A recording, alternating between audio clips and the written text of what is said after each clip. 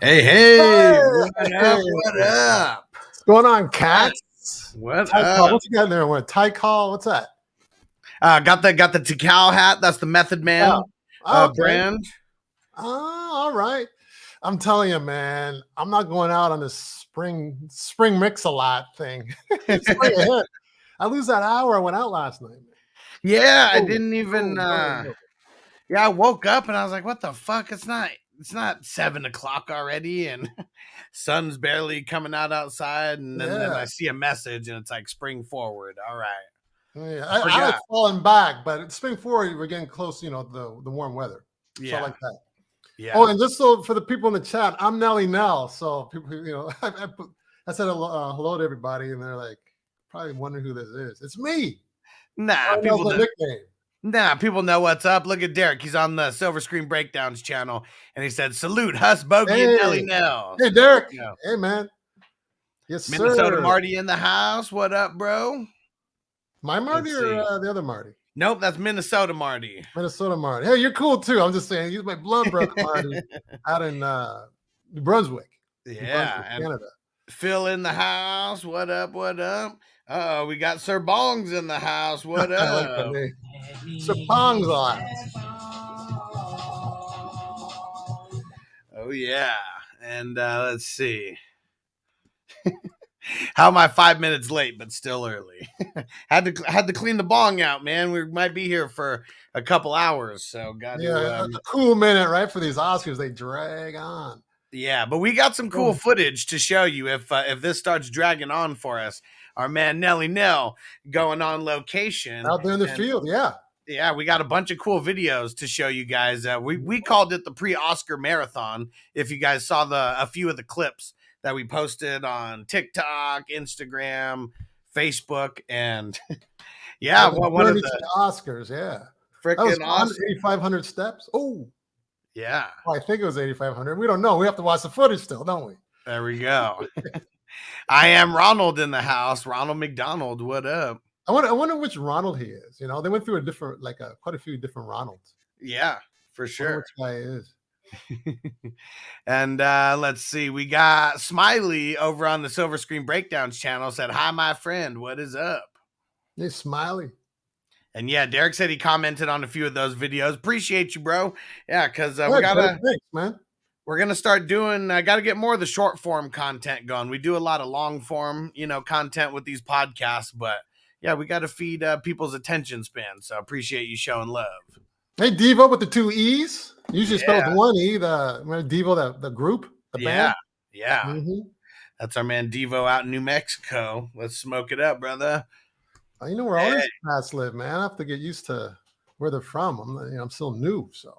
And then we got the other Derek. So we got Derek who's over there in Jersey, and then we got Derek Buck who's over in Hawaii and repping the islands. What up? What up, Mr. Buck?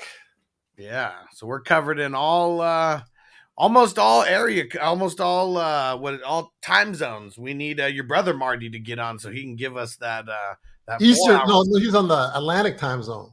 That's one time zone east of east of the Eastern Standard Time. Nuts. See, Central Standard Time's the best because they don't change their clocks. They keep the clocks the same all year long. Is it? I don't think that's true. I think it's some areas don't. Well, maybe some areas, but I lived in a Central Standard Time zone one for 2 years, and we never changed the clocks. I remember. Okay. What up, Emil? Yeah, it could be the area. It's funny because now with our smartphones and stuff, it does it for us. We don't even like. Oh, that's sweet. It's easier now. But how easy we get, huh? Can't change our clocks. Yeah, I think Hawaii is one of those places that doesn't change the clocks, and I think Arizona is. I think, yeah. Yeah, but those are the only 2 places. Where'd you live in the Central Time Zone that you didn't have to change the clock? No, it was Saskatchewan, place you never heard of. I'll ask the chat. Have you guys heard of Saskatchewan? I've heard of it. I mean, it's one of those places that sounds like made up. That's probably why. It's probably a Saskatchewan thing. Saskatchewan. Yeah, I lived there for 2 years, and we were in and out, and it was cool while it lasted. But they're the smart ones. What are some? I know we're just going to be smoking it up, and some of you guys might not even be paying attention to the Oscars. I pay attention here and there. I mean, I'm looking at some of the major categories and stuff. And shout out to Brendan Fraser, who's nominated for Actor of the Year. Like, man, what a comeback story! Oh yeah, oh yeah. So He gained a lot of weight for that role, I think, didn't he? I don't. Well, I mean, Both I of think it them? was. I think it was the makeup, and that because I Oh, don't. okay, yeah, or both maybe. I mean, you see him now. Like, I mean, he looks the same. So. Oh, okay, yeah, probably makeup. Oh, Emil said Saskatchewan is rough, like because it's Real hood or warm. because of the weather. No, the weather was brutal. It was cold, really cold. What's I the? remember, one time I remember it was minus 55 Celsius at that wind chill. That's cold. In Fahrenheit, I don't know what that is. It's probably like this minus 60, probably around the same. Minus Windy. 55. Yeah, when freeze in about 6 seconds. I was in San Diego, we'd be mad if it was plus 55 degrees outside. So yeah, minus 55. Fuck. Yeah, San Diego's pretty hot, right? Is it hotter than LA here though, or? I mean, it's super similar. I mean, it's a little bit. I think it's a little bit the smog. It's not as bad down there, so it might not get as hot in certain times. Oh, okay. I guess it depends on how close you live to the beach in LA. Like either way, the weather's good, but farther you get away from the beach, the hotter it gets. Yeah, the Venice, Santa Monica, Manhattan Beach is a little cooler than LA. Yeah. Yeah. Yeah. And so what's the Oscars been like for you in past years? Is it something you pay attention to? I used to all the time. I used to watch the Super Bowl every year. Used to watch the Oscars every year. And then the more I get into like me, getting ahead, I watch less and less. So, I was watching Oscars heavy when Matt Damon and Ben Affleck were winning. For sure. Like it was like late 90s or something. But now lately, more so I watch like the highlights. Yeah. Like, we all know about the Chris Rock thing, right? Chris Rock and the slap. Slap heard around the world. Yeah, so but I used to watch the whole 3.5 hours, and then I'd just find out who won and stuff. And then now it's like, I don't know who won, or I just hear about it, hearsay. Yeah. So last year I paid a little attention to it, and this year I am. Yeah, I think it doesn't consume me, to be honest with you, but it is interesting. These movies themselves are way more interesting in locations than the actual awards.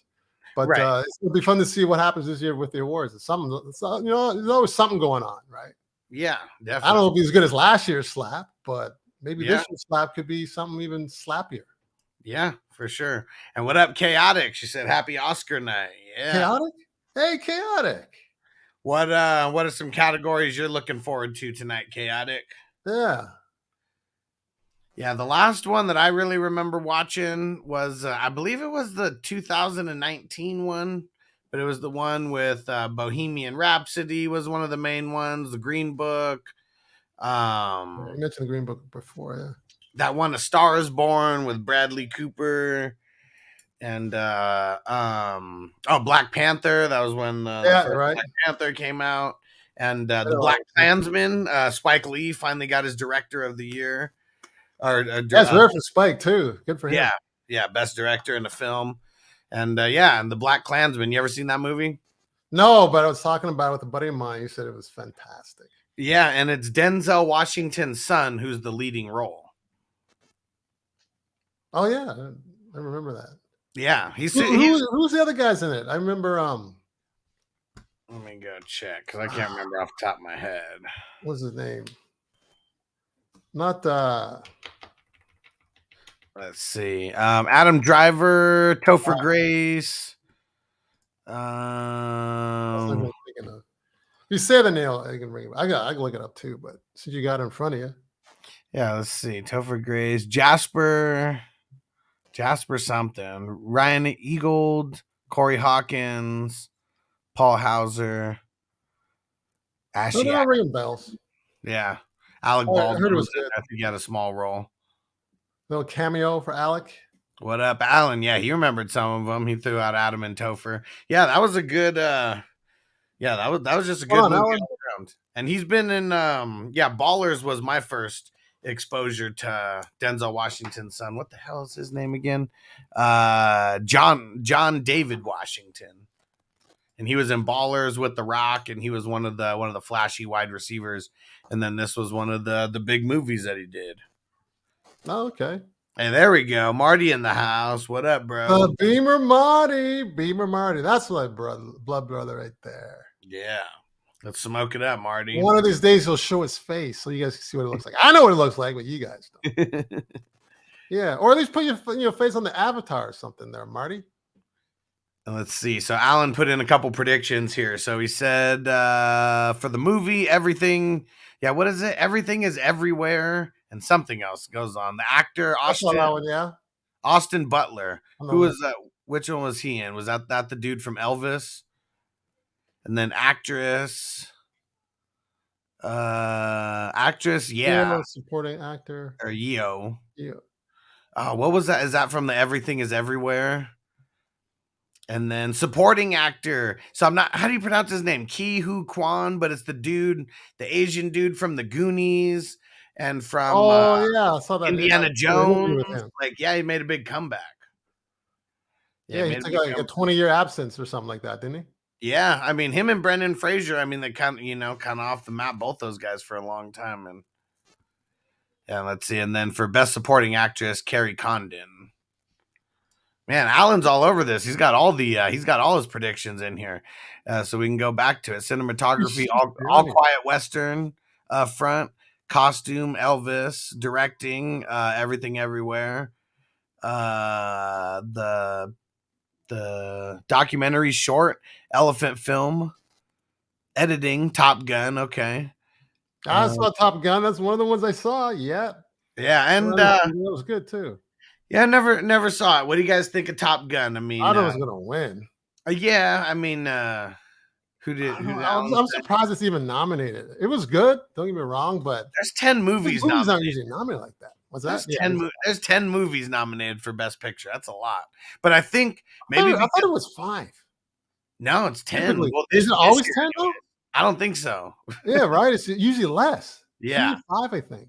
Yeah, and I think it was because it was like the top grossing movie in this past year in the box office or something to that nature. Like it was pretty much one of the movies that came back after the pandemic. So I think that had something to do with it also. Let's see. Original score. Babylon. Okay. The song. I'm not sure what that is, but not too. Production design, Babylon. Short film, animated. The Boy Fox Mole Horse. Short film, live. Irish Goodbye. Best sound, Top Gun. Visual effects, Avatar. Yeah, I don't know how it could be anything. Well, I guess Top Gun is nominated for the visual effects also. Isn't there a lot of... I know there's a lot of crazy scenes in there too, but probably going to be Avatar for that one. Okay, Alan said Austin Butler is Elvis. Yeah, Michelle. Yeo, I'm not sure how to pronounce the last name. Everything is everything, everywhere, all at once. Yeah, and wasn't Michelle Yeoh in a Crouching Tiger, Hidden Dragon back in the day? Let's see, Alan. I'm asking Alan. Yeah, let's see. And Alan. who knows? He seems he's on it today. So yeah, but I think it's Michelle. Yeah, I think she's from that. That was a good film too. He said, "Yeah, she is." Yeah, that's her, right? Yep. Yeah. And the doc short is Elephant Whisperers. I shorten the answers because YouTube character limit for sure. And I think it's about to start here in a couple minutes. Well, why don't we get into the first? What channel is yours on? I have to. I'm not watching on. I'm using Fubo TV, so it's an app on the Fire Stick. I should have that. It is. It's a paid app, but you can sign up for a free trial. And yeah, while you work on that, we're gonna show the first clip here that we got. This is part 1 of 4, or Man Nelly Nell on location in Hollywood. Let's see. Yeah, here we go. What we got going on here is the Oscars. We're going to do a mini marathon tour to the Oscars. Last movie review we did True Romance, and the movie theater scene. I walked up, was it 2,300 miles? No, sorry, 2,300 steps, 1.3 miles to the location from my place. And I thought it'd be a fun, silly idea to see how many steps it is to the Oscars from my place. And I mentioned that to Alex. He said, sure, do it. But I'm the one who's got to, I got to walk it. So I got energy, so we're going to do it. So here we go. Starting at 0 steps, Sweatcoin app I'm using. It's a crypto app. I actually get paid to make a little bit of money doing this, stepping around and walking and getting my steps in. I'm going to step out. Oh, I'll show you guys. This is a vantage point. I'm in the East Hollywood area. A vantage point from the observatory, which is just east of the Hollywood sign. So I'll show you that. There's outside my place. You look up, there's a palm tree way over in the distance. And to the left is a white building. That's the observatory. And to the east of that, to the west of that is the Hollywood sign. Not that far away. So that's Griffith Park area. Okay, up Los Feliz. And into the Hollywood Hills to the left. So I get a bit of a trick. We're gonna get going. I'll show you that I'm really leaving. I'm going down the stairs. And we are out, so I'll connect back with you once we get on the journey. The mini marathon tour to the Oscars, the Academy Awards up in Highland in the Hollywood area, right into Hollywood, and we'll see what we can find along the way.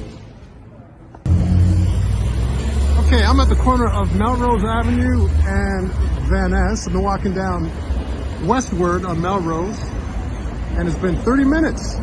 We're at Paramount Studios right here. We're on the east side of Paramount Studios, and 3,200 steps exactly, actually, from my place. So we're gonna walk down this way. I'll probably cut here, and once we get into the East Gate, where the fountain is, where they show it on Entertainment Tonight. All right, I am now at the Bronson Gate entrance, and as you can see, the fountain is really, really small. We can zoom in on it here. That's as close as I get. So Bronson Gate entrance right here. Paramount Pictures, it says up there. It's the gate. I came from this side. From Van Ness over here. Walk down here to this gate. And the fountain is dismal. Look how small that is. It's usually like going maybe, I don't know, 12 feet up high. Looks like it's about 4. All right, so what stage is that? Stage 4 is right back there, as you can see. And there's other stages to the left. Well, I'll walk down here to the left. I'll join you guys once again, and I'll cut the video right now. Here's a close-up of the movies on the billboard, or the side of the Paramount Studios. Scream, only in theaters. 3rd, 10/23, coming soon this month. Got the Card, Paramount, Believe in Movies again. Top Gun. It's up for some Academy Awards, actually, Top Gun. Saving the day. Tom Cruise once again. Jack Ryan, Prime Video. You got Babylon that came out last year. Brad Pitt. Andy Brady. All right, then we got Astroburger. Sure, that's been there for decades. There we go. Okay, just across the street to Astroburger. Oh, I'm going across the street to Astroburger. Look behind me. There's Gower. There's a Hollywood sign there, right by Paramount Studios still. And we are going to walk up. Let's see if I get a picture of that Hollywood sign. Right here, so I can see it. There we go. Head on. Zoom in as far as I can. There we go. It's Hollywood. This is the west side of the studios.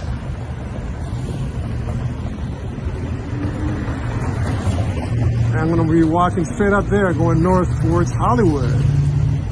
Well, I'm actually in Hollywood, but you know what I mean. Going up toward the Hollywood sign. I think we're probably going to hit Sunset and Gower Studios too, from what I remember. Well, we'll find out. Hey, there we go. Part 1 of 4. Did you get it over there? I got a feed from ABC. Okay. They're doing the red carpet, so we got that going on right now. There you go. So I'll be using that one. And you got the old Fubu. Is that what you said? Fubo or Fubo? Fubo. Yeah. Almost. Fubu. Marco from the future. What up, Marco? What is it? He said, good morning. What's good morning? Guten Morgen. From the future. The future. Yeah, so out of all these movies, I mean, you said really the only one you've seen is Maverick, right? Mm-hmm. Yep. Yeah, I haven't really seen any. I haven't seen any of these ones, including Maverick. That's okay. This one, I think Alan's seen all of them. Have you, Alan? Yeah, and we'll just I mean, the Oscars for me is like a little intro. We'll see some scenes and see if the movie's even worth watching. And Alan said we'll joke about Will Smith and Chris Rock. I hope so. I think he has to. How can he not? He can't afford not to do it. Yeah. That's too much comic gold right there. Will Smith isn't going to be there, so it's not like he can, go ahead. Well, he's banned. Is he not? Yeah, he's banned for 10 years.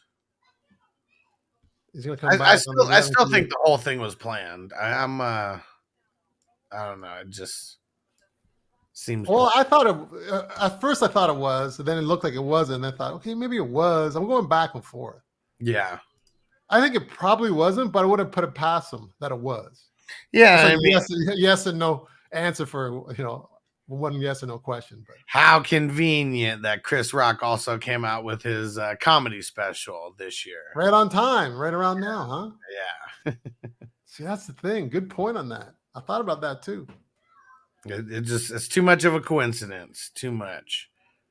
And yeah, Marco said I haven't seen any of these movies either. Yeah, we're gonna see. We're going to see which ones of these are worth watching or not based on some of the stuff that we see here. Based on some of the results, huh? Well, not really the results. I just want to see some of the scenes. If there's, if there's one movie that's nominated for, multiple things, usually they'll play multiple scenes, from the movie instead of playing like the exact same scene over and over again. Well, there you go. I was just reading Network's thing. This is Bogard. What if it was planned? Why is Will's getting the short end of the stick big time? If it was planned, so I think it was a little bit of a sacrifice, right? Like sometimes you gotta. I mean, why would he do it though? Okay, let's say if it was a sacrifice. Sacrifice for what? Well, he's being forced to. He is the sacrifice here for some reason. Oh, ritualistically, huh? Yeah, if he really is in the Illuminati or one of these. Has to be something with that. It's for the greater good. Like, man, how much news came off of that? Like the Oscars have probably never been talked about so much in, what's this year? 95. So last year was 94. Probably never been talked about that much in 94 years. Got a good point there. See, like you said, he's waffling back and forth. I like my waffles. I like my waffles. What, are you waffles, pancakes, or crepes? I think I'd go for the waffles if I'm picking first choice. The chat. Let's see who wins. Let's ask the chat. Well, I think crepes is going to be third. Throw it in the chat, guys. Throw it in the chat. Throw it in the chat. Waffles, pancakes, or crepes. And we'll do an outlier: Pop-Tarts. Oh, yeah. See? Yes. That changes the game, doesn't it? that might beat crepes because, like, I don't know. Crepes is so fancy. I don't get it too often. Like I might just eat Pop-Tarts more, just more often than crepes. Who knows? Yeah, right, man. Which I haven't eaten. Mine's, I think what's mine? Oh, then you got French toast too. Remember that? Marco said, "Been getting banned for 10 years. I don't think it was worth it." But I mean, being banned just means he can't show up to an award ceremony, whether he's nominated or not. I mean, he's probably at home smoking mad weed right now. That's what they're trying to ban him like harsher. They were talking about that. Yeah, they were disappointed that they only banned him for the 10 years and just the award shows. But you can still do movies and everything. Yeah, I mean, it's not. I mean, nobody's getting paid to be at the Oscars, are they? Like even people. No, just the host. Yeah, exactly. Yeah, and who is it? Jimmy Kimmel. He's the host this year, so yeah. Everyone else just has to take time out of their day to go. Is he considered a comedian? Not really, though. Jimmy Kimmel? Kimmel. Because Probably. they usually use comedians lately for the Oscar hosts, right? Yeah. I mean, he's always been a TV personality, but he's always been like a comedy TV personality, like even going back to the Man Show. Yeah, right. He did the Man Show with Adam Carolla. Yeah. That's Classic funny, stuff. actually. Classic stuff. Alan said Chris made $40 million off his special, and Will Smith got was a lousy T-shirt. That sounds about right. I heard about the 40 mil, 10 short of Chappelle's 50. Yeah. He's no I think that's Rock's biggest payday though, right? I'm assuming so, just for one special. I don't think he's made that much before, so. And it's been a while since his specials too. I mean, even some of the later ones that I remember coming out were still like 2008, 2007. Most of his big ones were in the 90s, and no way they were getting paid anywhere close to that. No, not at all. Not at all. That's when I think Jim Carrey was getting like $2 million. They're doing $2 million a film, I think, or $1 million or something. Might have been. Jim Carrey was starting to get the big bucks back then. Yeah, was it 10? Let me see. I think it was Dumb and Dumber that kind of set it off for him. $7 million for that one. Yeah. Damn, that's fucked up. Chris Rock? No. Jim Carrey. Oh, so he got $7 million for which one? For Dumb and Dumber. Wow, I didn't know he got that much because Dumb and Dumber came out in 91 or something like that. 94. Oh, it was after. Was it after Mask?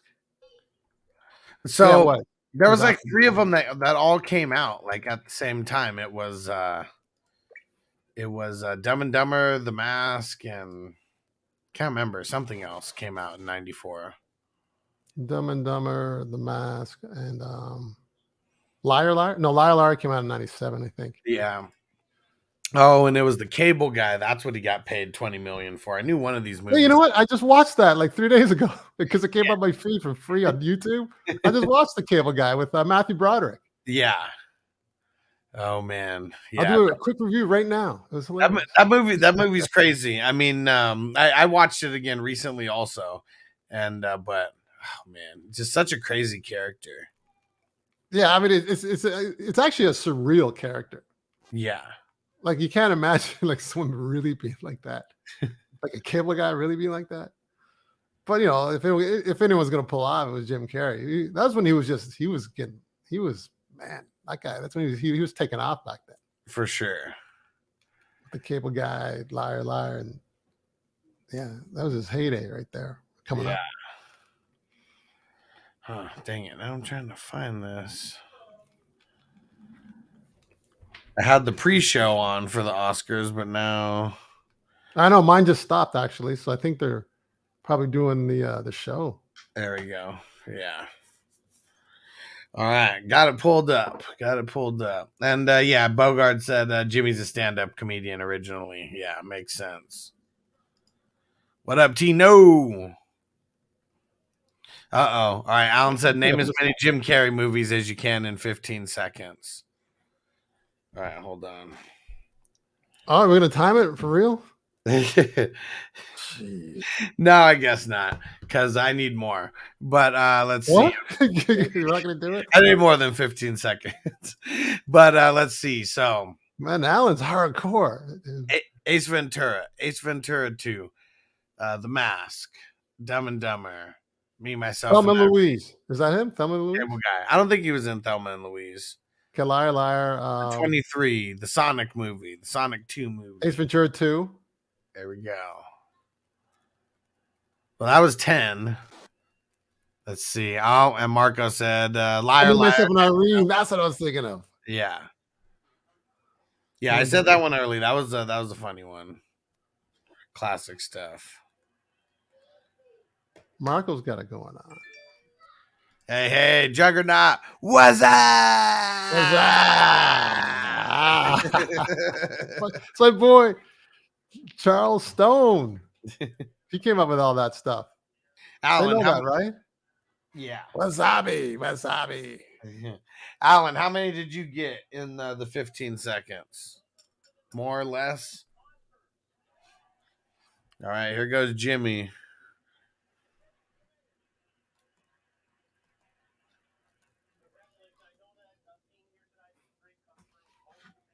Oh, Who's actually watching the Oscars right now, and then who's just smoking with us? hit a button on my keyboard there.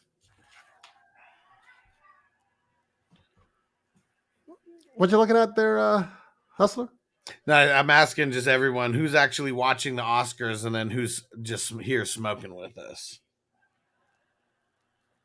Because, yeah, we got Jimmy's little monologue going on right now.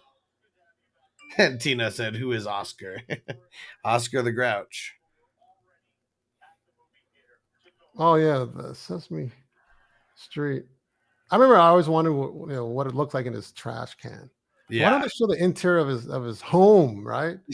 And they did one time. I was so excited. Because you go, hey, well, hold on a second. Let me go down and I got something for you. He'll go down and grab something. It's like, what's it like down there?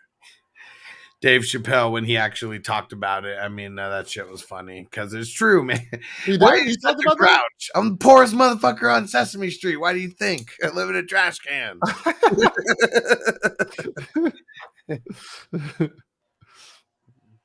Oh, okay. I'm looking for my feed again.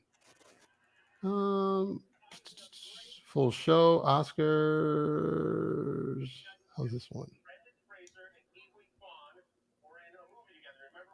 Oh, who remembers the movie? Yeah, they were in Encino Man together. Brendan Fraser. I remember Encino Man. Yeah. And Juggernaut said, tucked in my second rug. There we go. Philadelphia Eagles rug. I like it. PB and Waivers in the house. What up? Marco said, name as many Chuck Norris movies as you can in 15 seconds. I only got one. Chuck Norris? Yeah, Sidekicks. That's the only one I could think of that he was in. American Ninja. Okay.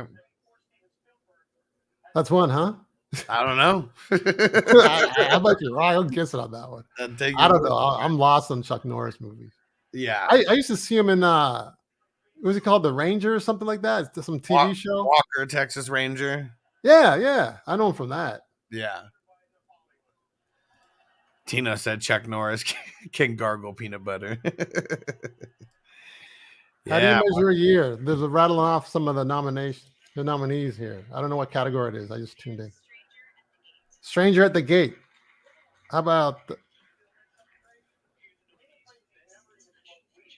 the best international feature film, Alex?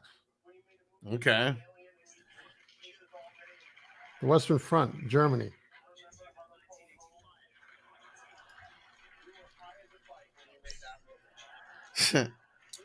Thank you, Marco.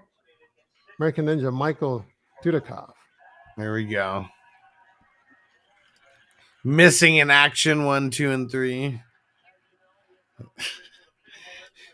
It was so good they had to make 3 of them. The best nominees for animated feature film. I was going to talk about that. Okay. One sec. It's still Jimmy giving his little monologue for me.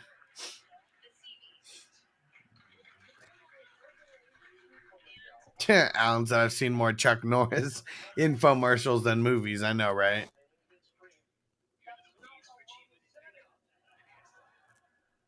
All they're talking about is nominees. They're not even saying who won. At least the last couple. Okay. Except the one. And where are you getting the feed from? On what's this one? It's on YouTube, but it's Oscars Awards Live. Okay. Oscars Awards Live. Is it Jimmy Kimmel talking? No. Okay. Well, that's what's going. Woman.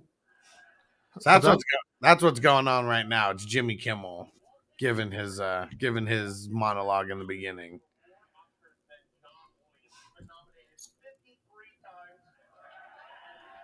But he's shouting out some people. He called someone out and said whatever movie he created. He said, you had to be high. when you made that movie. Is that what he said? Yeah. He says that someone claims that they don't smoke weed, but when you made this movie, you're definitely smoking. I got him now. I got Kim. I'll switch to a different live feed. There we go. You saw this talking about Raiders of the Lost Ark? Yeah. Okay.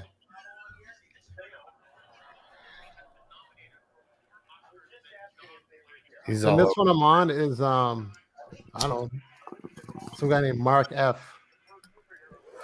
Shout out to So, Mark. yeah, shout out to Mark. I don't know who he is. Not a lot of people watching, but he doesn't have a lot of subs or anything. But it's on though. Good.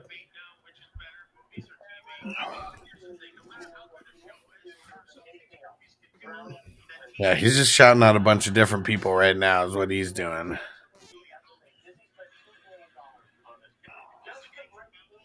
Come on. Ooh. There's a little Babylon joke. Damn, Avatar, $2 billion for the movie. That's nuts. What? To make it? Yeah. No. That was the gross earnings, right? Well, he said that that's how much that it took to make it, and then they matched it. Really? They broke even. Man, that's a lot. Yeah. Okay. Let The me list. I'm gonna pull up this list. Let's double check it.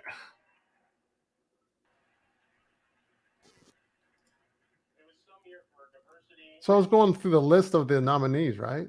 Uh-huh. I go, best supporting actor, Judd Hirsch. He's still around, huh? Barry Keoghan, best supporting actor.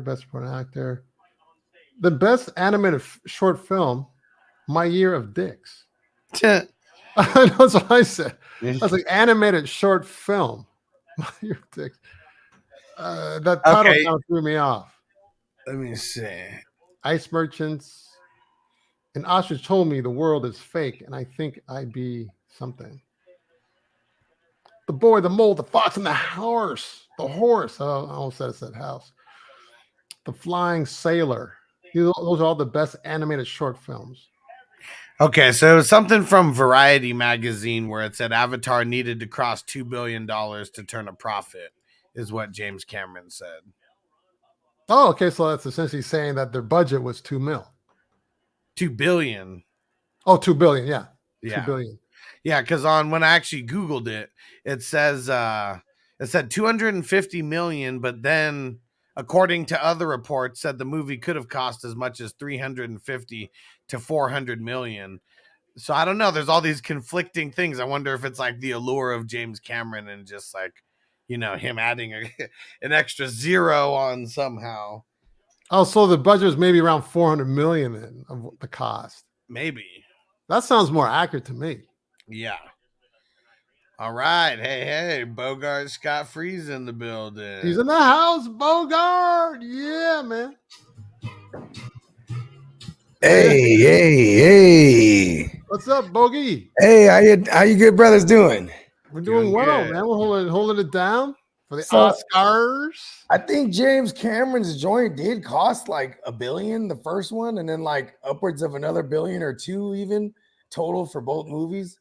And I think they had to like create some type of technology, like for the first one, like the way they wanted to do. They didn't want to do the motion capture, you know what I mean, where they have the balls. They wanted to do like full on, like, you know what I mean, like green screen. Yeah, like full on, like everything was animated. You know what I mean? Yeah. Like, you know what I mean? Like, but yeah, because I remember them saying like the technology that they wanted, they had to create it. You know what I mean? Yeah. Just to do the first one. You know what I'm saying? And like, I mean, I know it might sound like caca. You know what I mean? Because I can't really explain it well, but in Silicon Valley, it just be like that, man. You know what I mean? The motherfuckers will just create something because they need it for something. You know what I mean? Like in this, and like my mom, she worked for Silicon Graphics when I was growing up. So like we got to go to like see all the different movie screenings of different movies that their company's computers worked on. You know what I mean? Or like, what should I say? They used Silicon Graphics computers for different movies, I should say. And those movies we got to go see screenings. So I saw like Terminator 2. I saw like a shitload of all the Disney ones, like Beauty and the Beast and Aladdin and Lion King. You know, I was a kid back then, so that shit was tight because we're getting to see it like a week early. But the big one, and this was like this is the last year my mom worked there before because she was a part of the massive layoffs in the late 90s, is that we got to go see the Star Wars Episode 1. Tight. And seeing it a week early, I didn't know like the magnitude of it because I wasn't a Star Wars head until that day, like the night before. So one of my best friends, shout out to my man Mike Dees, you know what I'm saying, my best friend in the world. He's the longest motherfucker that I've known years wise, you know what I mean? And we've been tight ever since. But this dude, you know, I took him with me because he was all like enamored by Star Wars when we were kids already, you know what I mean? Like, and like, so that you know, he came to crash at my crib the night before because it was like we got the early showing. And, you know, they weren't fucking around. It was like security, you know, so we had to go through like some whole process. So, like, you know, he just crashed over, so we don't have to pick him up in the morning. And then that night, he brought over all three. It was still VHSs, you know what I mean? Yeah, he brought over all three Star Wars. It's like, bro, I'm about to lace you up, you know what I mean? Yeah, the original one. VHS, yeah. Yeah, and like, so we binge watched all three of the first, you know, the first iteration, the first trilogy, which was 4, 5, and 6. You know what I'm saying? Because Lucas is spaced out like that, you know what I mean? Glad you made it home safe. Derek said in the garage smoking with us now. There we go. Nice. Shout out to Attaboy, Derek. Derek. Was it going down? He's driving storming out there, D? No. He said he was just driving home. Oh, okay. Yeah, I didn't even, it's crazy because I didn't even really get into Star Wars all that much until the number 3, until episode 3. And that was the one that I saw in movie. Yeah, Revenge of the Sith. Yeah. Yeah, and if you like action, that was like, you know, that one's one of those ones, you know what I mean? Yeah. So after I saw that one, then I went and I mean, I remember seeing the other ones, but even when that one came out, I mean, what year was that? Like 2000 or something? So I think I was like 14. Yeah, it came out 99. 99. So yeah, I was 13 when that one came out. Probably like 12. Yeah. Yeah. There you go. And Sir Bong says, shout out to Mom for taking me to episode 1. Hell yeah. Yeah, bro. So I watched episode 1, and you know what was crazy when we were walking out of that thing? I'm like in the 8th grade at this point, you know what I mean? And I'm hooked. I'm like, because I just binge watched the whole night, watched the first episodes, and now I just can't get enough, bro. I'm like, you know, I go watch it again when it came out, for all the public, you know what I mean? Yeah. So did you go see episode 2 and 3? Hell yeah. I remember, you remember Fandango? Yeah. The Rock's presenting the first award. Oh, okay. They were jocking him when he came up, and he's got like a peach, I don't know, looking suit. And I don't know who was talking, but she was like, "The Rock can't wear anything without his muscles bulging out." They don't make it big enough. He's got no choice. You know what I'm saying? Yeah. He got a custom. All his suits are custom around his muscles. Yeah, no kidding. You know what I mean? Yeah, but yeah, I remember the Fandango. So we were so now they're coming out every 3 years, right? So 2001, so 99, 2002, this another one comes out. They're coming out every 2.5 years, actually. But so the next one, episode 2, comes out, the Clone Wars or something like that, and or Attack of the Clones. Yeah, and super legit. You know what I mean? Because like in a trilogy, the middle one's always got to be hell legit. You know what I mean? Because it's all, you don't need to spend time introing nothing. It's all meat and potatoes. You know what I mean? New screen. Like Godfather 2 was the shit. Yeah. I could really care less for the third one. It was nice that they tied everything up in a little bow to complete it. But like part 2 was where it's at. You know what I mean? Because, you know, you already introduced all the characters. You're already, you know what I mean? You're already in full effect. It's nothing but meat and potatoes. You know what I mean? And then, but yeah, so I was hooked. And I remember we watched episode 1. We're leaving. And my man's, he don't like it.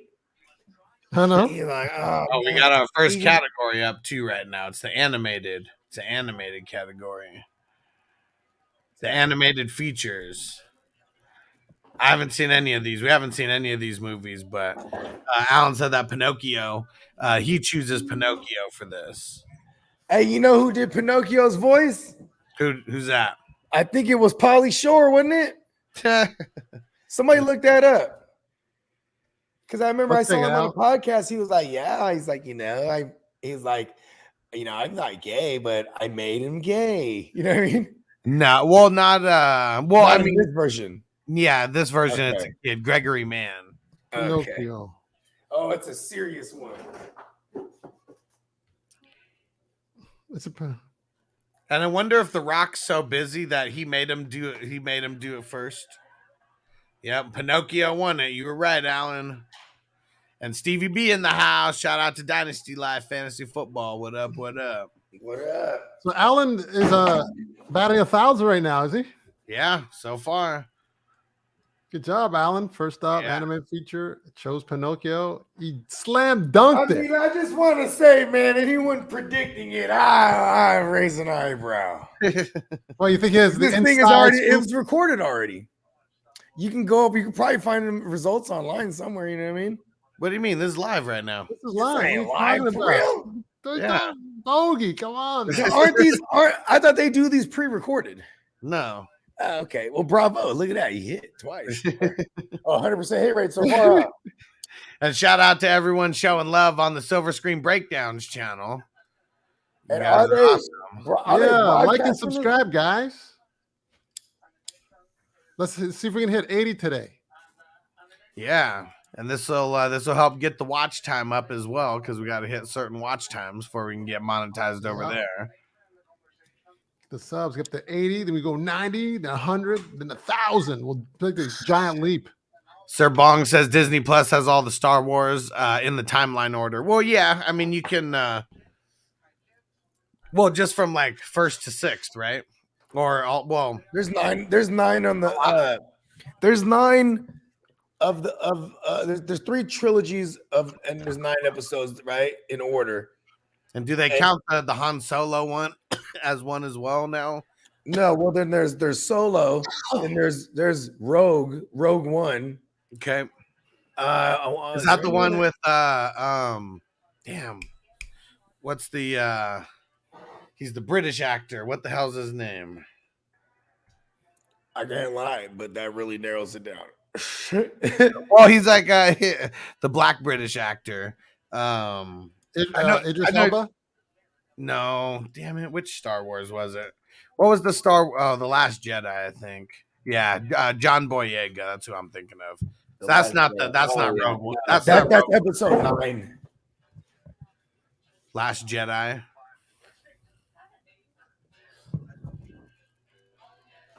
Yeah, too hard to keep up with all these motherfuckers. There's a lot of them. It's really you know what it's about, Brad? If you want to get into it, fuck with like the audiobooks. Like the novelization versions of the movies, and then even like all the in-between novels and stuff like that of like the official like storyline. It's fucking dope, bro. Yeah. Like, yeah, really fucking dope. Shout out to Penguin House Productions, I think that's what it's called. Like they do all the audiobook versions. So Marco said, not very often has the second part been better than the first. Godfather is one of the few examples. I'll say Back to the Future. I'm saying in trilogies though, bro. Back to the Future is one of them. Yeah. I mean, okay, here's one because I don't really count all the other Terminators after part 2, but part 2 was better than part 1 for sure. You know what I mean? Definitely. Yeah, because you had better graphics. The story was more developed too. What's one, Nelly, now that you can think of a better sequel than the original? I thought Aliens was pretty good. Okay. Aliens 3 wasn't, but 2, it was more action, and the story didn't go too crazy. But then 3 was kind of different from the first 2. Throw it in, guys, if you have a sequel that's better than the original. One that we didn't mention already. Let me think. What do you think about? And I mean, I'm trying to think. Cheech and Chong. Yeah. I like next movie way better. Next movie's my favorite one. I guess it's all subjective. Yeah, guys, I got one for you. Minorities in that one too. Are you ready for? Are you? I mean, Kevin speak. Are you ready for my second one? Let's hear it. The Road Warrior. Mad Max, #1 Road Warrior from the Okay. 80s. Mel Oh, Gibson. Mad Max. The Road Warrior was like the best one. Then Tina Turner was in the Beyond Thunderdome. Okay. Yeah. So Yeah, Mad Max was pretty good, but the Road Warrior stepped it up. And then Beyond Thunderdome was horrible. And Derek said he just seen the new Scream today. It was actually really good. Okay. I wanted a recommendation. I mean, because the previous one, the one that just came out, I don't know which was Scream 5 or whatever. Yeah, that wasn't that bad. Scream 4 wasn't even that bad. But it's like Wes Craven really had his hands in like all of these. I mean, he directed all the first 4. Oh, okay. Because I would say 5 and 6, right? Because he's dead now, right? Right. Yeah, exactly. So this one, the 5, that one He's was up there with Freddy Krueger now. It's crazy though, because like, I mean, that just like evolved a whole new type of like, I mean, it's not even a horror movie. It's more of like a suspense. I don't know, suspense-ish horror, but yeah, I don't know. Number 2, that might be one of those ones, Scream 2, where I might almost like that one a little bit more than Scream 1.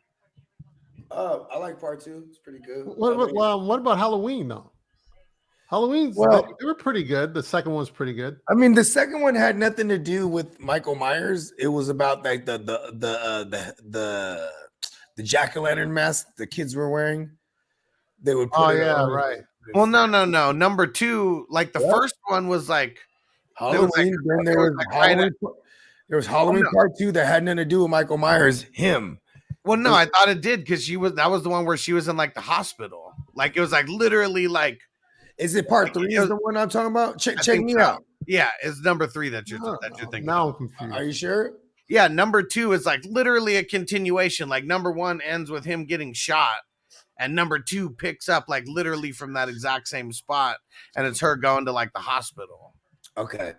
Yeah, you're probably right about this. That's what I was asking. Because I know like one of the sequels where they were like, what in the fuck is going on? Like with the Halloween. Because all of a sudden it was like these fucking jack-o'-lantern masks and shit. Yeah. And I think it was the first and second one that I think Rob Zombie did his own renditions of as well. Yeah, well, he kind of remixed it though, like in its entirety. So it's like the same, but not like, like there was no Dr. Loomis, but it was a guy that resembled Loomis and the names were different. And Michael Myers was like a behemoth man versus like, Derek had it in the comments too. He said that's the third one, Bogey. The second one was in the hospital. Yeah. Okay. Because I haven't seen that one that you were talking about. Because I haven't ventured off too much into Halloween's after the first 1 and 2. Yeah, I mean, here's the thing. You kind of have seen them all. You know what I mean? I've seen one, so I'm sure I've seen them all. Yeah. I mean, it's like Friday the 13th and the I've seen them Nightmare on Elm Streets, right? They made 1 million of them, but it's like they was doing like too many Friday the 13th, man. They were doing like track of them. Freddy in New York, or no, like Jason in New York. Yeah. Hey, when you Jason in space. See, that was from Mad TV. It's funny because I was like, I know someone did. I thought that was real. Oh shit! Derek said he's seen all the Halloweens. Those are his favorites. That's why he was on it. Like, no, Bogey, incorrect. No. That's number 3. That's number 3. Listen, man. So when you think of those 3 guys, Myers, Krueger, and Jason, right? Who's the biggest guy? I go with Krueger, man. No, I think Jason. Jason looks the biggest. Biggest, I think Jason's the biggest. Wasn't Jason big? Myers didn't seem all that big to me, and Krueger would just seem kind of like a spindly little dude. But none of them could drive a car except Michael Myers. Oh yeah, he was angry driving too, wasn't he? Slam on those brakes real hard. I thought they were going to come out with more of those movies. You remember, did you ever see Freddy versus Jason? I never saw that. Did you see it? Yeah, so that one, it came out, I was like 12 or 13 when it came out. And I don't even remember seeing too many of I don't think I saw any of the Friday the 13th before that. Or how was it? Was it any good? I like it. Yeah. I mean, it's one of those, I mean, none of the horror, none of the storylines in the horror movies are, really anything, it's just super simple. It gives you like like a 2-minute rundown of who Freddy Krueger was. So if you've never seen The new one, right? no, well, I mean the new-ish one is like 2000 or 99 or 2001, some shit. Are you talking about New Nightmare? No, Freddy versus Jason. Oh yeah, that was like 2003, maybe 2. Yeah, something like Three. that. So 2003. if you've never seen any of them, you could still watch that and understand who all the characters are. Yeah, that one was really good too because it was like the director was like he did like those kung fu action movies. You know what I mean? Yeah. So 'Cause like, Freddy Krueger actually had some kicks. yeah, when Freddy he was- Krueger and Jason, it was in there. They were duking it out like some Mortal Kombat shit. Matter of fact, it actually inspired. What was the game that was out at the time? Oh, it was Mortal Kombat. It was one of those Mortal Kombat 10 or some shit, and then they put Freddy and Jason in that motherfucker. You know what I mean? So why would they actually be fighting each other? Like, are they fighting like over who to So kill? the storyline's pretty cool. So Like, why on would they Elm fight each Street, other? on Elm Street, there's a girl, a blonde chick, bad boob job, right? But anyways, she's living at the house where you know what I mean where it all happened, but like nobody believes in him anymore. He's like he's like an urban legend. They don't believe that it was real or nothing like that. Or like no one even knows about him anymore. all the kids knows about it. So it's like he's just Elm Street is just like it's just a street Oh, now. okay. And then like so he so Freddy, you know what I'm saying, in whatever realm that he's stuck in, you know what I mean? He like, you know, he goes and he resurrects Jason, you know what I mean? From Crystal Lake. I forget what he does, how he gets to lure Jason out. I think there was like a party going on or something like that, right? No, it might have been some campers. It was people skinny dipping. Yeah, there you go. Guy and the girl skinny dipping. Yeah. That's how it all starts at night, right? Yeah. And then like, oh shit. The how do you pronounce his name? There we go.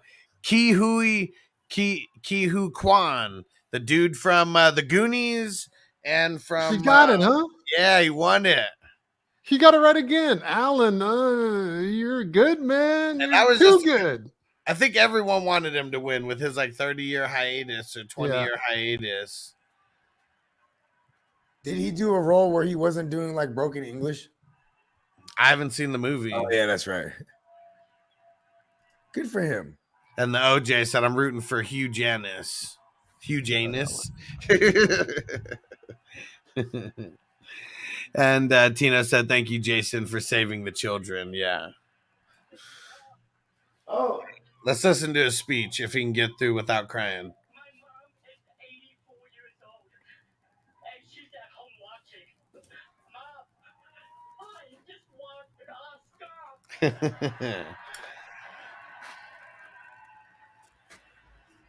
That's dope that he won Best Supporting Actor. I haven't seen this movie, but it's been getting a lot of hype. what's the movie? Everything. Hold on. Everything, Everywhere, All at Once. I think all at once you're on the clock right now too in both of them. Oh shit. He look exactly the same but older. He looked like he would be the dude's dad from the Goonies. That's Yeah. funny. I almost wore the Goonies shirt too. Nice. Why didn't you, Bogey? Come on, man. I mean, I couldn't find it. That's what it was. Though. I don't know if I packed it already. Like, Also, you did look for it. Oh yeah, are you in a new Yeah, spot just- already? No. no, not yet, man. We're still a couple weeks away from even getting the keys, but like Oh, we're doing our geez. first. We're doing the last walkthrough, first and last walkthrough, I should say. This Wednesday coming up. Crispy said, I don't even watch Good, movies. huh? Oh, not this Wednesday. The following with the 22nd. Yeah, I'm excited. Then we get our keys the next week, and I can start moving shit. But we're just trying to box up his buddy. You know what I mean? Start doing like I figured like doing sections of shit. Like last week we're just rid of hella junk. You know what I mean? Hella junk. Just get rid of it. You know what I mean? Start slimming things down. It's the easiest time to get rid of stuff when you're moving because then you realize you don't really need it. It's just sitting there collecting bad energy. Yeah, and I'm not gonna bring that to my other crib and have it just do the same thing there. You know what I mean? Like I'm out with the old in with the new kind of guy. You know what I mean? And I like that you said that about the energies, man. You gotta have that right feng shui. You know what I mean? Yeah, yeah, You gotta have that feng shui. absolutely. Hey, boys, you know the series Hellraisers? 1, 2, 3? Yeah. I actually watched the first Hellraiser not that long ago. What is his deal? He so they open Pandora's box. Pretty much, yeah, that little box thing. I've seen it several times. And then he just like tortures people? Like what's his powers? He's not even really. He gets tortured himself. He's not even in the first one that much because he's talking about Pinhead himself. Yeah, Pinhead. Yeah, right. Yeah. He's not even in the first one that much, right? No, well, yeah, but he's still the main guy because he's Pinhead, right?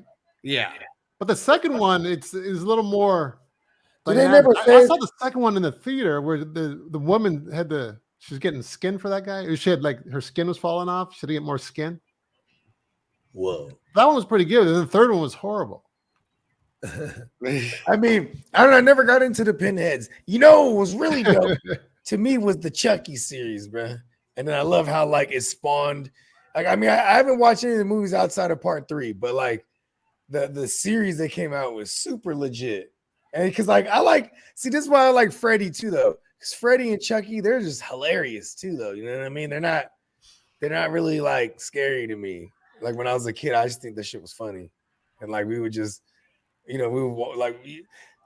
what is it called? It was the era where you dubbed everything. Yeah. So I was I go to my aunt's house. She'd have VH, a whole wall, a bookshelf. And then she would have the little what's it called? Bootlegs. Yeah, she would have an index journal though, so you could be A19 is this movie. You know what I mean? Yeah. That's all they used to do. They'd rent movies and then dub immediately. You know what I mean? And you'd have the 9-hour tapes. Bootlegs and stuff. Yeah, you'd have the 9-hour tapes. So it's you could have three movies on one tape. True. And then but you would have to fast forward. Yeah, they had to fast forward. Yeah, okay. On their thing, would they put where you have to fast forward to? Would they have the mark? 3 hours. I'm pretty sure they did. Oh, we had the time of the movie. But it definitely had. So it'd be the Rocky, and then have 1, 2, and 3, and then the other tape had fucking 4 and 5 and 5. Yeah. Yeah, because I remember doing that as a kid. You write on there what's on there on the label. I never put the times though, but I just put them in sequence, obviously. Yeah. What to watch. Then you skip ahead. You would have to guess where to stop it. You pick it up wherever you left up, wherever you want. You know what I'm talking about? Yeah. What was it? When we used to I used to record in living color. Yeah. Right? Yeah. Oh yeah, I used to watch it. Oh no, well, not me per se. My sister did, and I'd watch all the tapes and shit. But because they had back in the early '90s, it was all about the dance groups and and they would battle and have flyer parties and just different dance groups would battle. So they would my sister would tape it because of the Fly Girls. You know what I mean? J-Lo, huh? J-Lo, yeah, because she want they would get moves and shit. You know what I mean? Or get ideas, I guess. You know what I mean? But I hella remember that they would always, and then it was an art to it because he'd be oh, commercial, turn it off. You know what I mean? And Jamie Lee Curtis just won the best female supporting actress. It better not have been there for that bum ass Halloween. No, let me see. What the hell is that? I'm he is still around, and she. I was hoping they would make it some type of she was just old and senile and it was all in her head or something. I don't know if she was still even around. I don't know, but I'll tell you this. She was super surprised right now. Well, she did the Halloween last year, didn't she? Yeah. Part number 12 or something. I don't know. Yeah, some shit. Halloween, the final Halloween. No, you just said that after the third one. Then it was in the commercial, she had a shotgun. Okay, Michael. Okay, she's in the Everything Everywhere All at Once. That's what it is. Oh, okay. That's a big time movie, and well, that's about to sweep it, bro. Well, listen, man, this shit is everywhere. You know those guys, Bogey. You know those guys, Mike Myers, Jason. None of them eat. I mean, Mike Myers does.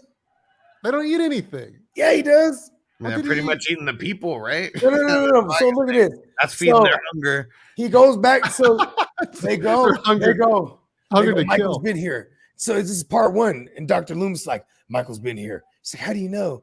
She's like, oh, there's a dead dog. And he's like, a man's got to eat, right? You remember that? Are you serious? I'm serious. You can find this on YouTube. Derek, is that true? A man's got to eat. Dr. You're just saying that because everybody eats. That's what you're saying. Because everybody eats. Everybody eats, B. Everybody eats, B. That's what you're so. And there's you almost having, Bull. You almost having, man. No, I'm serious. You He ate a dog. It's somebody called. Get Derek on the phone. Now Jamie Lee Curtis is crying. I just won an Oscar. Yeah, she was like nowhere, right? I don't think she's there. Did she ever win one before? I don't know. So she's the first one to cry since Will, huh? No. Well, because Will was crying last year. No, the Asian partner just was crying. He was crying. Oh, he was. Okay, he was the first one to cry. I'm not a fan of like the off the shoulder one sleeve things. Mm-hmm. Yeah. What do you mean by that? Off the shoulder one sleeve? Like, you know, like they were showing somebody with a dress, like she had like one sleeve and then there was like no sleeve and then no shoulder thing on the other side. Oh, you're talking about the dress. Okay. I mean, what's going on here? It's like just the one arm's cold. Hey, what is it? Yeah, they're suffering. They're suffering out in the cold, but they look good though, right? They look good. I mean, I'm gonna switch my feed here. What was that thing called? What were we just talking about? And maybe while we have this music performance, because I don't know what the hell it is, maybe we could jump into part 2 of Nelly Nell on location. Yeah. There you go. Let's do it. There we go. All right, I'm still walking up northbound on Gower by Paramount Studios again. And I remember I went to the Arsenio Hall show. I got tickets through this entrance here. And then the show was shot at stage 21 right there. That's Melrose, facing Melrose there. That's where I just came from. And so this is just another entrance. This is where you got tickets. I got tickets that time. And on the other side of Paramount, I probably won't go by there. Maybe we'll see. It's the Hollywood Forever Cemetery. A lot of celebrities are buried, so maybe we'll go by there. It's pretty cool looking on the outside. It's very nice looking. All right, I'll stop here and rejoin you guys soon. All right, here we are at North Gower Gate. We're still walking north of Gower, almost there. So there's a little inside peek at this gate, and that's it. Hollywood.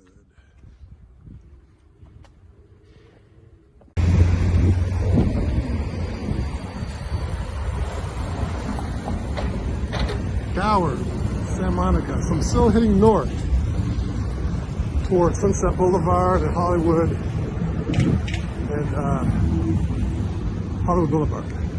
All right, I just made it to stage 12, Sunset and Gower Studios. Still walking north in Gower towards Sunset Boulevard up ahead. And these aren't as big as Paramount Studios, but I remember back in the day they shot the Fresh Prince of Bel-Air here. And I think Growing Pains, a few other TV shows.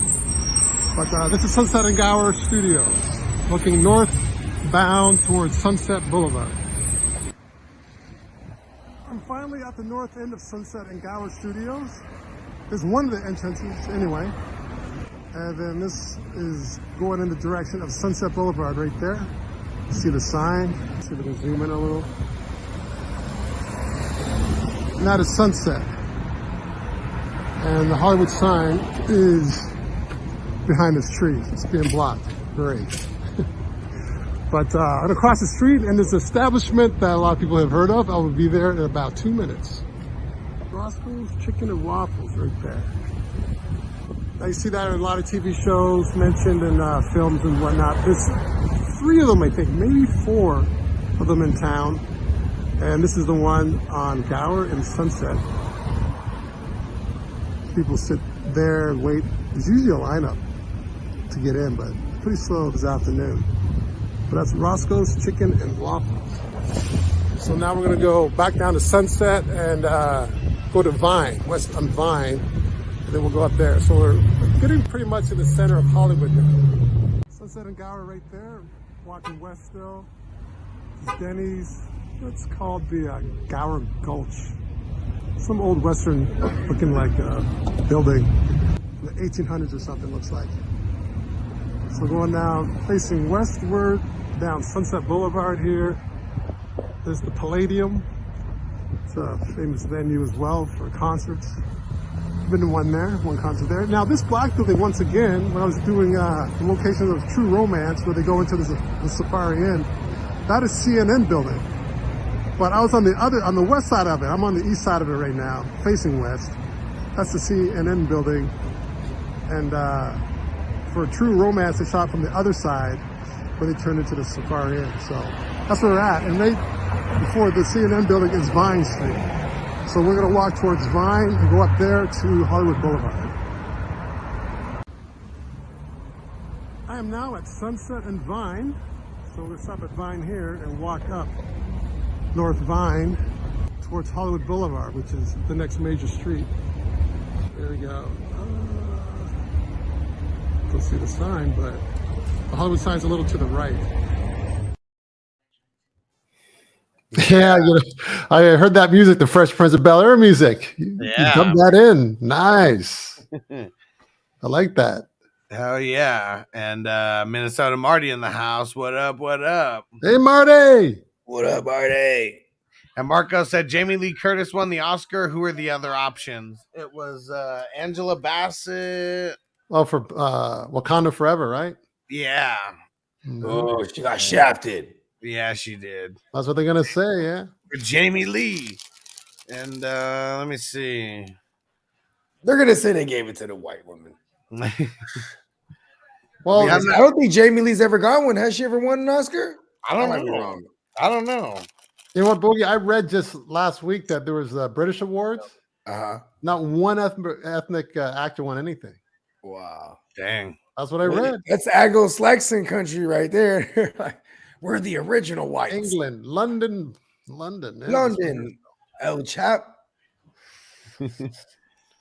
So Hollywood can't do any worse than that, right? So. Yeah. Well, I mean, the one guy just won. Angela should have won. He's won already. So look at that. They're on a roll, huh? The Asian, they already got their like we're hitting the demographic early. What's that movie called? Everything all over the place all the time. Everything, everywhere, all the time. Yeah. Everything is everything. I want to watch Everything's Everything all the time. Well, Marco said she won an Oscar for Freaky Friday. You're lying. Did she? No fucking way. He's making that up. Marco's making that up. Was Lindsay Lohan the bitch in there? Young Lindsay? I think so. She still doing coke. It don't matter how young she was already doing coke, bro. Good old Lindsay. Yeah, hey, Lindsay was a party animal, bro. She was like partying at like 11. Hell yeah.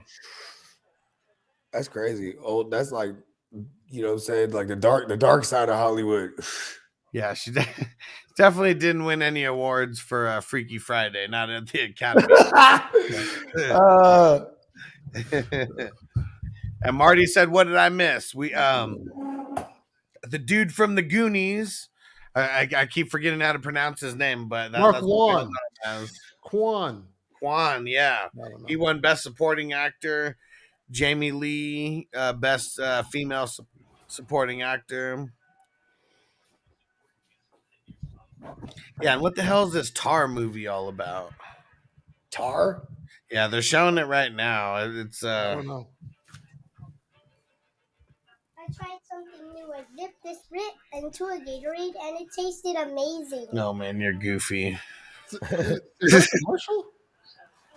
Well, it's they're just I mean, it might as well be a commercial, but they keep showing all the movies that are up for Best Picture.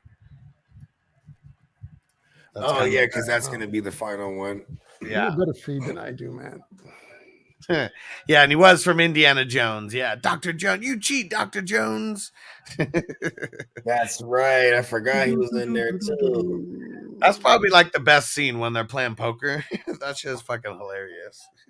It's like, you accused me of cheating and you had to ace up his sleeve.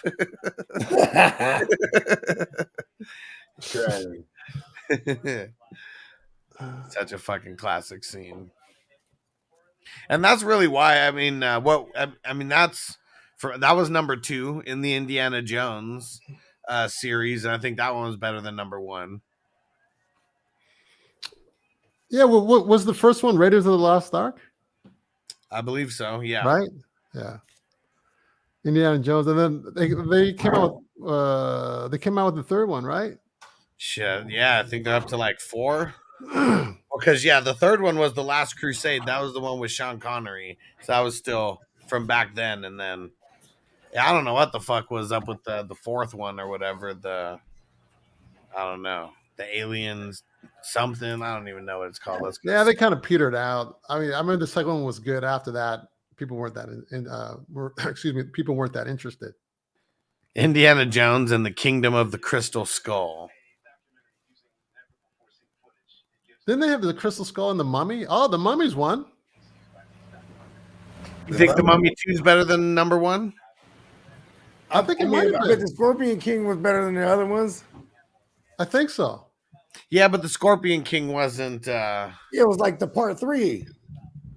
I mean, it wasn't officially the Mummy. I think that one was like the spinoff, right? Yeah. Oh, because he was in the Mummy first, right? Yeah, as like a tiny like cameo. Yeah. Yeah, because I remember WWF hyping that up back in the day. Vince McMahon loved it because then he was getting a piece of some Hollywood money. He's getting some piece of the what? Oh, the Hollywood money. Yeah, because anytime The Rock used the name The Rock, Vince McMahon owns that. That's why he just goes by his regular name, Dwayne Johnson now, not The Rock, because anytime he uses The Rock name, he owns it. He has to pay Vince royalties on that. He owns the patent. Yeah. Yeah, I remember hearing about that. Forgot about that one. Yeah, Derek said Indiana Jones and the Temple of Doom. Hell yeah, the one with the sacrifices and then Kalma. Yeah, that's my favorite one. I mean, and probably because of Short Round in there. I mean, such a good character with Kalma. Here we go. So Alan said the best doc feature, Navali. Yeah, whatever that is. Best documentary. Okay.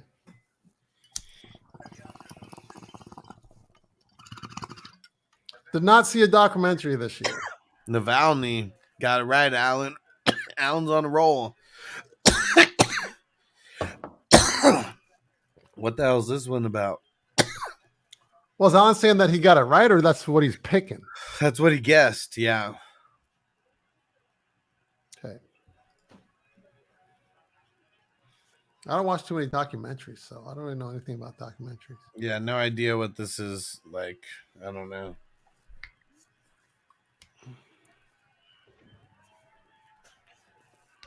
Yeah, definitely not watching too many documentaries, especially like this.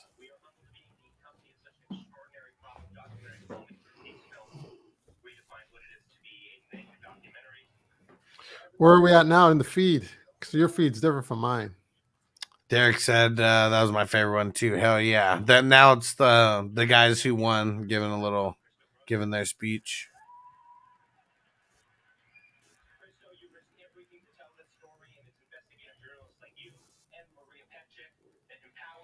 So we just wait for the next big category here. Yeah, and maybe while we're getting through this speech, maybe we go to part 3 and Nelly Nell on location here.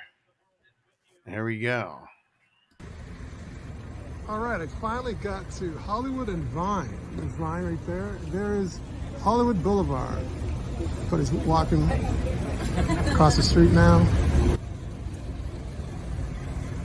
And of course, the Walk of Fame's right here. We'll zoom in on this one. And we're going to be walking down this way, west towards Highland in Hollywood. So we're getting closer to the Oscars. Closer. Yeah, let's flip that around. So I'm going to walk this way. I'm going to turn around, stop walking backwards. And and we'll get to the Kodak theater. Oh, sorry. I'm on camera too. Whoa! Took a spill there.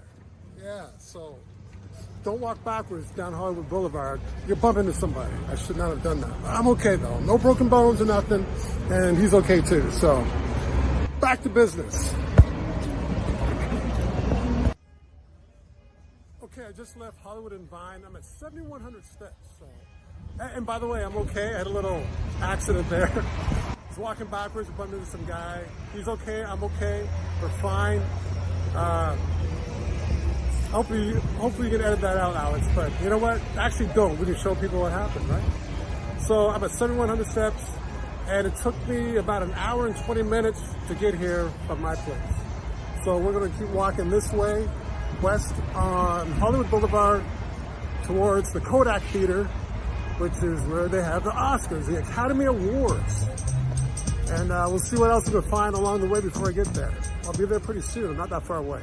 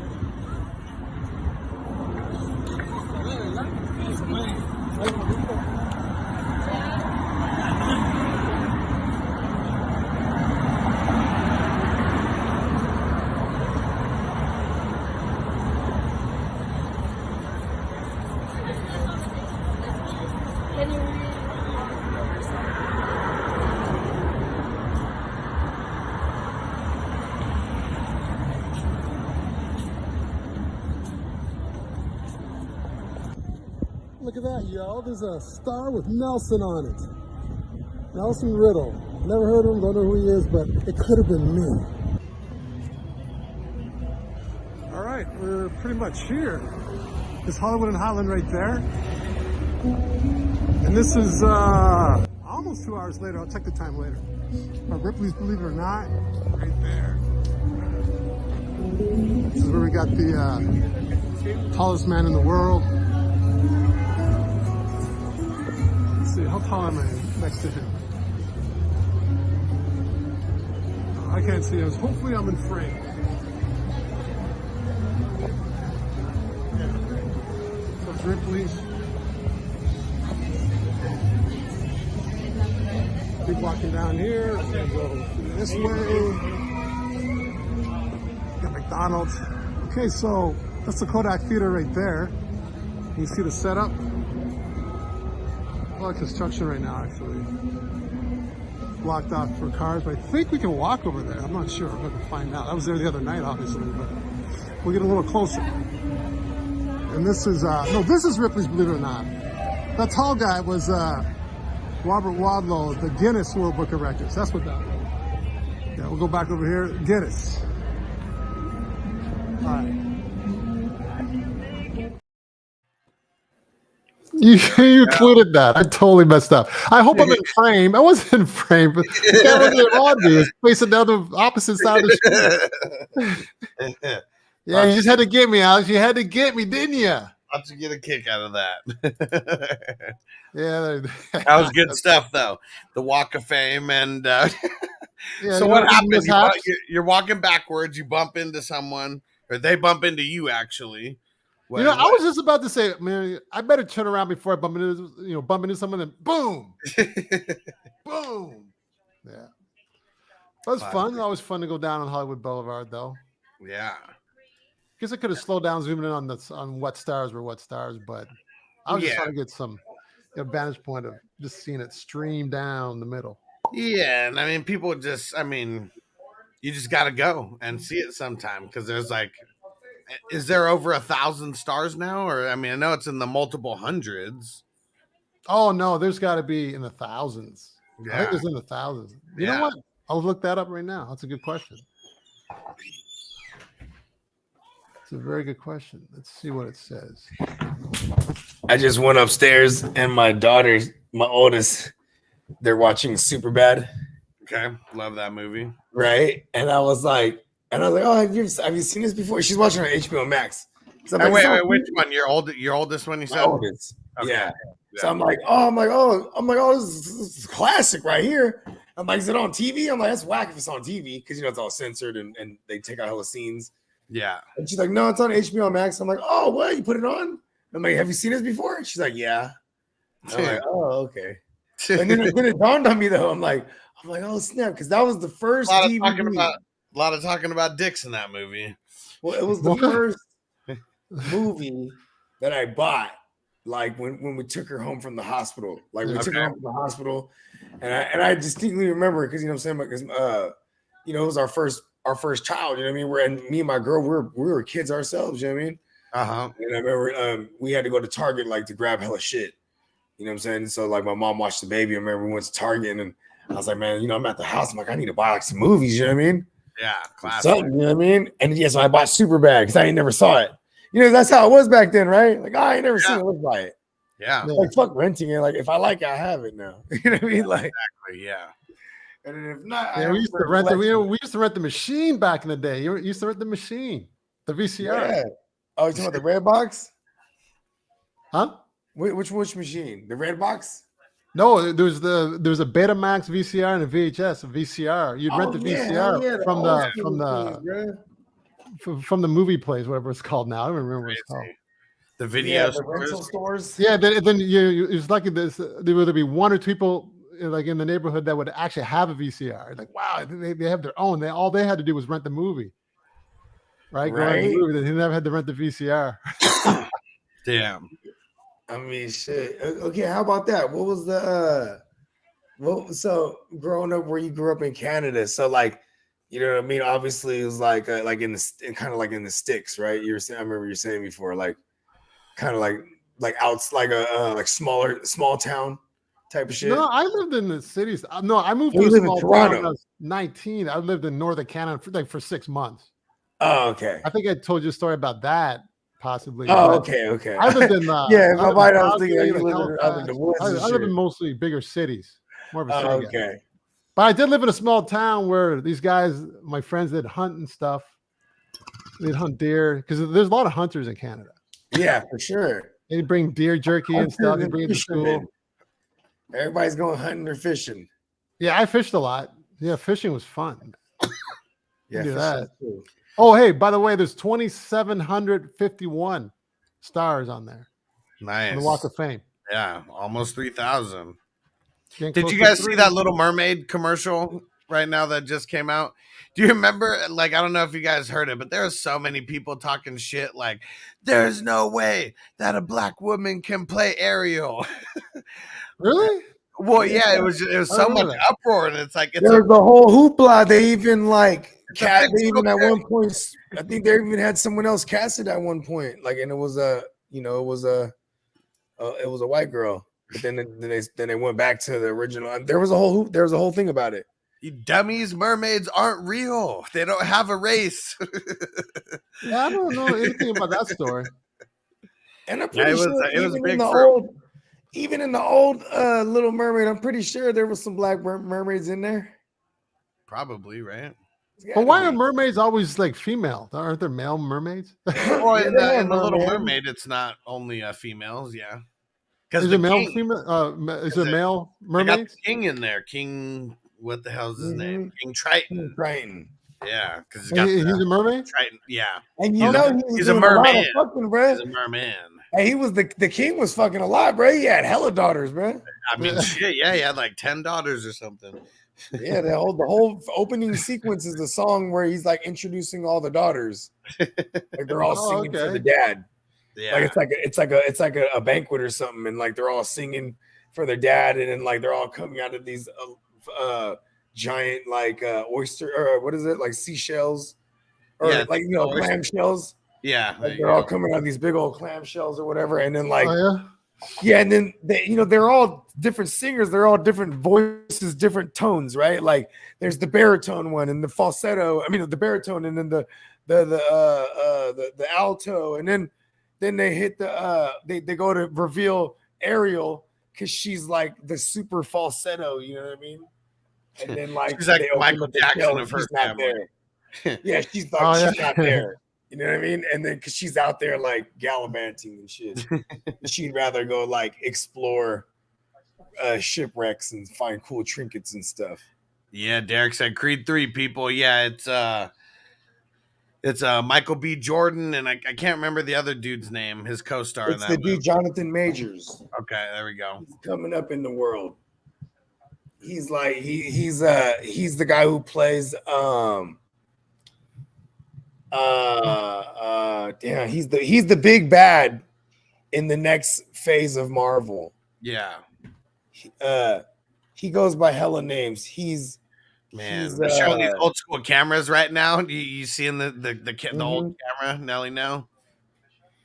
No, I missed that. Was that? Oh yeah, that's what it is. His name is Kang. So Jonathan Majors, he plays Kang in the next phase of Marvel. They just introduced him. They introduced him in like one of the Marvel series that came, the Low-Key series. Okay. Yeah, because like now it's all about multiversal war. They're introducing the multiversal war that's about to happen like at the end of this phase, right? Okay. And so it's Kang. There's hella versions of him, and there's a whole council even, because they're all the different versions of him from the different universes, and they're all bent on the same shit, and they also all go to war with each other at different times. You know what I mean? But like, so the first Kang they introduce to him, he's like way in the future. You know what I'm saying? And he created like a sacred timeline. You know what I'm saying? And then they kill Loki, which is Thor's brother, ends up killing him. And then like the sacred, they built the sacred timeline because every time you time travel and do something, it creates an alternate universe. I think it creates a disruption, right? Yeah, it's called. They call it inclusions in Alan. How are you getting incursions? They call it incursions when universes collide and destroy each other. That's interesting. So like that's what this whole next Marvel phase is going to be. There's going to be hella movies with different versions of Kang being the big bad. You know what I mean? What do you think of multi-universes and dimensions and all that stuff? Portals. I believe it's true because math is the true universal language. You go in a universe, everything's still measured the same. Math is, you know what I mean?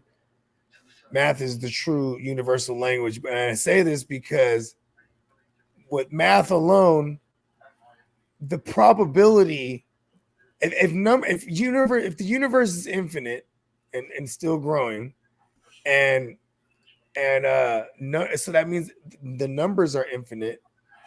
The probability is 100% that there's other universes, parallel universes, different versions. Like I've had this conversation with you an infinite amount of times over in different parallel universes simultaneously. You know what I mean? Like you could, you ever have deja vu? Oh yeah. Yeah, that could be like a multiversal variant of you somewhere, and you're drawing. Maybe you're drawing a memory from there, or seeing what the other version, another version of you is doing, or maybe you might have done this an infinite amount of times over already, and when you're living it again, you're like, hey, it feels familiar. You know what I mean? That's very interesting. Like it's like the concept of how they can exist in the same space baffles me. Well, okay, think about this, and this Men in Black is the easiest, right, to explain it, or easiest analogy. In the Men in Black, they kept saying the galaxy on Orion's belt, you have to protect it, right? Yeah. And then they're like looking at Orion's belt in space, and like, there's no fucking other galaxies that we're not aware of, and like, you know what I mean?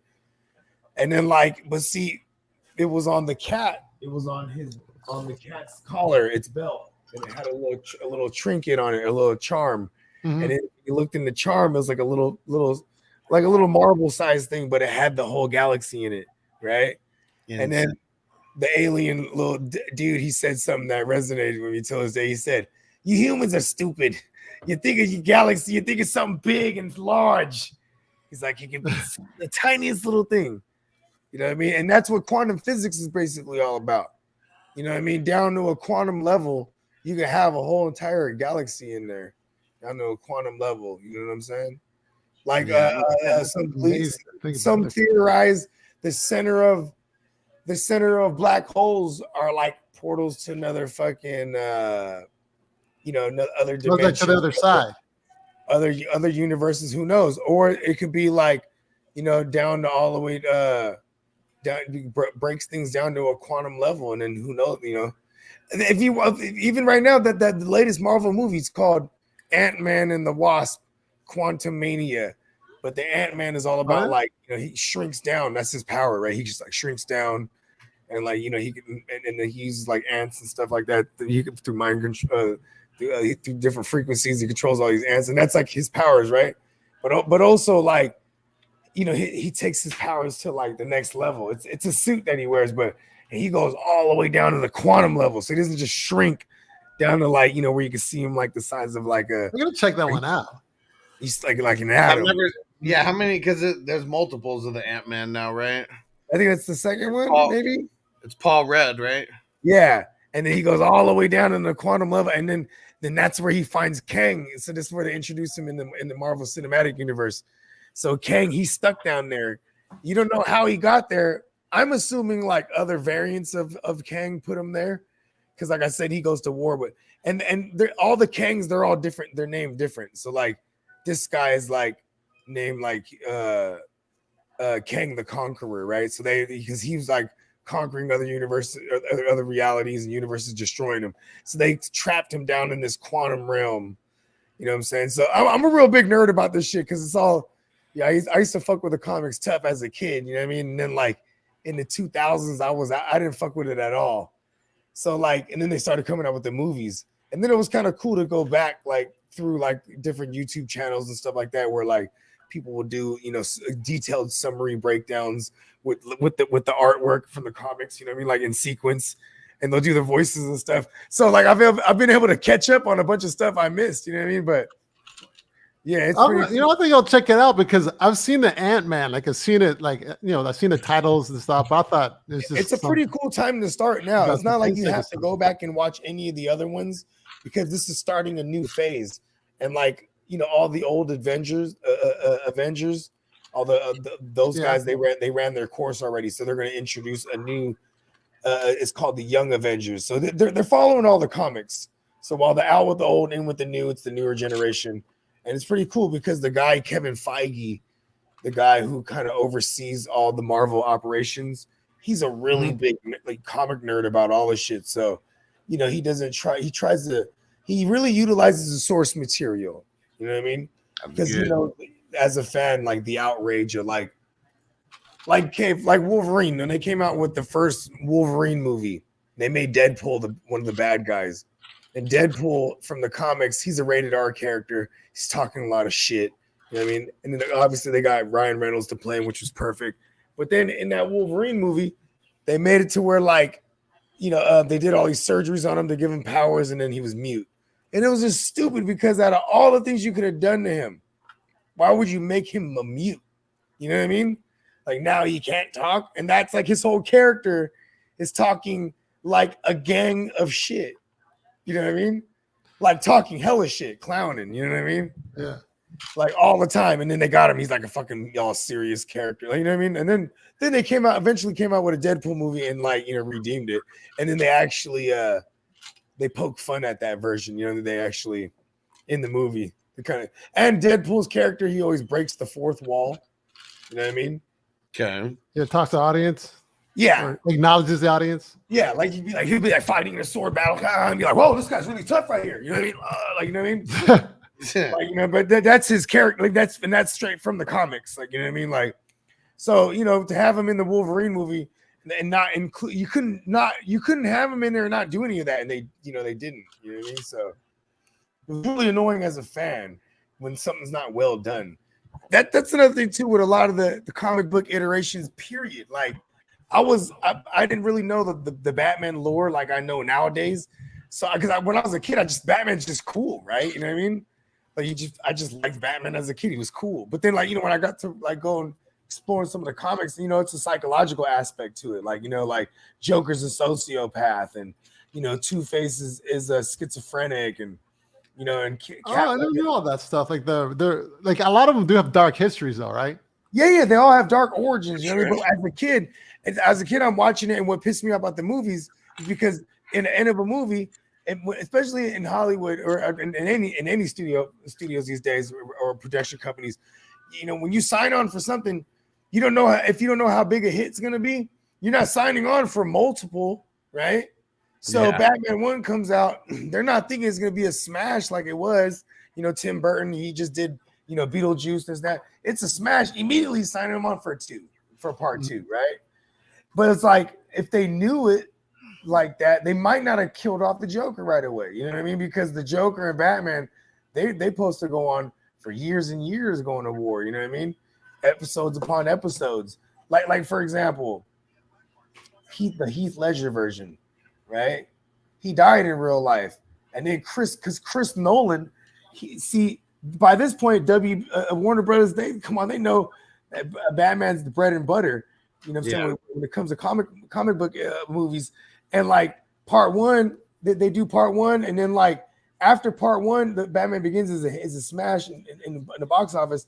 You know what I mean? They pretty much give him an open-ended joint. Like, hey, yeah, we want 2 and 3 and 4, 5. We just gonna keep doing this thing. Yeah, he wanted to have several movies where it's like it's the Joker and then other villains as well. You know what I mean? But he died in real life. You remember he goes to Arkham at the end of that one, the asylum. You know what I mean? Where all the super villains get locked up. You know what I mean? Yeah. At the end of that Batman, the Chris Nolan version. You know what I mean? Uh-huh. Because he, his whole thing is he's trying to get Batman. The Joker's whole thing is he likes making people do what they won't do. You know what I mean? Yeah. So the whole time he's trying to get Batman to kill him. You know what I mean? Yeah. Because even in death, though, he'll just be laughing in death. You know what I mean? Yeah. So Batman throws him off a fucking a building and then shoots him with the grappling hook to save him. Yeah, to save him, and he's just like, and that was a cool scene because he's hanging upside down, talking like having a whole like monologue to Batman. Yeah, you're talking about the Heath Ledger one, right? Yeah. But then they flip it upside down. So it's like he's right side up. But you know what I mean? Like visually. And then he's just talking to him. He's like, we're destined to do this for years, Batman. You know what I mean? and that was fucking tight because that was the intention. You know what I mean? Yeah. So then he dies. And then they're like, they toyed with the little idea of maybe perhaps recasting him. They're like, no, screw that. Because it was, I think he even might have won awards that year for playing the Joker. I think he might have. You know what I mean? But I don't think he was there to accept it. He might have, he was already dead. And because he was doing 2 movies at once. He was doing the Batman, the Dark Knight, and then he would fly, and he was doing that in Chicago because that's where they shot majority of that one. You know what I'm saying? And then he would fly out to Europe. He was doing a movie with Vern Troyer. Did I say that right? Mini-Me? Oh, yeah, Vern Troyer.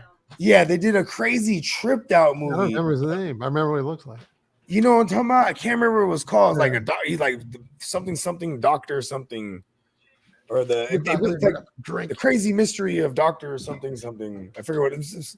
Had a crazy name, but it was a tripped out movie. I remember watching it one time, and I remember it vaguely, but I do remember seeing it. But he was going back and forth, and he was just on pills, like sleeping pills. Probably he probably just uppers, downers, all kind. You know what I mean? Yeah. And then he was just found, and he had an apartment in Chicago where while he was shooting, and then they just found him dead. You know what I mean? Yeah, he was in New York. And he was with Michelle at the time. The movie that Brendan Fraser's in. I don't know if you saw it, the makeup that they were putting on him. Yeah, that's tight. Brendan Fraser got one. Oh, he got it? Well, no, never mind. There's some nominees. It's for the, but they did win it right now. It's for the makeup. Oh, on Brandon. Yeah. I Yeah. want. So is it a if you're dinner? able to rewind, you can see like the stuff that they were putting on them. They kind of showed that. Is it a dinner also, or is it just an award show? I mean, it's just the award I show. think it's just an award show. There was people showing up. Like, I mean, there has to be food and stuff there to eat because like people were showing up like hours and hours and hours ago. Like the red carpet was going all day. I got a Yeah. one of my girl's cousins. Shout out to Roseanne, right? Her man Danny, he's a videographer, right? And he on the side he would do like security gigs, Okay. and like so he's worked the Oscars a handful of times, Okay. right? And then he got hired by whatever film company, whatever. So he got to actually be a cameraman at one of them. Tight. Where'd he go? Bogey went right into the Matrix. Sucked him right in. The other parallel universe. Yeah. But so I think the movie The Whale, the one that Brendan Fraser is in, he was it was nominated for 3 awards tonight. Brendan Fraser's up for best actor. So who is Brendan Fraser up against him for best actor? That I'd like to check out right now. Go back. It was just on that screen. Yeah, the movie looks super sad, and it's the It way does. that Vanessa kind of described it to me. She was like, "Man, it's really like this generation's version of What's Eating Gilbert Grape." Oh yeah, wasn't Gilbert Grape? Was that the Leonardo? Johnny Depp. Well, Johnny Depp was Gilbert Grape, and Leo was his brother. Right. Let's see. yeah, Best that was actor. Leo. Best actor. There you go. Best actor: Brendan Fraser, Austin Butler, Colin Farrell in that Irish movie, right? Yeah, There's 2 guys on an island or something like that. something like that. Yeah. And they said that was a really good film. I've heard some good things about that one. Then we got Samuel L. Jackson and Morgan Freeman, back-to-back presenters. Man, Morgan Freeman's getting up there. He's looking a little Yeah. older. Yeah. Yeah, it was different when he had a bunch of hair, but now he has no hair, so. Wait, shave it off? Yeah, I mean, it looks like it. He's bald as a cue ball. Morgan. He lives in like Mississippi, I think. He moved away from Hollywood in a long Dang, Bogey said I got plunged into the Matrix. The internet is down. Yeah, Oh. see, it was something about I knew it was something. Paul Mescal. Who's that? Paul Mescal for best actor as well. I have no idea. Never heard of him.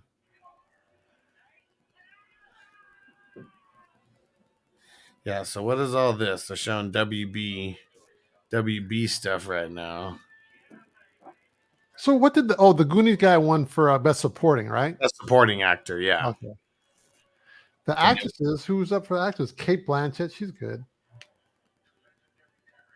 Michelle Yeoh. I'd like to see her win it.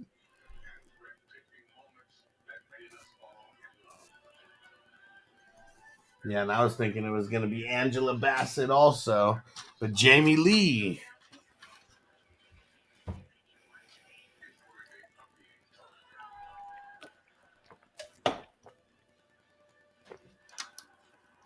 All right, okay, maybe I'll check the feed again. See what feed I can get now.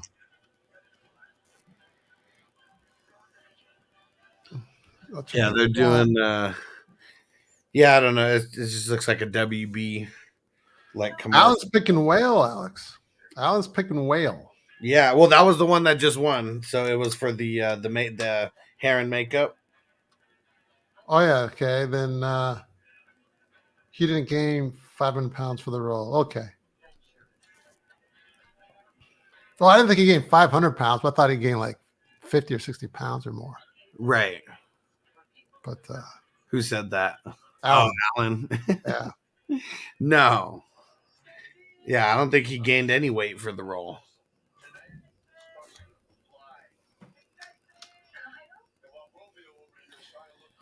Man, this guy is such an idiot on the car insurance.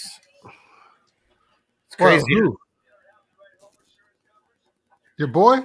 Let me see. I forget what. I don't think it's Progressive. I think it's Allstate. There's the dude who was in the show Oz. I don't know if you remember that show. I remember the show. Yeah, That was Prison the first. Movie. That was really the first thing I remember him from. He was like the Irish guy. That's really the only thing that I can really think of him from.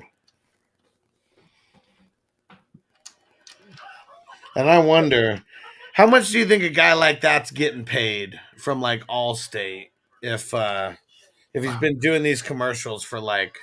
I Are you mean, talking about the black guy? My thing just kept repeating. no, it's the Italian guy. My thing was I know repeating. Okay, I was talking the black guy that he does the Allstate. That he used to play the president in 24. Yeah. So another guy, I don't know. Well, I probably know it to see it, but I just can't picture the guy that you're talking about. Let me see if I can. Well, those guys, those guys get contracts beyond because of their marquee value. If he's an actor that's well known, Yeah. Yeah. But so those guys are making six figures easily, if not more. Okay. The 7. But if it's someone like, let's say me, I just landed a commercial audition, this guy that they want to advertise, or you do you get scale, then you get scale on the day, you usually work overtime. Okay. But then on top of that, then you get the residual payments.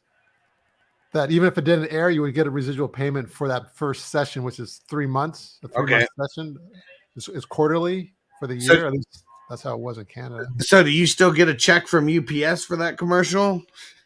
No, but I think a buddy of mine did a Coca-Cola commercial back in 2003 or something. They still getting paid.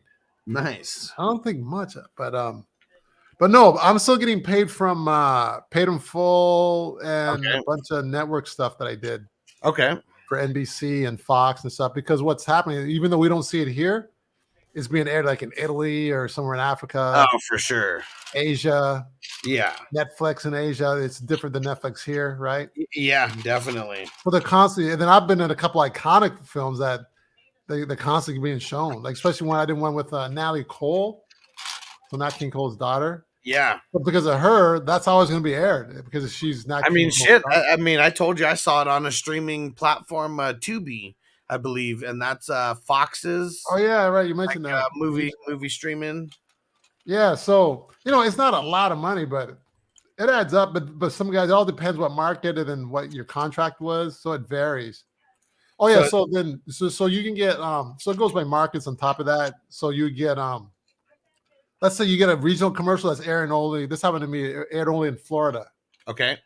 Then my residual payment is going to be like so much smaller, like maybe 10% of what it would be if it was aired in New York, let's say.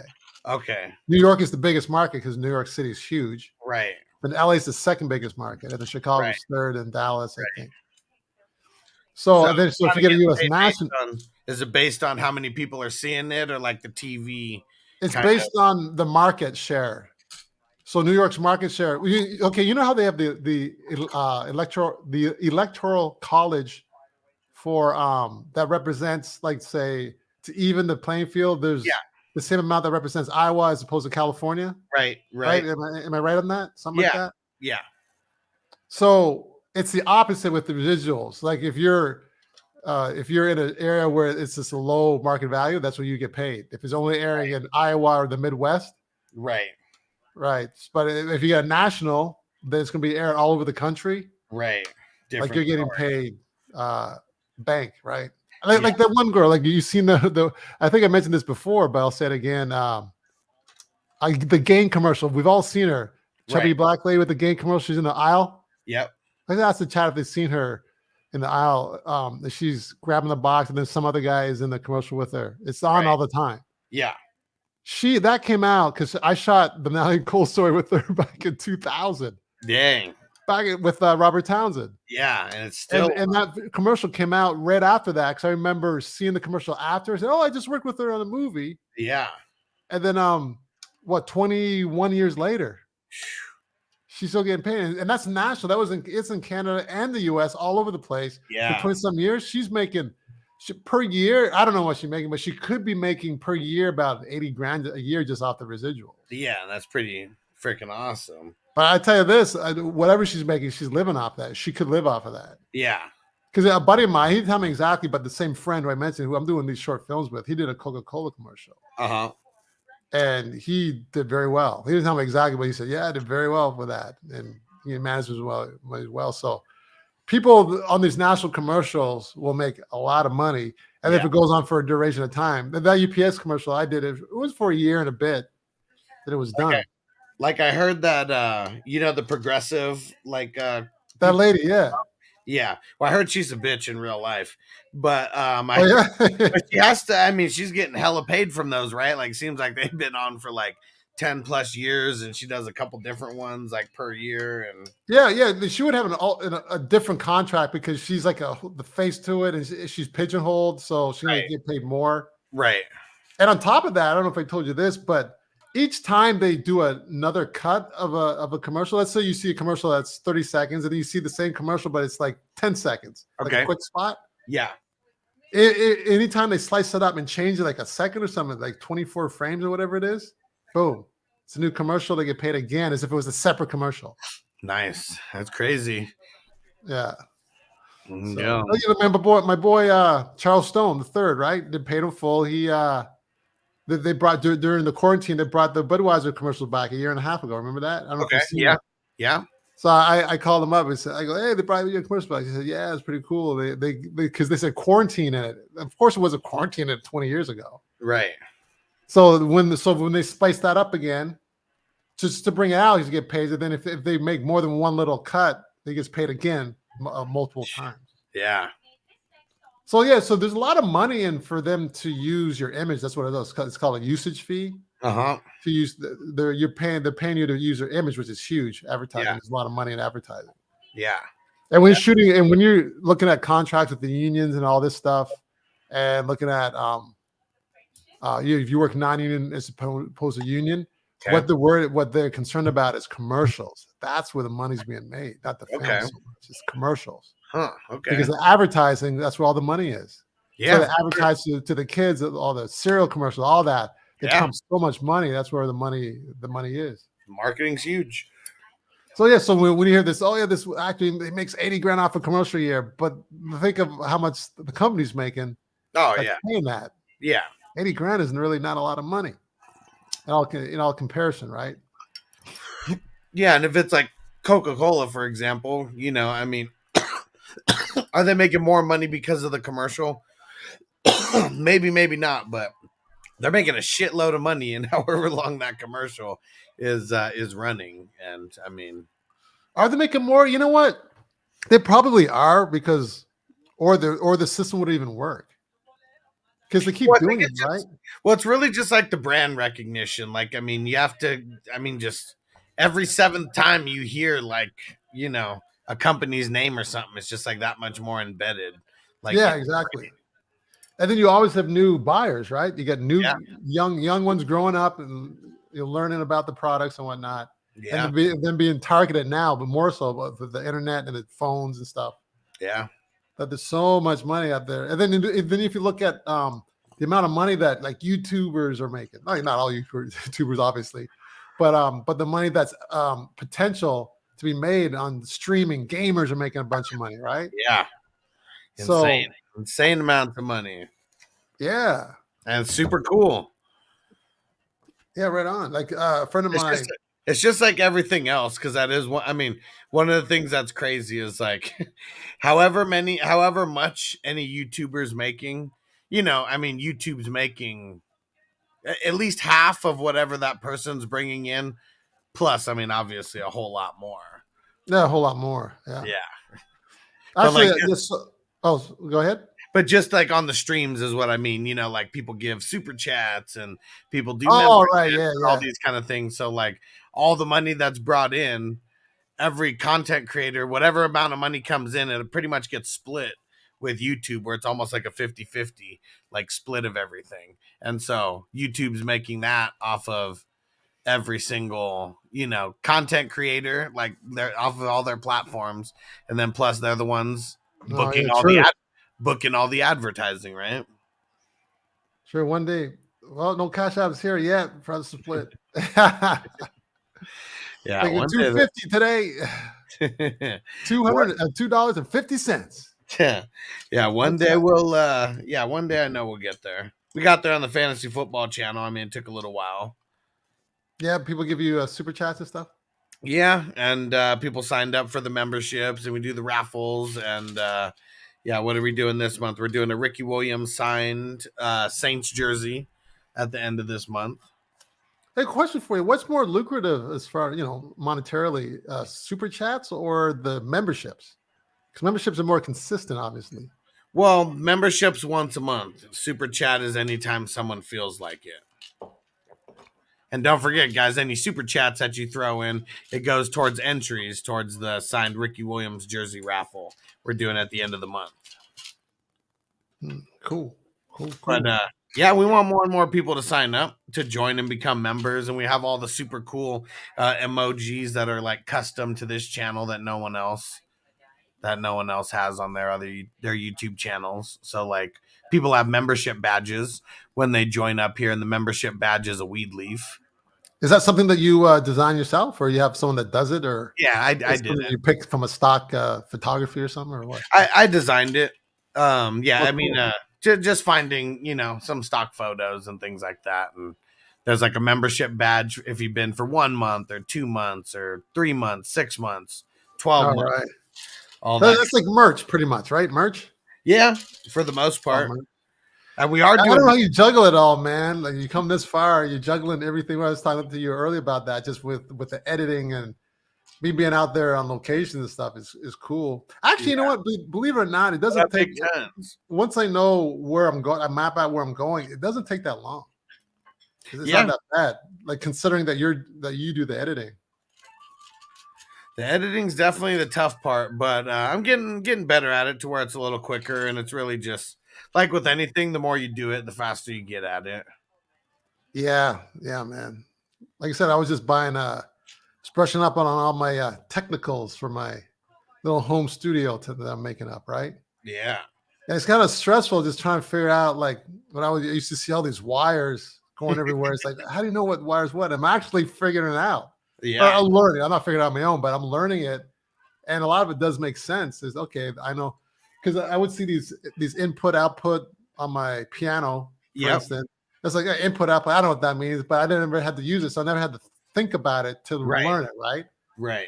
Well, it seemed complicated, but when you have to learn it, it doesn't actually seem as complicated because you got to make yourself want to learn it so you can actually use it. Oh yeah, definitely. Yeah. So it's good. I've always wondered about like how does this sound if I hook it up like this, or how does this hook up? And it's always been kind of intimidating because you don't know that once you get it done, it's kind of like, I'm not saying it's easy, but it's a lot easier than what you imagine. Yeah, for sure. And I mean, really I mean, just putting yourself out there, I guess. A lot of people, they're too worried about, I don't know, like failing that they forget to try. And yeah, true. Yeah. And so I'm glad, I mean, COVID was a good excuse to do everything as well, because there's really nothing else going on. And so perfect time, to start. A lot of people watching, a lot of people searching for fantasy content. Yeah. And the people who hung around the most were usually the ones who were like smoking weed with me while I was smoking. They're chilling and they had a good reason to chill to something to entertain themselves at the same time, Yeah. Yeah. So. And now we finally branched out on more than just fantasy content. And I love movies. Movies is like, I don't know, just like, I mean, especially like with me and Bogard, just pulling random quotes from random movies, just in context of whatever we're talking about. They're doing, yeah. Yeah. Like I said, I can't even tell you how many times like we've referenced the everybody eats B, and like yeah, it's gone viral now. Everybody eats. Classic. I think they said that. I think 3 characters said that. I said that, and then Cameron he said it. I Yeah. think even Mekhi Phifer said it too. Well, I mean, that's just like, yeah. And maybe not that everybody eats, but I mean, that's just, eating out there, getting that money, I mean, Yeah, just, that term was kind of used a few times loosely. yeah. But it's funny though, because I remember when you said a couple months ago, yeah, Nelson, I'll help you out, get set up and stuff. I was thinking, yeah, I don't know, seems complicated to me. I was like, I don't know how I'm going to figure this stuff out. But I'm doing it, and it's going to be done. I'm getting that stuff. I ordered some stuff this morning. There we go. Those cables and stuff. That's always the tough part, is the initial investment into all this stuff, because no matter what it is, it's still a couple hundreds of dollars, depending on what you get. Yeah, for me, I don't mind the investment because I'm used to that with my food and stuff. I've invested, if hundreds, if not a few $1,000s here and there over the last 12, 13 years in these little business endeavors I've done, right? Yeah. And also I know with writing off stuff as an actor, and then paying for classes, paying for this, paying for that. So for me to paying for it wasn't really the problem with the mic and everything. It was more so kind of like having it in my mind how it comes together, because I'm not really technically savvy. Yeah. So it's intimidating, to be honest with you. I'd rather just play the piano, and that's easier than all this. But now that I'm focused on it, then I'm understanding it. And the software, I saw like how you just start recording, how you connect the piano to the computer, and then the recording is kind of simple. Yeah. As far as it hooking up, but I think when you edit like the sound and when you're actually recording and trying to get dimensional sound and what do you call it, like arrangement and all that stuff, I'm sure that's tough. So yeah, I'm sure that changes things around. Yeah. And Marty said, when did you and Bogey team up? It's been like 2 years. So in 2020, I was doing everything solo, just all by myself. And 2021 is when I met Bogey, and from the other place that he was that he used to chop it up at. And then we just started doing stuff the next season after that, and even before that a little.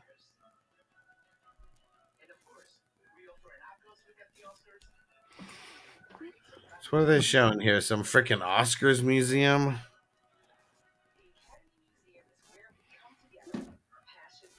I'm not on the feed now. Yeah, I want to my feeds come and go, so because you're using YouTube, right? Yeah.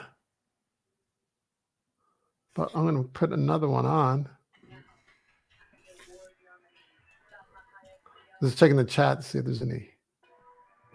Let's see. I want to maybe for some of our trivia tonight, we can go off of like some best picture movies of all time. Oh yeah, we got some trivia coming up. That's right. Yeah, let's see.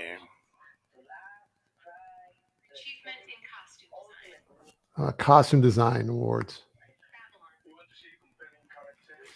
Hey, do I sound different, Alex? Because I got this fatness on the mic. I got the cover, but it's probably no different, huh? No.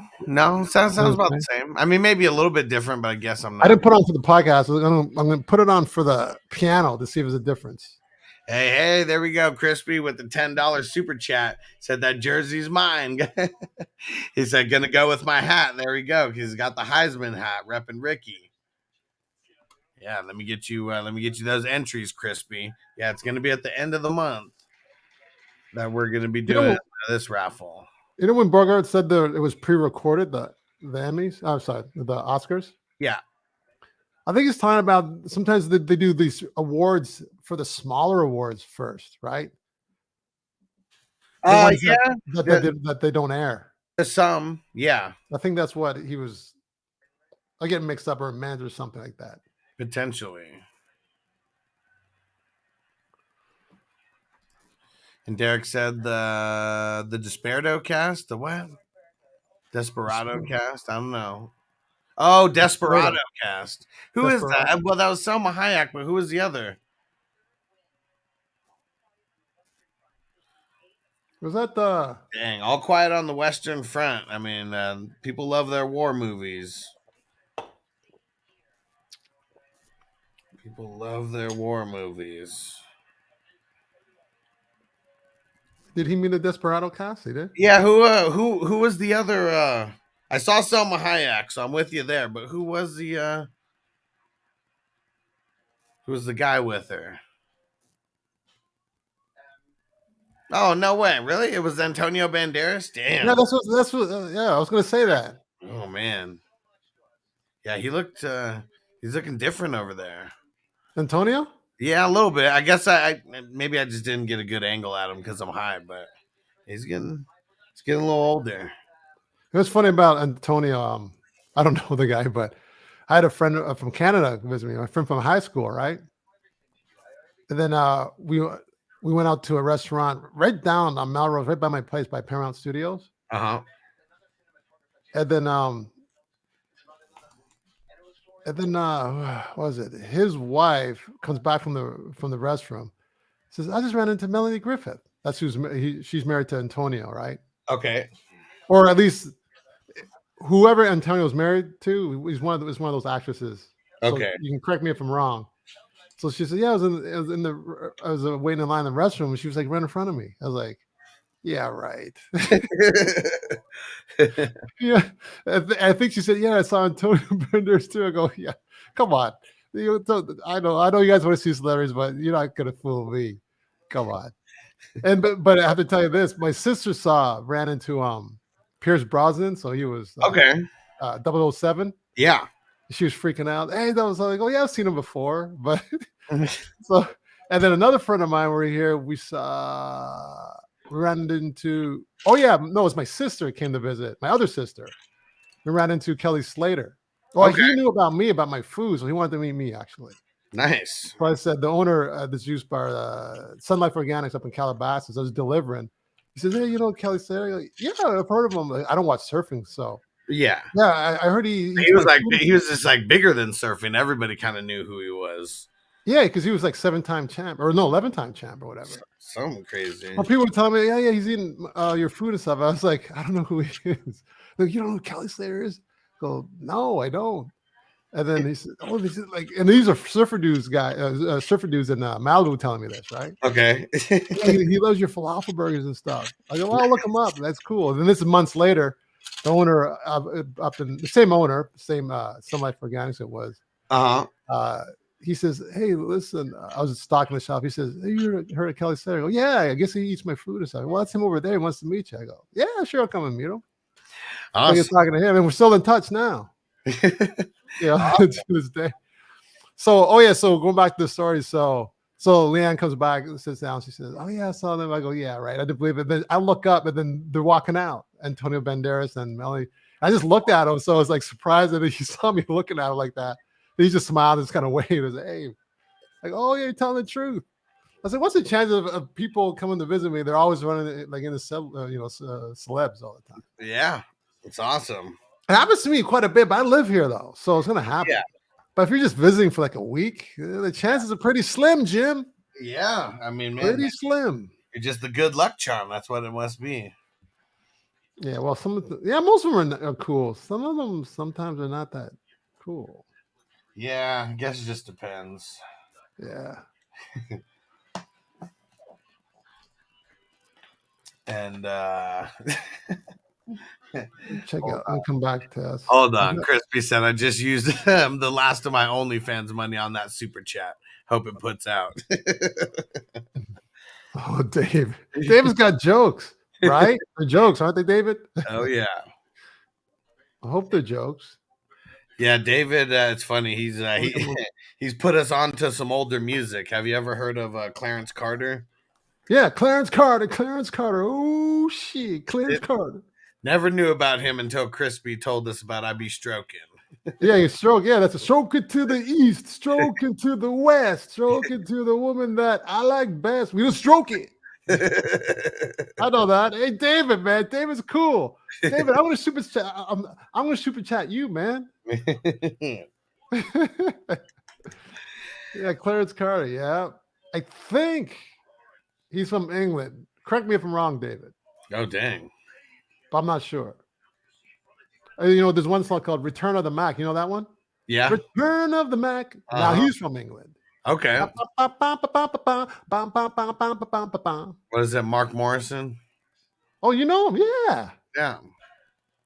Did you read that or you know? No, I knew that. Yeah, I forgot. I actually forgot. Excuse me, I actually forgot his name, but yeah. I always Yeah. find the Brits, they got that accent, but when they sing or rap, they sound like us. Yeah. And then you hear them in interviews, they're like straight up out of Cockney speaking, Well, yeah, that's what's inner crazy. city London. I mean, Idris Elba. I mean, the first thing, have you seen The Wire?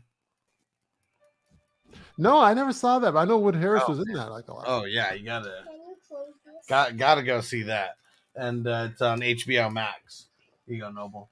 And yeah, I mean he's a gangster from Baltimore. That's who he's playing, and nobody knows that he's from bloody England, and so you He just changed never. his accent, didn't he? Oh yeah, well I mean he has like a Baltimore, just I mean Man, that's a talent to do that, man. yeah, and then it's crazy. How about the show Snowfall? Seen that? That's the Nope. new. Well, it's Heard out of on. it, I haven't seen it though. Yeah, John Singleton, and he's from the main actor. He's a British actor as well, also from. So it's London. not being shot anymore now. Well, this is the last season, so I mean they've already finished shooting. I'm assuming. Yeah, because he passed Singleton. Yeah. Well, I mean, yeah, he passed a couple years ago. It's still been going without him. He wasn't acting in it. He was the. He wasn't even directing it. I mean, he's just, was he the creator of it? yeah, creator and executive producer. I think were his roles. Oh, okay. Yeah. Yeah, Derek said The Wire is the ish, and Snowfall is too. Yep. Oh yeah. Who's Derek at? Just curious. Derek's in New Jersey. Joyzy. All right, Joyzy. Yeah. Yeah, like Jan. Is it true about those Jersey girls? They talk about Jersey girls, right? I wonder if Derek knows about them Jersey girls. Maybe he'll say something. Let's see. I know a couple Jersey girls though. They're not watching though.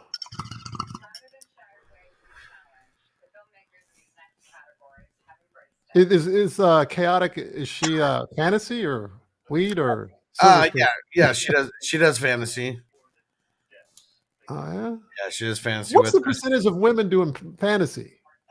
I don't know. Probably like 1 or 2% of like everybody playing. And not just your form, like everywhere.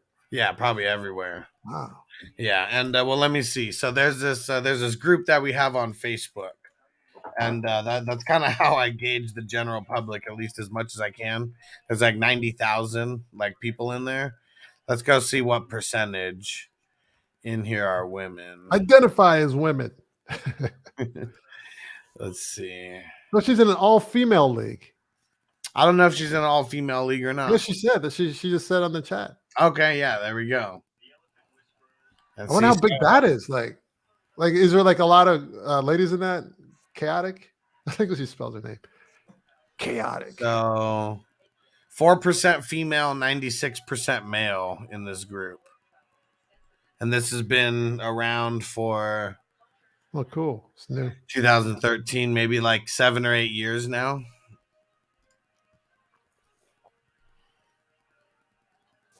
Charlie Hunnam plays Ajax Teller in Oh, it's an all-female and it's 16 teams. There we go. all 16 teams. She said it's new. And that's how I met her, from this group as well. She joined that group. So 16 teams as opposed to the 32? Well, no. Well, so I would say a standard league would have like 10 or 12. That's like usually the normal Oh, okay. for each fantasy league. And Big Tons, they said I'm the one that always gets me is the Charlie Hunnam.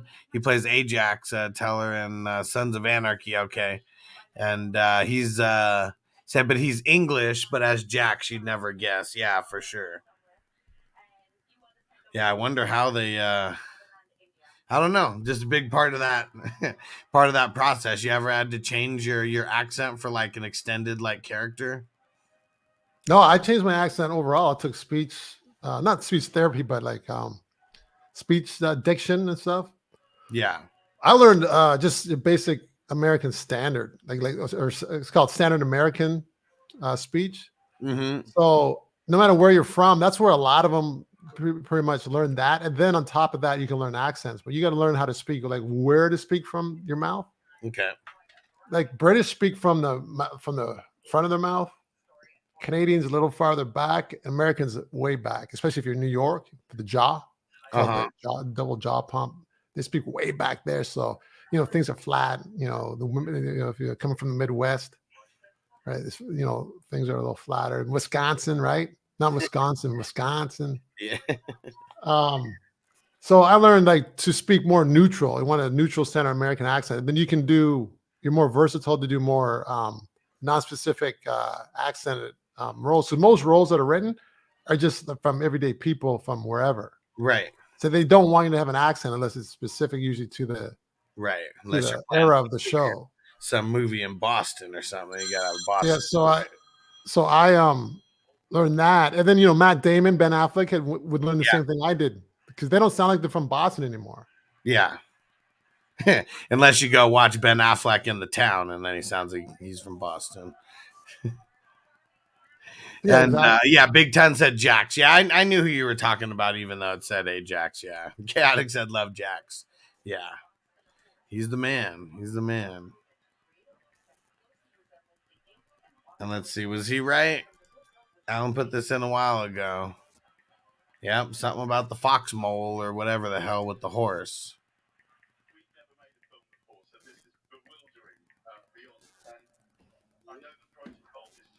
Yeah, I always wondered, like, where did people even see these animated short films? Like, where the hell did they even come out? Because I've never seen any of these. I think, honestly, I think it's film festivals. Okay, yeah. Gotta be. Yeah, gotta be. You're right. And how many people see them? Probably not a lot at all. Right. They must just get submitted, and then they get seen and stuff. That's the only thing that I can think of. Yeah. But yeah, it totally makes sense. I forget there's film festivals that happen around the year, all over the place, all over the world. Yeah, and that big one, they got the big one, the Utah one that Robert Redford does. Sundance. Yeah. And then what's the other one? Cannes is a big one. Cannes big. New York. Then you got Toronto's is pretty big now. Okay, yeah.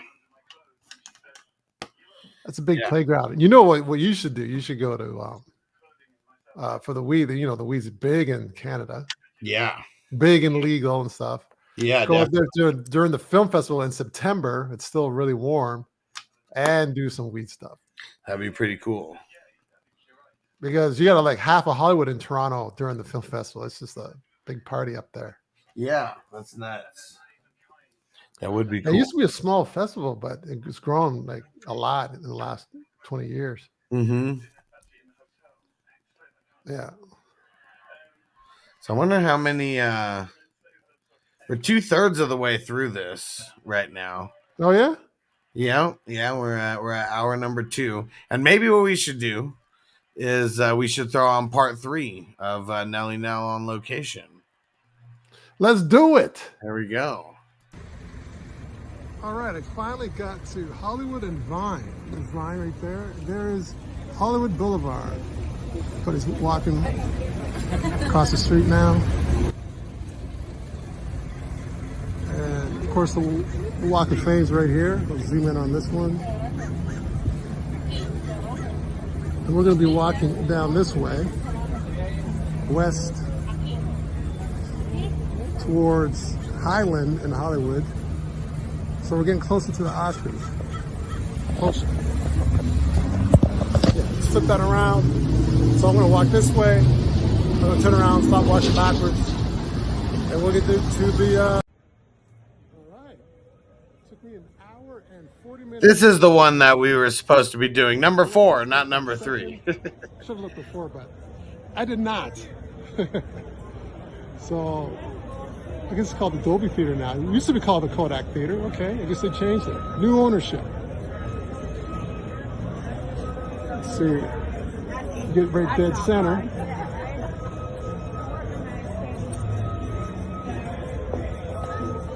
And that's where they go inside a red carpet.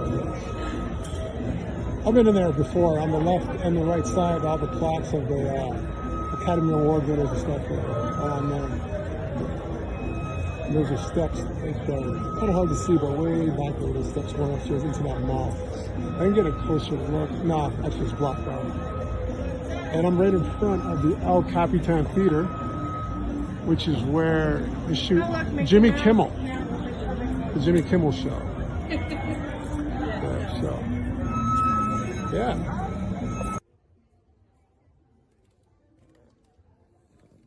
Okay, it took me 8,520 steps to get here in front of the Kodak Theater. 1 hour and 40 minutes. It's dangerous here. I'm going flying.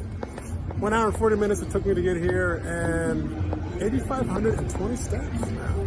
Now we know about 2,000 is about a mile, so that's about 4 miles from my place. Now we know, Alex Bogart, now you know the truth. How many steps it takes to get to the middle of Hollywood from my place.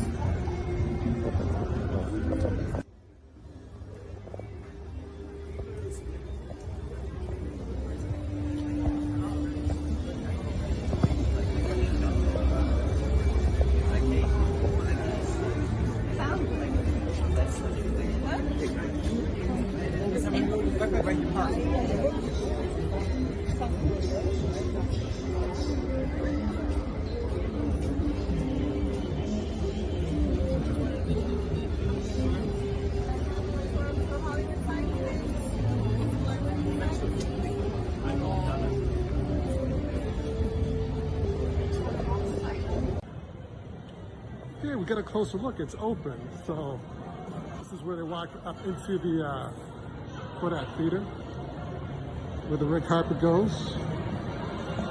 And these are the awards, Academy Awards. And then you got some over here, for all the years. There you go. Dolby Theater. Let me zoom in.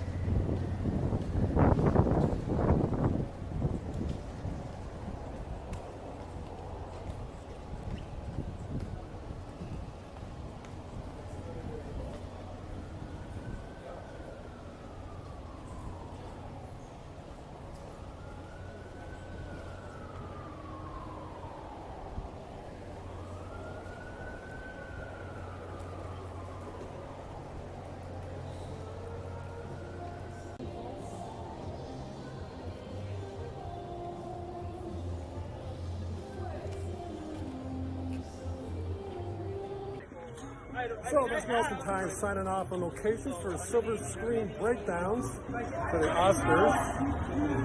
Right there in Hollywood. Alex Bogart, my regards. Have a good evening. Have a good night. Have a good afternoon. Have a great morning. Yeah. There we go. Alex, how many licks does it how many licks does it take to get to the center of Hollywood there? That's what I was going for. 85. What'd you say? 85 something, right? 85 licks. There you go. That's a lot. That's a lot. 85 licks. While you were playing that, I got a friend, Mi-chan in Japan watching us. Nice.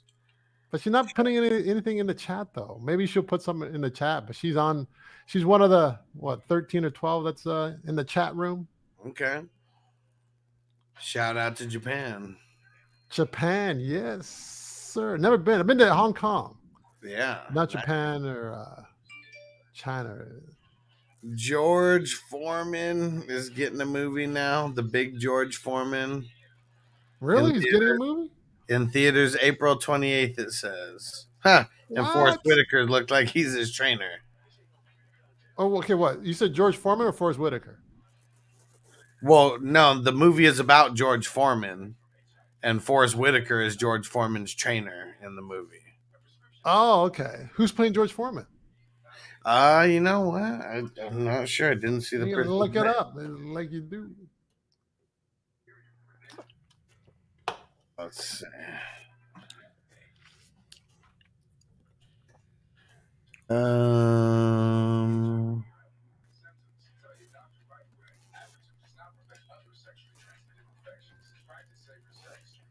Chris Davis? I don't know. Yeah. Did you say Bruce Davis? Chris Davis?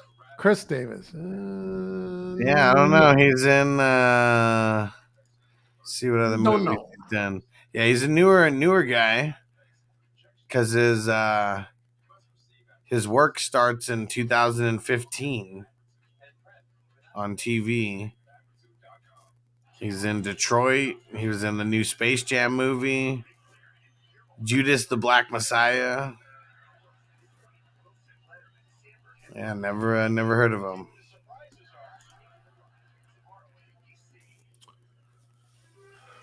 Big Tons was saying something about it's easier now for those things to be found yeah. Yeah, all these movies to be found. Yeah, it's what's those things? That's what I was. Yeah, I'm assuming he's talking about the different movies, the Best Picture movies, and all that. Oh, got you. Right.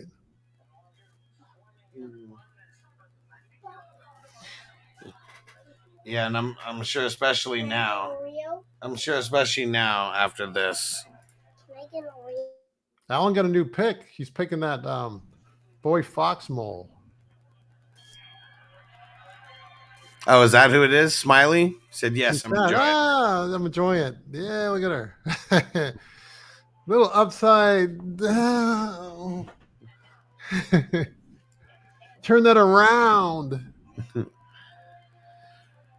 Production design. That's what award we got coming up now. Better throw it in, Alan. Better throw in your winner right now.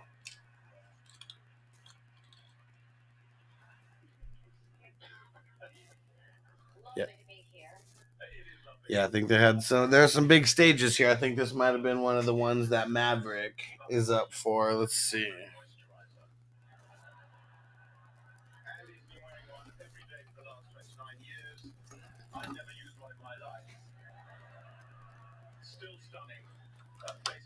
That's funny. She didn't come up on my feed, but I saw her. My friend in Japan. Yeah. Oh, you saw that, right? So she's on the Silver Screen Breakdowns channel. That's probably. I don't know. Oh yeah, on too. Oh, okay. I'm on the Fantasy Hustler.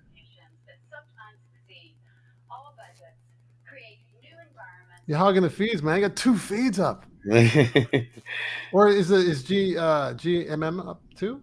No, not tonight. Dang, this All Quiet on the Western Front up for another one. People love their war movies, though, don't they? Of course, Avatar.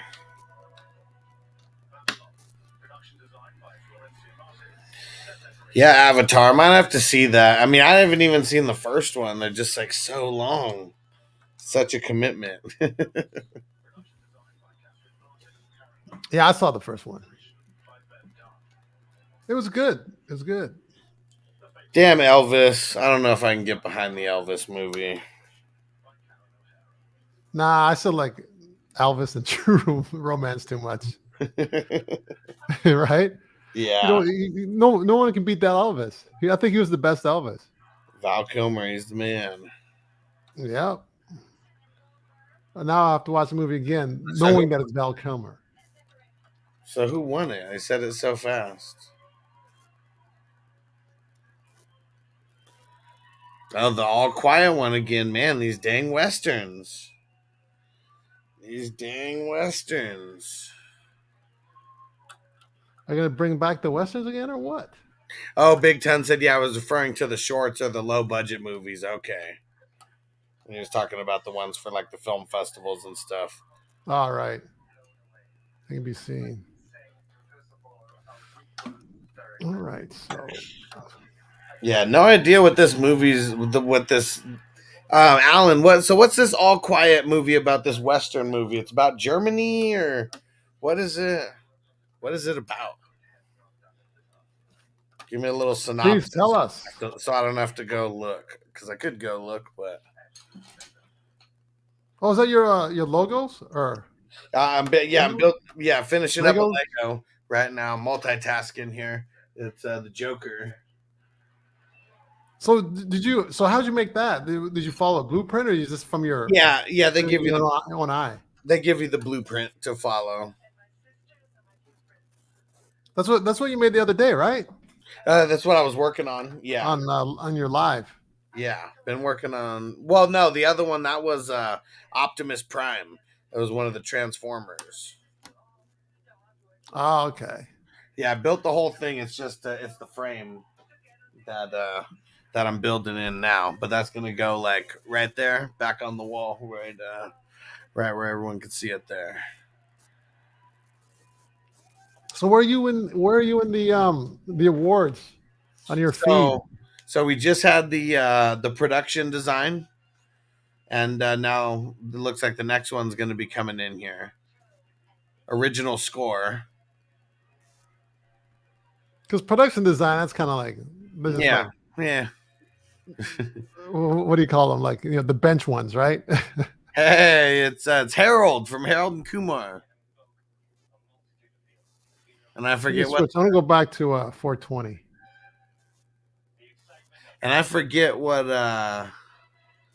chick that is who she's in. She's in a lot of things, like going back to like the 40-year-old virgin.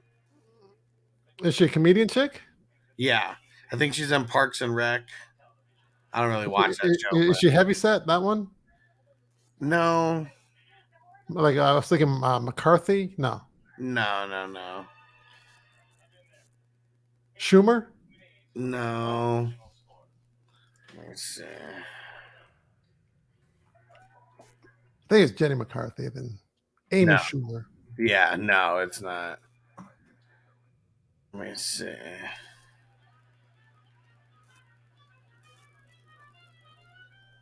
Kimberly Page? I don't know.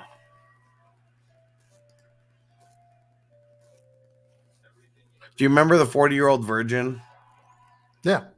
So it was the girl who was like the ex-girlfriend, and then she meets him on the speed dating. Yeah. And she's like, "Don't talk about the times that we fucked." She's like, "We made love." Let me look around. Let me see. Are you looking at it right now? Yeah, I'm trying to look for. I'm gonna go to the IMDb and see. IMDb. Mindy Kaling.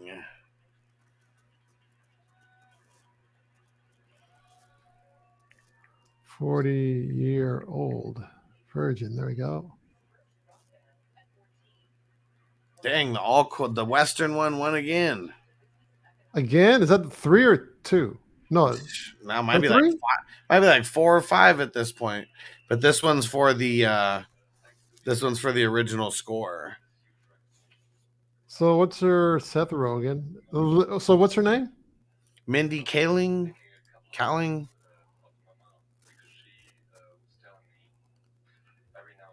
Oh, Jonah Hill's in that one too. That's right. Yeah. Classic. Oh, there she is, Mindy Kaling. Yeah, I think that's how you pronounce it. I'm not really sure. Oh, her. I've seen her before. She was in what was that thing? It was like kind of big, like 4 years ago, I think.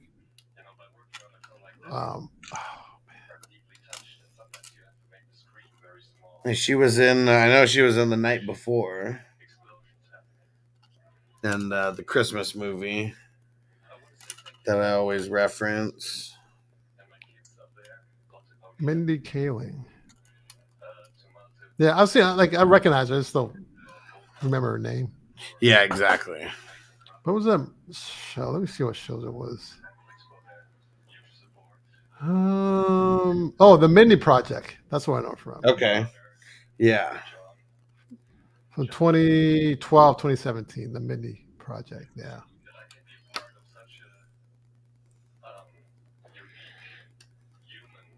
Yeah, she's done very well. Yeah. Yeah, she's in a lot of things. She's in Velma. Velma from Scooby Doo. Yeah, Peter said I'm watching from the toilet. Perfect spot to watch from. His name is Peter Hertz. I get that. I got that right away. What are we getting now? Let's go back to the feed.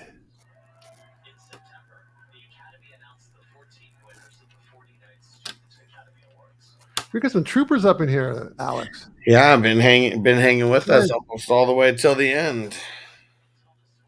What are these guys doing? 420.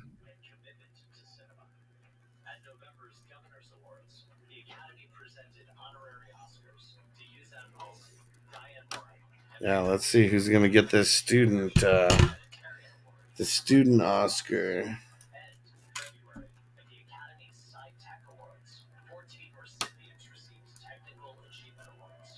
Technical Achievement Awards. Can't do a lot of this stuff without the tech behind it, huh? Almost can't do any of it. True.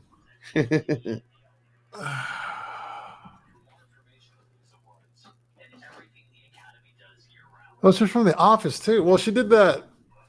Oh, The Office. Version. That's what it is. Yeah. Yeah. Because she worked with the same dude, right? Yeah. Yeah, Carell, yeah.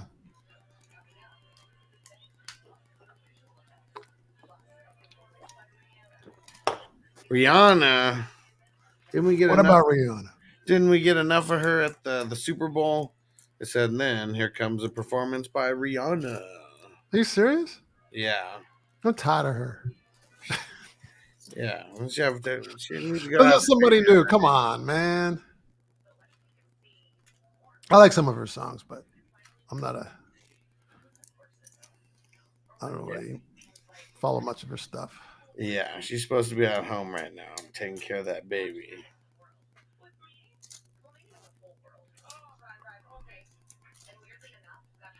You remember A. Marie? Who's that? She was a singer that came out right around the time Rihanna did. Okay. She had that song, One Thing. It's just one thing that gets me tripping. It's just one thing. It's a lot of heavy on the drums. Huh. It came out when Umbrella came out. Okay. Around that time. I do not remember. I think she had more talent, actually. I think she was, but you know how things go behind the scenes. Yeah, and peace out. She didn't quite make it, but she was good though. A. Marie. If you pulled up the video, you would know the song. Okay. And what's the song called? One Thing. Bum, ba, bum, ba, bum, ba, bum, bum, ba, bum.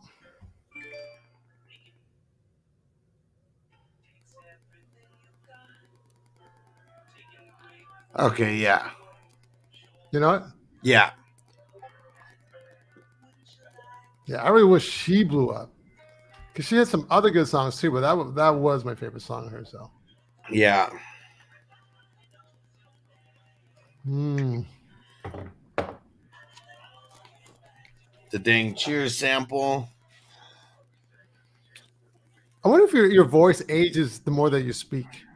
Imagine if you just took a break, you didn't speak for like 5 years. Do you think your voice would be preserved? Well, I think it's like a muscle that has to be worked out, right? Yeah, but you can overwork it too, you know? That's true. So motor mouths, they just talk too much. The age, because smoking cigarettes usually ages the voice. Yeah.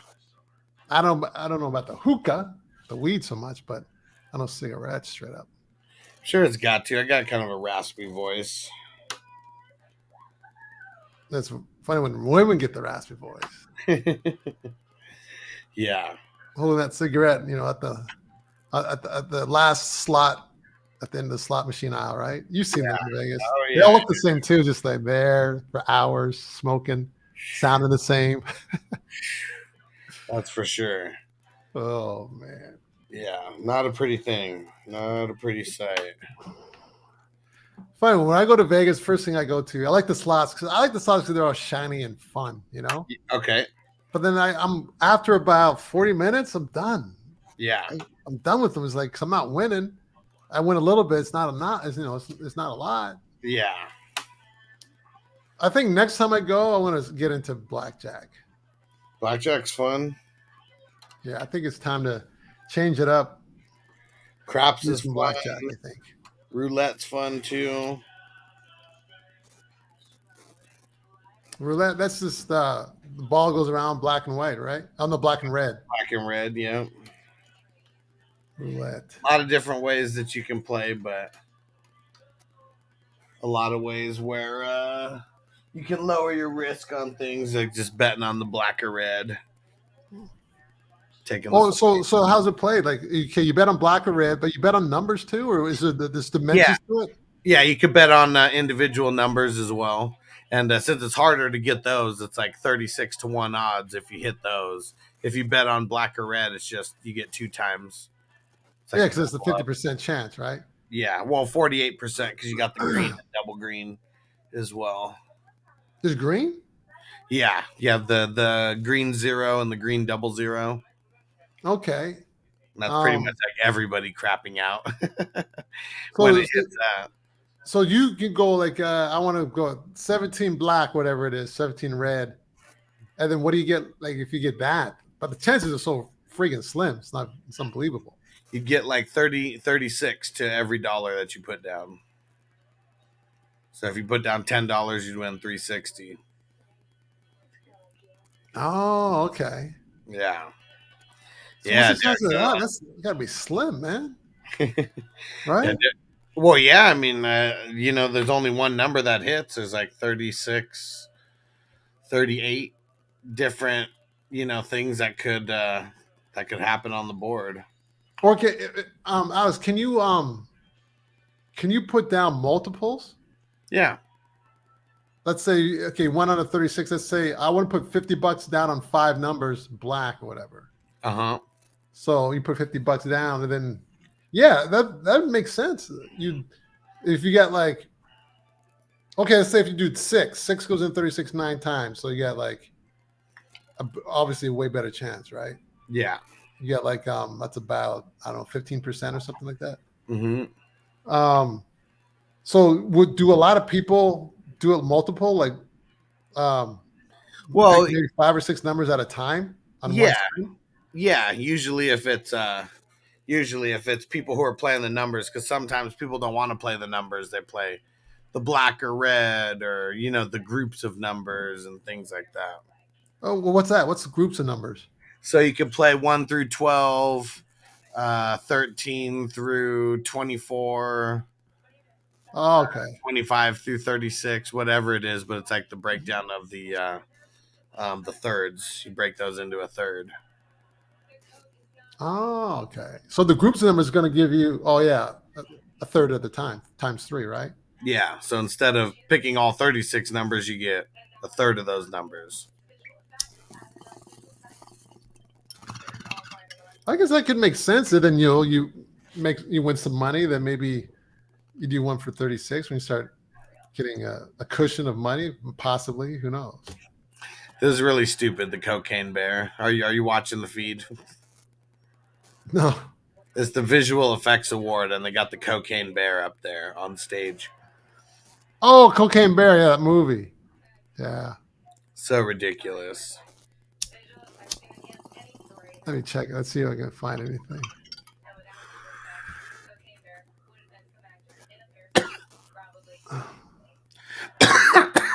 They said that was based off a true story. Yeah. Yeah, they said it was. So the cocaine, the bear just went nuts, huh? After Yeah. Oh, yeah. Dang, the All Quiet on the Western Front again.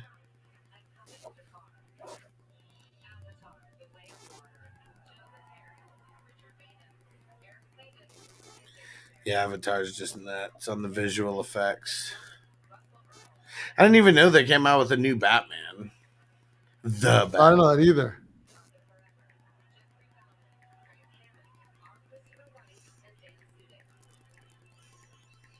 Who's playing Batman? Oh, that's Bale again? I'm not sure. Let's see. The Batman. Robert Patterson. Yep, Avatar. Of course, they're crazy ass visual effects. Yeah, I'm sure they'll win. Yeah, they did. I'm sure Alan got that right. If he's still in the chat, is he still in the chat? I don't know. He's still in the chat. That's who he put in there. Alan, you're a trooper, man. Yeah. And Marty, I think the bear died shortly after eating the coke. In real life, they embellished the story for the movie for sure. Yeah, like once his body started like processing it. And Derek said the new Batman wasn't all that good. It was the guy from the Twilight who played the Batman. Okay, yeah, shaking my head. Oh yeah, yeah. And I guess after the Dark Knight, I don't know, just taking a break on the Batman.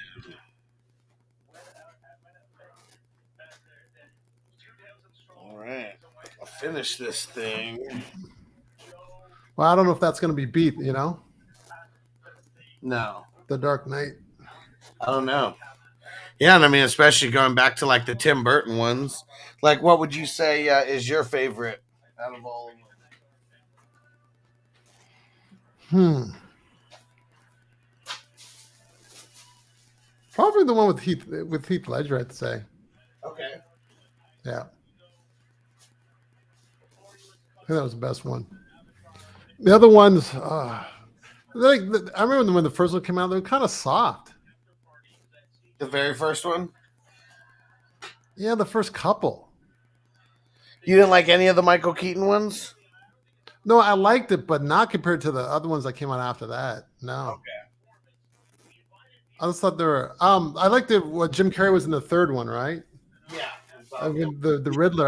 That's when I really started to like it. I thought that was done pretty well. Is Batman bigger than Superman? You think? Like, what do you mean, physically bigger or like the? No, in popularity. Probably now. I used to think Superman was the biggest, but I don't think it. I think Batman is actually slightly more popular than Superman. I think so. Because you get that he's got the edginess to it. That dark. Superman doesn't really have any dark to him, maybe. Yeah, and I mean the movies, like, I mean, they just came out a long time ago. The Superman movies compared to the Batman movies. The Batman movies, they've just kept pushing them out. Well, I had the one Superman movie that came out in, I think, 2009. Okay, I don't even remember that one. Yeah, and I don't remember who played him, but it was 2008, 2009. Okay. Because I had it. I don't think I have it anymore, but I had it on DVD. But you're right. They don't pump them out. You know, there's less characters, right? Maybe. Yeah, because I'm not even... Yeah, I can't even tell you.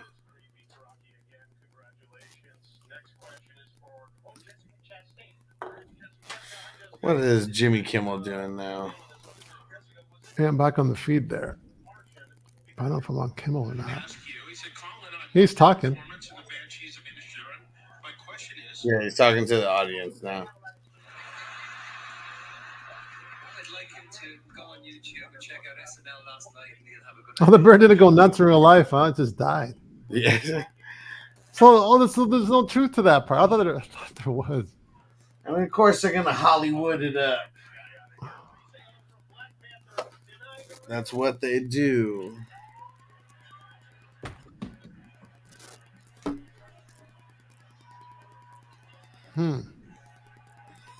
Well, that's disappointing because I thought it was, they advertised based on true events and stuff. Come on. Yeah. I'll never be fooled again. You can't get me. Yeah, they're always. I mean, because even the based on a true story, like, no matter what, they're just going to embellish it. He's talking about Cocaine Bear. Is he still talking about Cocaine? Is he still talking about Cocaine Bear on your feed or no? He was, yeah. I don't know if my feed's behind yours, but he just stopped talking about it. Okay, no, he's not. It's one of the actresses from Wakanda Forever, Black Panther.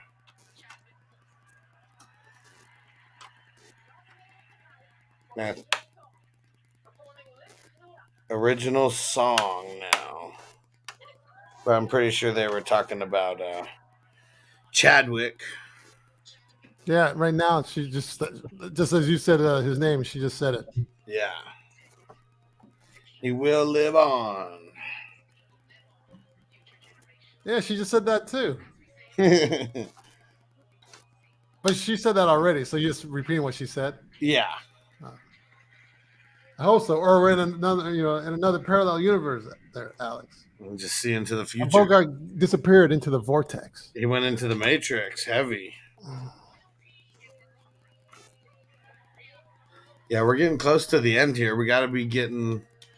Might only be a few categories left now. Yeah, Rihanna. Yeah, let's see. Hey, did you ever see that one episode? Not episode. The movie, The Twilight Zone. The movie. No. Well, there's this kid. He's like an angry kid. He's got these powers. He can make people, go into the TV. Okay. So if you anger him, I'll make you go away. Oh man! Next thing you know, you're hanging out with cartoon characters in a TV cartoon. Those little badass kids. Yeah, talking about getting sucked into the Matrix. That was the first getting sucked into the Matrix I ever saw. Yeah. It's disturbing to watch. You're like, wow, imagine that could happen. Sucked into a video game, huh? Having a actor, what was his name? Emilio Estevez. Right? Yeah. Called not Amazing Stories, called Strange Stories or something like that. This is way long ago in the 80s. But he's a video game gamer, okay. I guess back then. Okay. Champ that he wins, but then the game sucks him in and he disappears. Oh damn. And he sucks him into the game. This is long before Mighty Ducks then. Oh yeah, way before. This is before he wasn't even doing films. This is a TV show. Oh dang! So this is before Men at Work and all that. Oh yeah, this is like before. I saw this episode after I knew who he was. I didn't see it when I was like pretty young when it came out. I wasn't watching it live like when it was coming out. Think Rihanna's gonna win this Song of the Year award? Where are you at, Alan, with your guess? Or best original song, not Song of the Year. That'd be funny if she got nominated for up here and had to perform her song and didn't even win. Well, you would think that if she performed the song, she probably won, right? Isn't that how they do it? I'm not sure. I've seen it done like that in the past.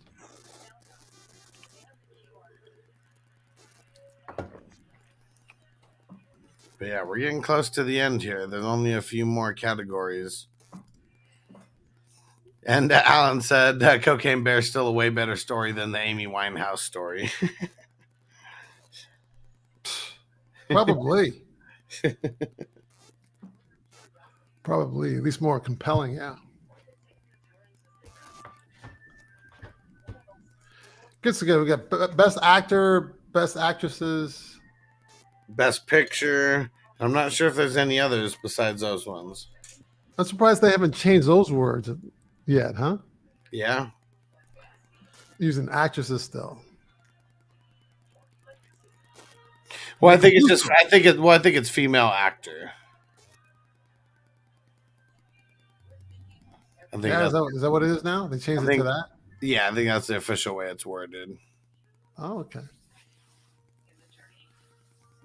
But if you look at the Maybe not. well, when I was looking at the list of nominations, it went by actresses. Yeah, it does say that best actress. I'm really offended they did that. Alex, I'm offended, man. They should have been more politically correct there. Mm-hmm. They slipped up. Old school ways, old school days.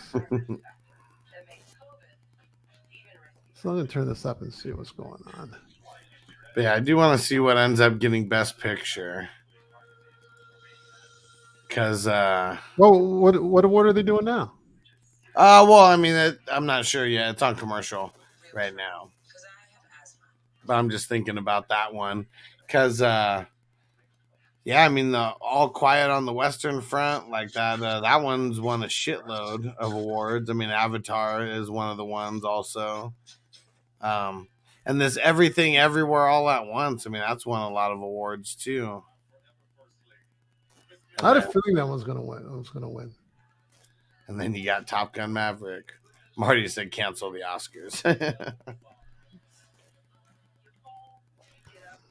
Maybe they will one of these days. Just for a year. They could if they have a strike, a union strike. Did they I think that happened one year, didn't it? Did they cancel it during COVID? Or did it still happen? You know, I don't even remember. I know they canceled it one time there was some union disputes. I think it was canceled back. I know it was late 1999s or early 2000s or something. Okay. I know there was a commercial agreement dispute they had in 2000. Huh. But that was commercials. I think it spilled over into the awards right around there. Huh. Fuckers. Yeah, there you go. What's this saying? Oscars. Yeah, I wish we could just hit fast forward these commercials. Hurry up and get to the next category. Guess we're just gonna have to smoke it up while we wait. And who's still out there with us? What are you guys smoking on out there? Well, here we go. Now it's back. Let's see. Let's see if we listen to the same thing I got on. Hey, commercials. Oh, here goes the everything. I got commercials still.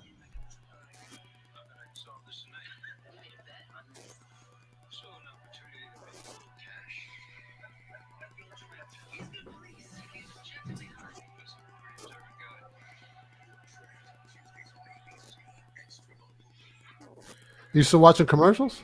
No, it's showing the trailer for the Everything Everywhere All at Once. Okay, mine just ended. My commercials ended now. Everywhere, all at once. She just said. There you go. Oh, Alan said all the nominees for Song of the Year performed throughout the ceremony. Cool. So we've so all those those ones that we've kind of been tuning out of, those were Songs of the Year or Best Original Song.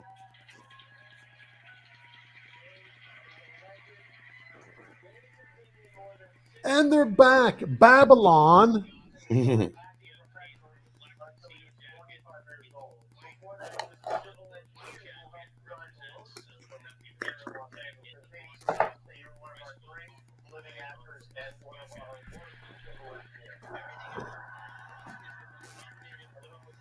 And so what is that? Who is He's not that funny, is he? Like no, I mean, he's not really trying to be funny. Yeah. But no, he's playing it straight, you know. Yeah. I mean, he doesn't want to get bitch slapped by someone. Like, now you know that could happen. Better not talk shit about it. Sometimes he's got jokes, but he's pretty low key on this. And Crispy said, "Is your future that bright, Huss? You already know, man. You already know. Too You cool gotta for wear school. them. You gotta wear the shades. Too cool for school." I had some nice Matrix shades, man. I busted them up. Dang I'm it. gonna buy some new ones. Oh, turn that down.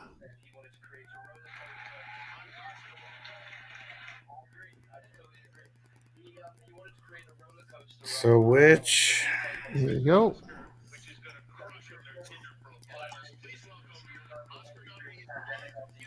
Yeah, his deliveries and jokes are just he's just half stepping on these things, Alex. They're not hitting. No. They're gonna write that up tomorrow, man. They're gonna write it up. Deadpan. So which category is this?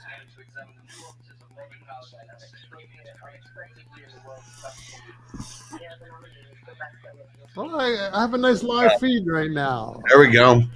Best original screenplay. That's what it is. Oh, so we're getting close.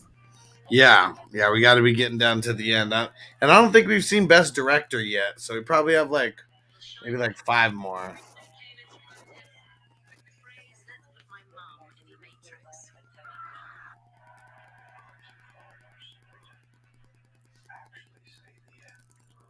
Alan said original screenplay. My pick is Everything Everywhere.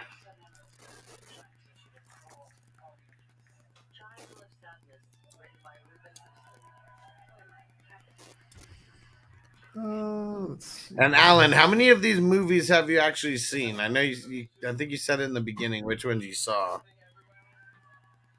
And Alan was right. He said Everything Everywhere. A lot of awards going their way.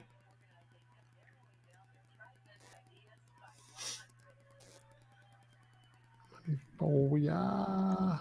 Booyah. Uh-oh. Let's go see what bakes a lot. Hey, he's back. Mr. Bakes a Lot. Say send a trade over. Let's go check it out.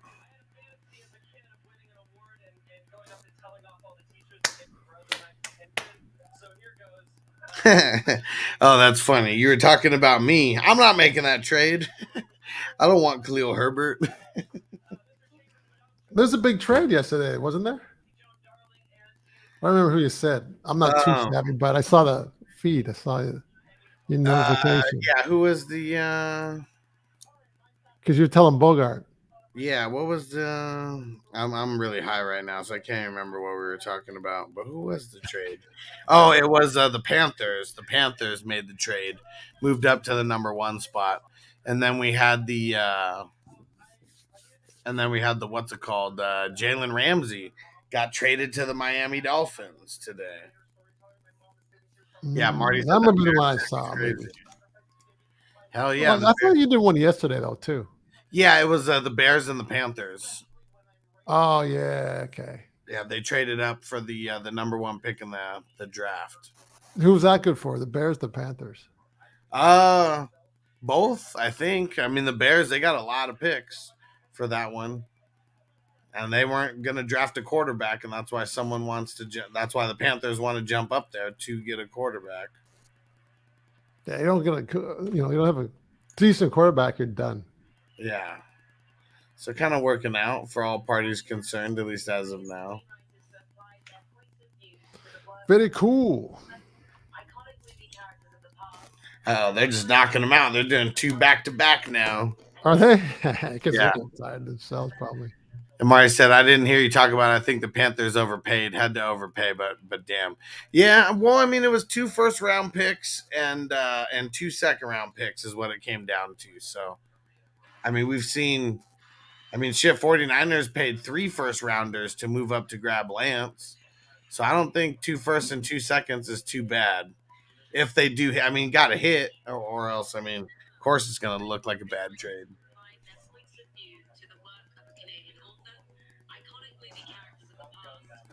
All right, the adapted screenplay. He's picking Women Talking. Yeah, doing screenplay. And Marty said, and DJ Moore.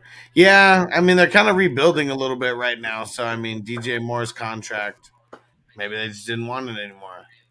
Yeah, I got that up. They adopt the screenplay. Yeah, I'm on the feed too. There we go. Alan, I got it going on. Living. Is that the one? It's one of them. Alan said he's only seen 2 of the Best Picture nominees. Well, he said 3 with Top Gun. So Top Gun? How are you getting all these right, Alan? Let me hear the secret. Yeah. Because I don't think 3 of the I forgot Top Gun.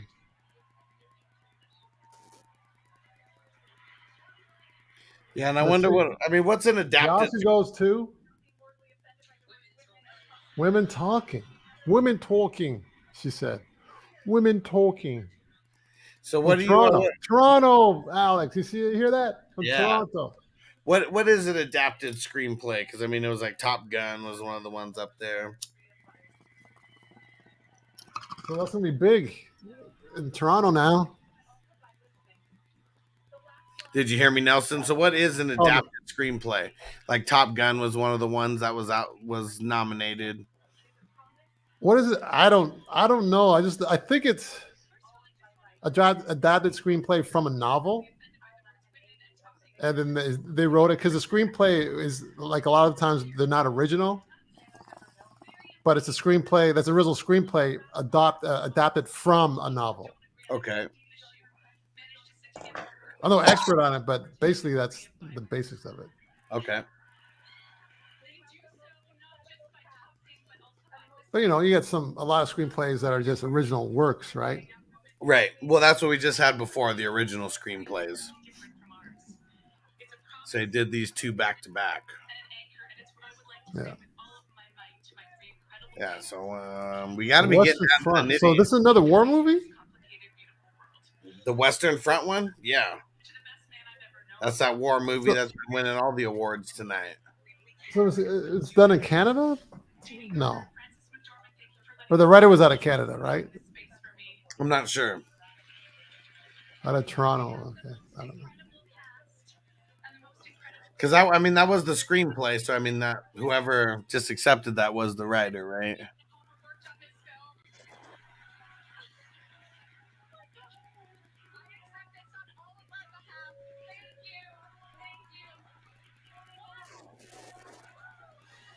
Done deal. Yeah. So screenplay isn't too far behind the top ones, Right. Yeah, I think we might get like best director right now, and then best actress, actor, and best picture. Film. Yeah. We're still hanging in, Alex. Let's get it. We're almost there. Almost there. I don't think Bogey's going to re-enter. I don't think he's so. done. Yeah. The Matrix got him today. Yeah. Matrix got commercials. Snapchat. What the hell? I just saw a commercial for Snapchat. What the fuck? I know it's still out there, but you're getting different commercials than I'm getting. Okay. Yeah, it's probably based on whatever streaming platform. Because I'm watching it on the Fubo TV, which I think is a pretty good cable substitute. It's like $100 a month. And I'm pretty sure there's cheaper options than that too. $100 a month that's kind of pricey, man. Well, yeah, I was using it during the season. I mean, it was really just for all the sports. A lot of football games.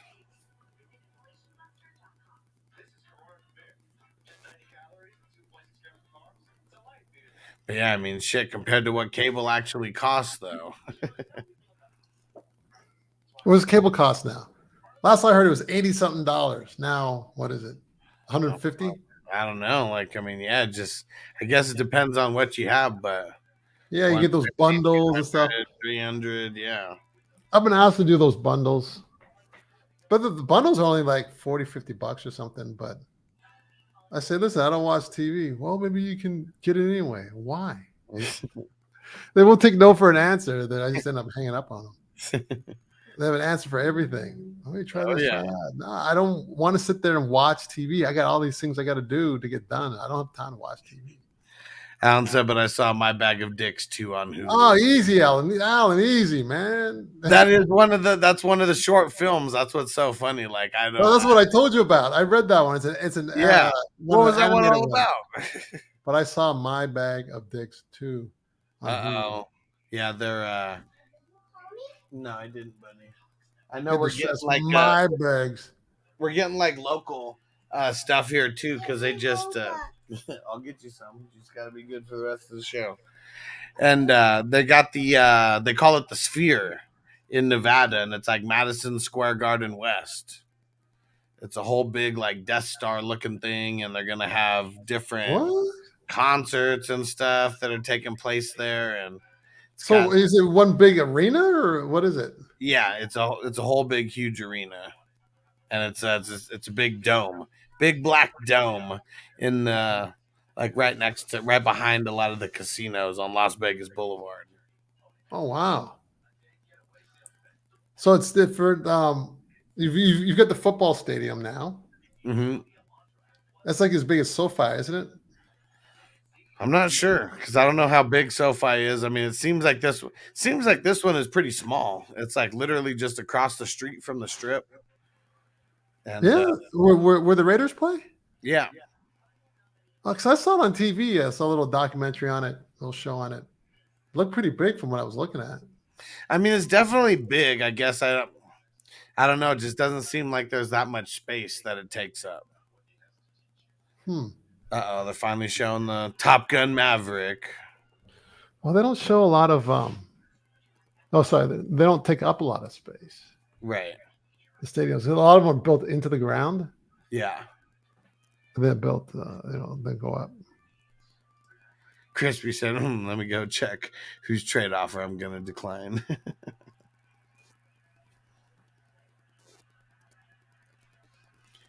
Yeah, I need to go see. I'm not on the clock or anything, am I?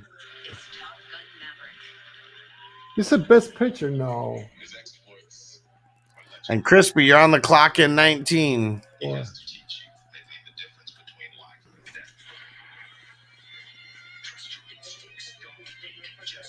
Who did the score for? What's his name? He does a lot of stuff. Did the score for Top Gun? Okay. What's his name? Do you remember? I'm not sure. I'll get it. Well, you know Hans Zimmer, right? He does a lot of stuff. It's not him. It's Hey, what up, stranger? Shout out to the Houday Nation. What up?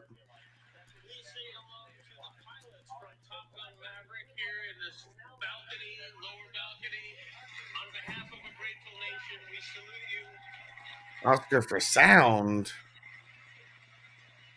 Is Jimmy Kimmel talking on yours? Yeah.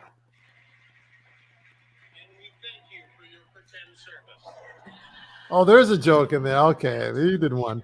We thank you for your pretend service, but it wasn't funny though. Yeah. They're cramming a bunch in here at the end. This is going to go over 8 o'clock, isn't it? Fuckers.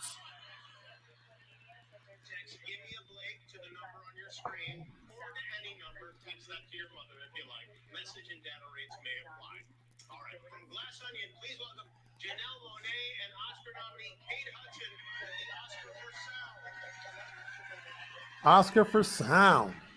Yeah. Avatar, Elvis, All Quiet on the Western Front, Batman. You know who made that sound? That song? Uh-uh. Bum, bum, bum, bum, bum, bum. Cinema may be a visual medium, but there's a reason movies didn't stay silent for long.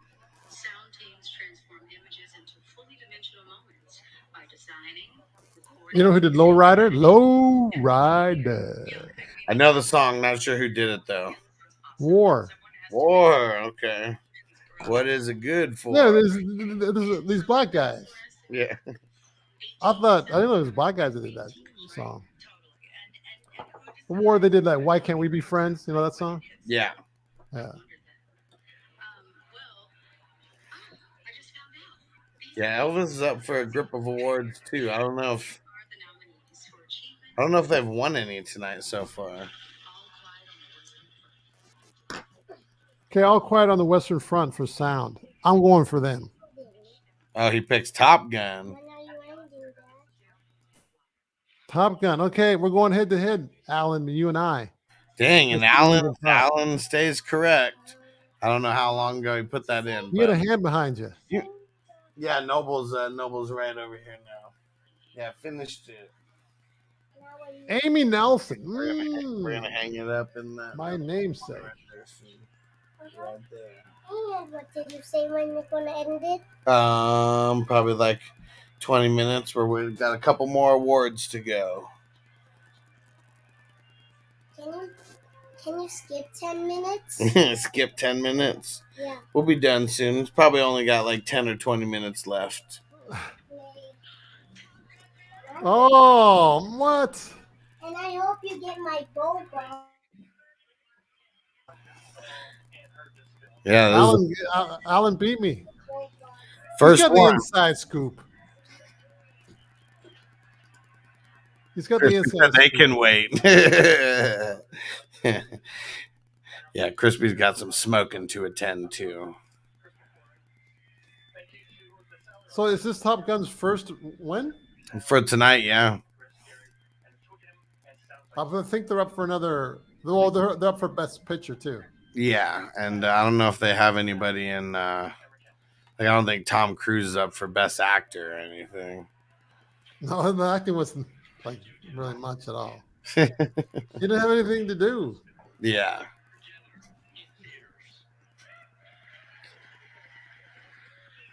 Well, they're just back to back with another one. What do you mean back to back? Oh, I think your fee's ahead of mine. Yeah, it's coming back to back with another award. For the original song. Now they're doing original song.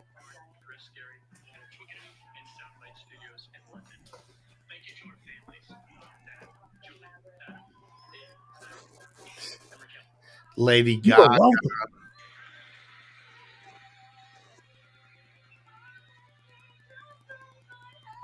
So that wasn't for music; that was for sound. That's a different thing, right? Right. Yeah. All right.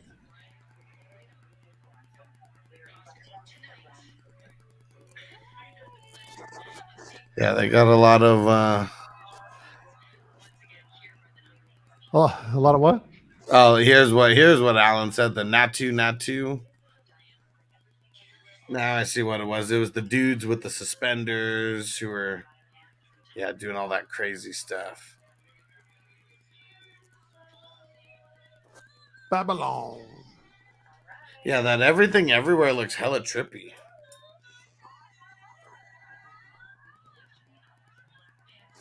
What's RRR? Wakanda forever.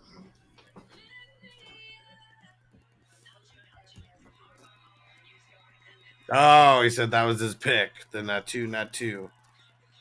Okay, that's the name of the song, and RRR is the movie. Yeah. I'm assuming. Not too. What is the Babylon?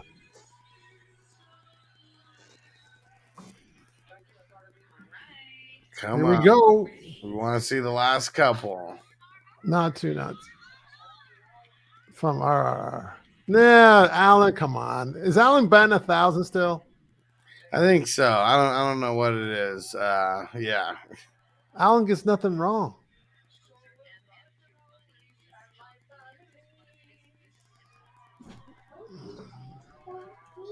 Could Bogues be right?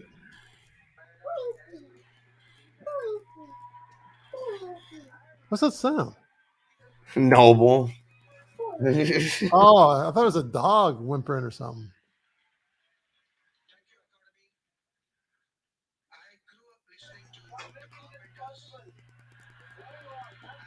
All right. So what do we have left? Like I had a good joke. Grew up listening to the Carpenters. Now I listen to Cardi B. Marty said Alan's getting his info from Marco. Yeah.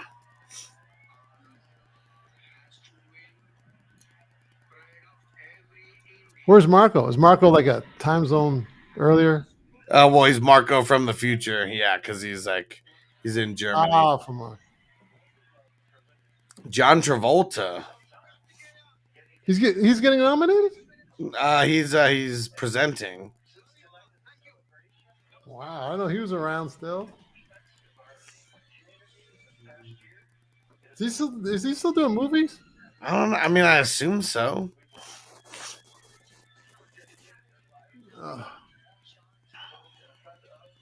There he is. You're right. The man, the myth.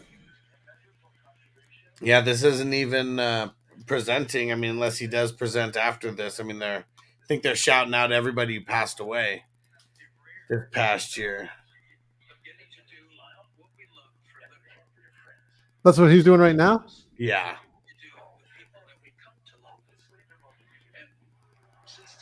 Oh.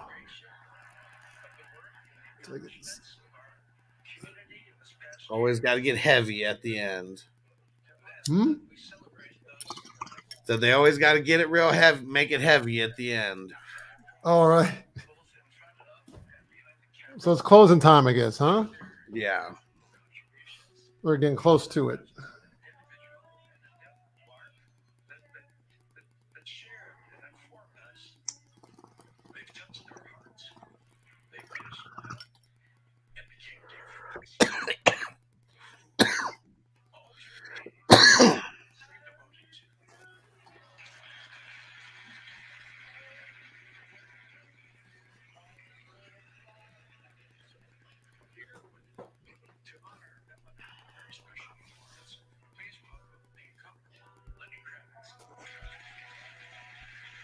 Oh, Lenny Kravitz.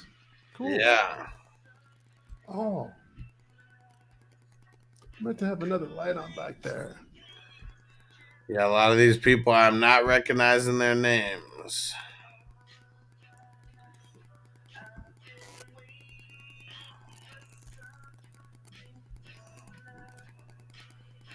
Do you have John Williams up on your screen? Well, look, I think I'm a little bit in front of you. Oh, dang, Christy Alley. Oh, Ray Liotta. Yeah, I remember that. Dang it.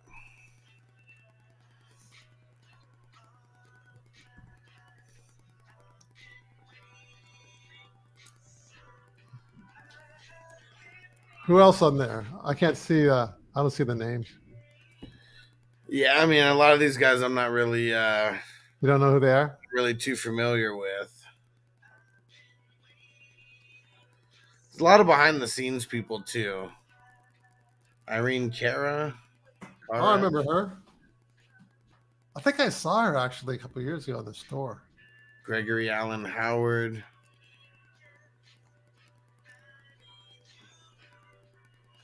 Yeah, it's like costume designers and stuff like that.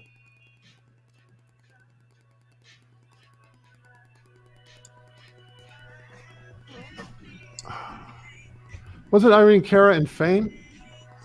I'm not sure. I want to check.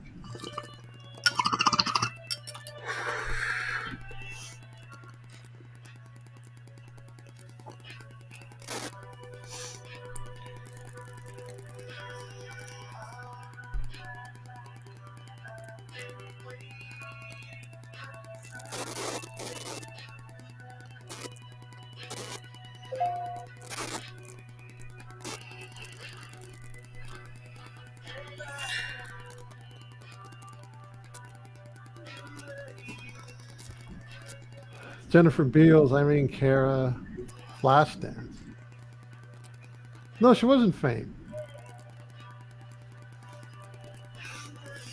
It's funny. The slap heard around the world on our silver screen breakdowns. TikTok has just crossed 1,400 views. Oh yeah, yeah. There you go, Hustler. People love watching the slap.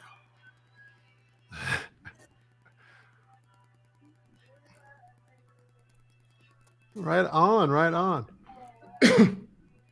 Hello.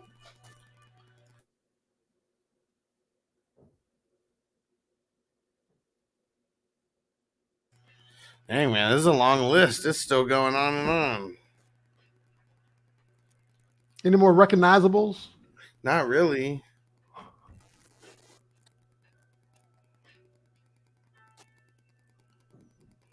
Yeah, I think people like the pre-Oscars marathon though, and it was cool that you went by Roscoe's Chicken and Waffles. So I've been to 2 locations for Roscoe's, never that one though. I always Mhm. go to the one in the hood, the one on Pico, and then I've been to one in I think like Anaheim, I believe. Maybe it wasn't. I can't really remember, but that was the one that I almost died at. I like Huh? I sucked in some syrup and it got like caught in my windpipe. Oh, really? So you And literally almost died. yeah, literally almost died. Wow. And finally came loose when I kind of like almost like hawked it up like a loogie or something. Like finally like cleared the throat, but like yeah, I was like drinking water and nothing was working. It was like this super thick ass Roscoe's syrup was just caught in And my throat. the water wasn't helping No. because it was so thick. It was just sitting there. Yeah, it wasn't like I couldn't breathe at all. It was like I could breathe maybe like 30% or 20 like only 20%. So it was like almost like freaking myself out because I couldn't breathe. But like So just calm down, just breathe. That it's it's gonna drain down eventually, right?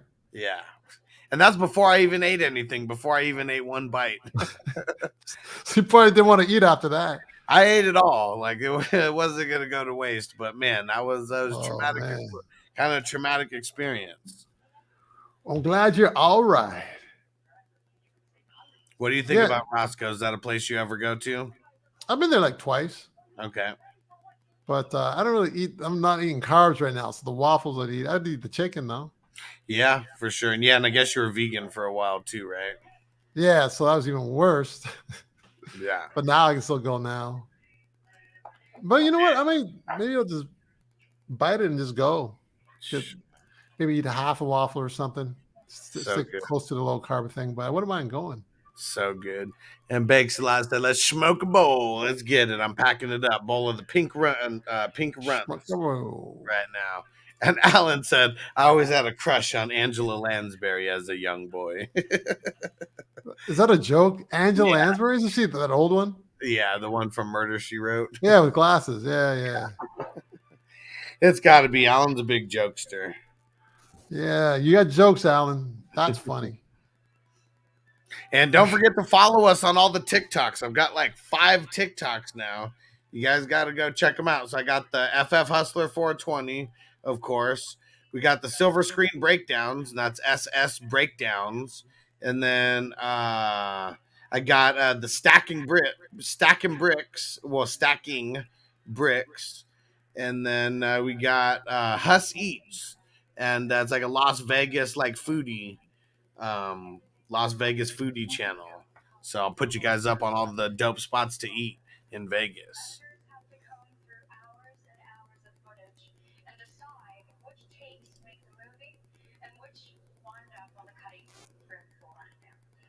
Yeah, I was looking her up still.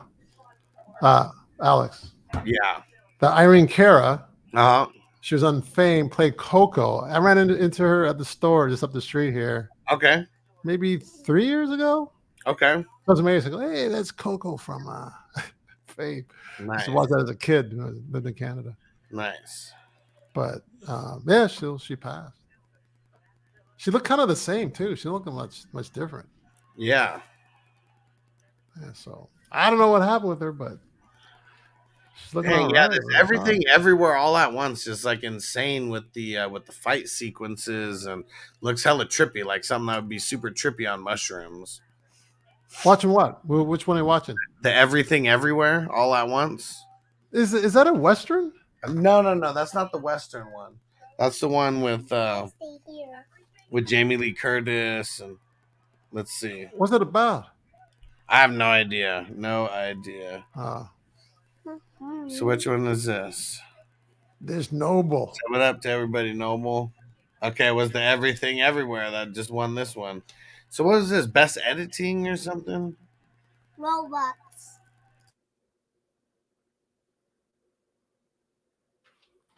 Howdy, Noble.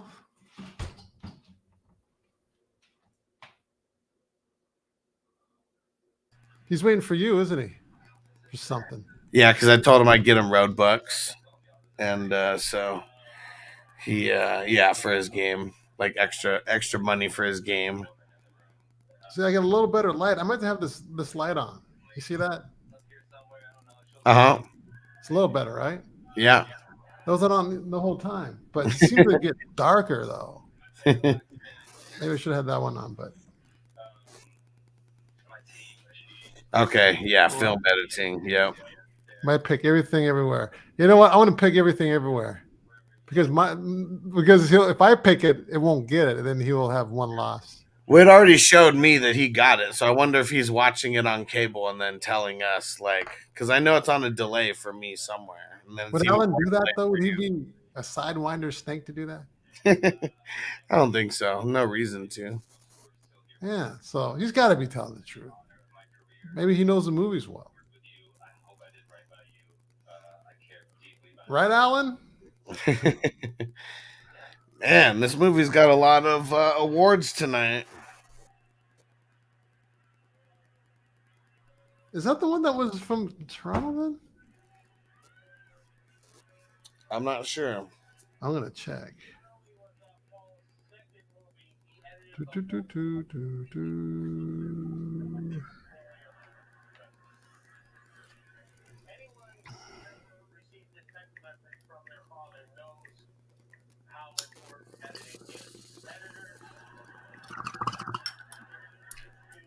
Everything, everywhere, all at once.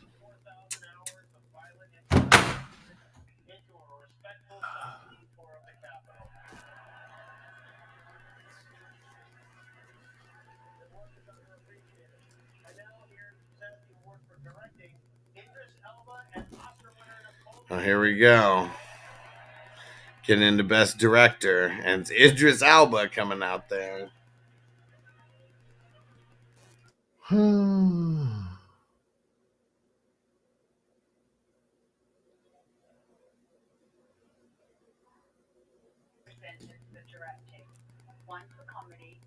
Yeah, Idris Elba has a good movie on Netflix right now.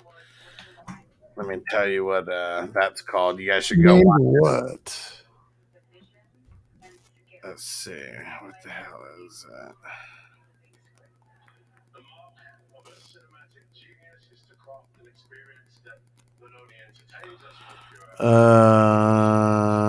Damn it. What the hell is that? Let me see.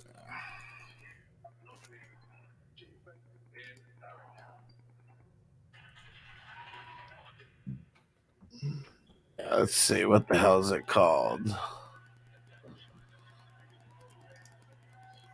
Luther the Fallen Son. Wait, is that it? Let me see. I was reading up on the Everything Everywhere All at Once. It's interesting. It's about the multiverse. Yeah. Interdimensional thing. So yeah. I'm into that stuff. Bogey's into that too, so.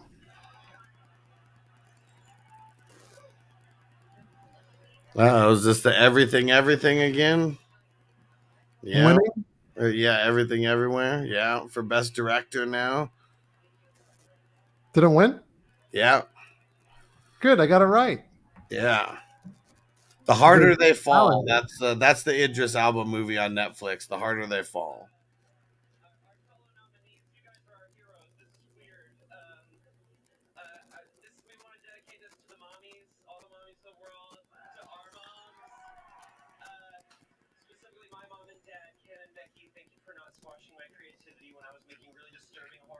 Onto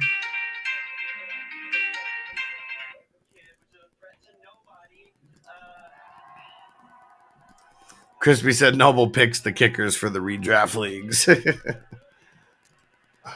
for the what? Yeah, for our fantasy leagues. Alan said Best Director, Anything Everywhere. Yeah.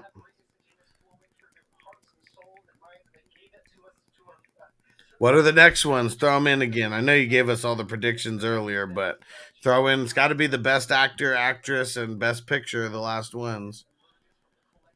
And then we're gonna get out of here.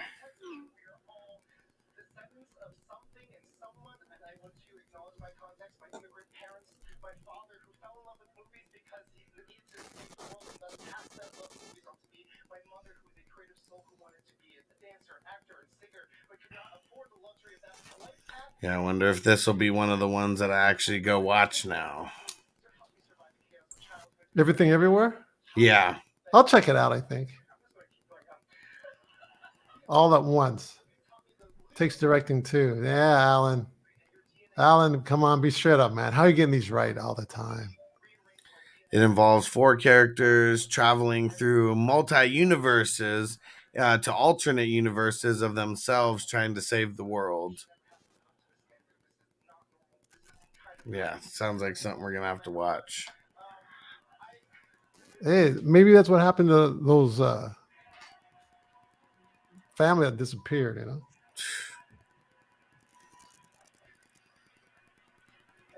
In another universe. Yeah. Ever see that show, the Land of the Lost? Uh-huh. Hey, you know that show? I mean, it sounds familiar. I don't remember it though. The Land of the Lost is they're on a boat trip going down a raft on a river, like a father, son, and daughter. Uh-huh. They go down a waterfall, end up with dinosaurs. Oh damn. Yeah. So they end up in this land, the lost dinosaurs and stuff. Dang. You don't know that one? I don't think so. Yeah, it was big. It was big in the 70s. I used to watch it. I was a real little kid. I don't know when they shot it, but it was good. Yeah, that's all we have left. We have best actor, actress, and best picture. Yeah, they just said it right now. Those are the next 3 coming up. Then we're gonna get out of here. Time for dinner. Yeah, what are you gonna eat? No idea yet. Is she cooking? Noble's not cooking. Yeah, Noble's not cooking. Is your Definitely. lady cooking? I'm not sure if we're gonna cook or go out tonight. Because I gotta keep getting more video content to show everyone the Las Vegas food lifestyle. Oh yeah, that's what you do. Do you shoot that stuff like that when you go out? Yeah, just real short videos, but yeah, showing the place, showing the different types of food and whatever I get. So I just got my stuff. I'm looking at my order. My equipment's coming tomorrow, looks like, Alex. Nice. So I was going to mention to you.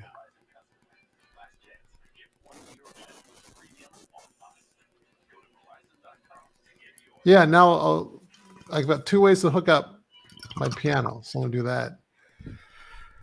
I'm going to try it with the iPhone and see how that sounds. I'm going to try it with the straight to the computer. Okay.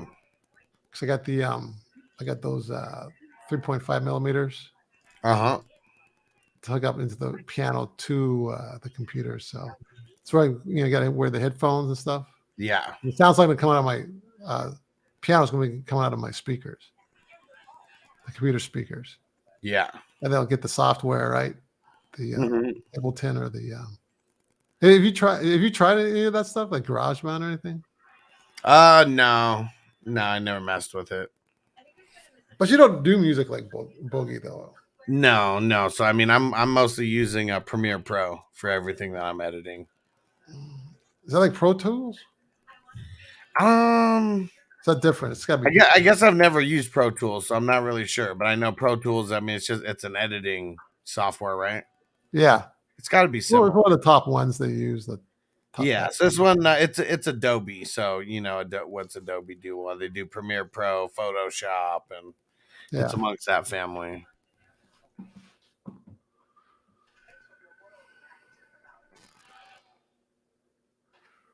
Yeah, I'm gonna make some food, then get on the piano. I finished my taxes yesterday. Been busy last few days, man. Busy. Oh, now the dude from the guy from the Goonies and all that, they were showing him on some Disney Plus. I don't know if it's a movie or a series or something. And it said Academy Award winner. That quickly, huh? Juan, yeah. How did they make it so fast? I don't know. Something's fishy in there, man. Something's fishy. Okay, let me get back to YouTube. Let's see what's going on. Get caught up.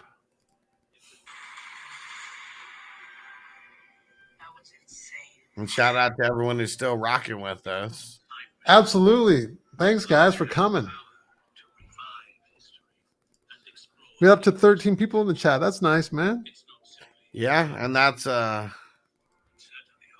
and then we got a few more on the silver screen breakdowns also. Oh, yeah, add those up, right? 4, 5, 3. There we go. Derek said he's still here. Shout out to Derek. Salute.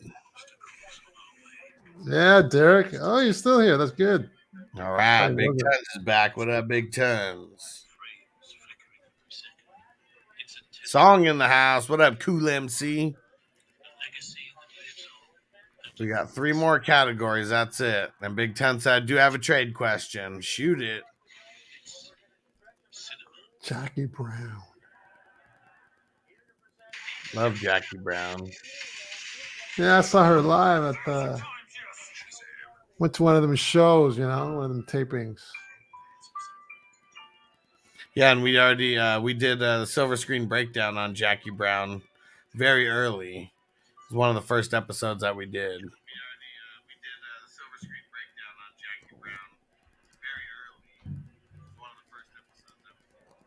Yeah, I just came across it. I saw it on YouTube there. And Big Ten said I'm offered a 2023 fourth and J.K. Dobbins for Aaron Jones. I don't like it. I don't like it. I'd give that a big thumbs down. One of these. Hold on, where is it?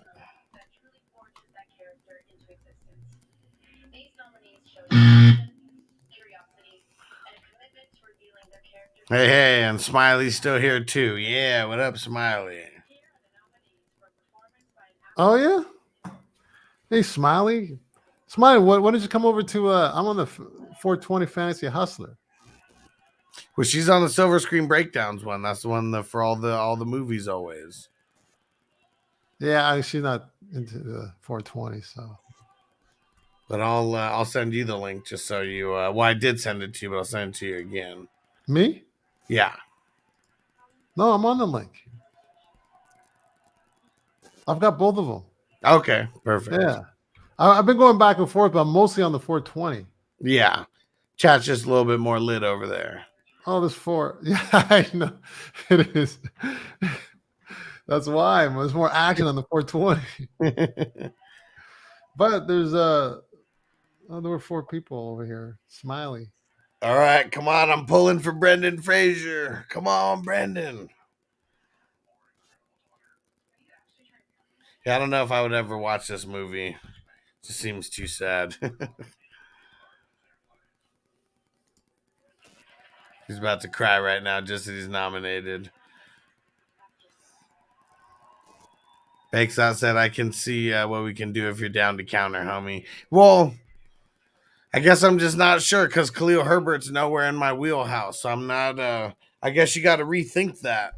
Like, you got to rethink that trade like altogether.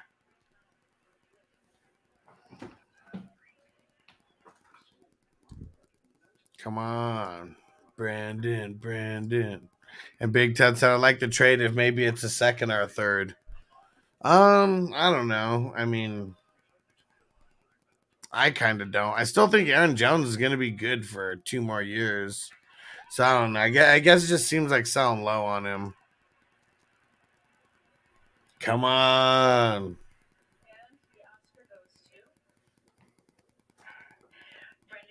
Yeah, Brendan Fraser did win.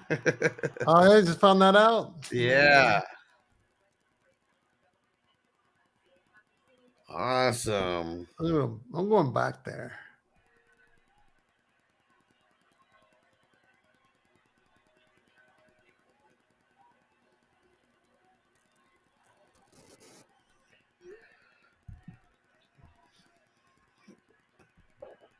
Yeah, it's awesome.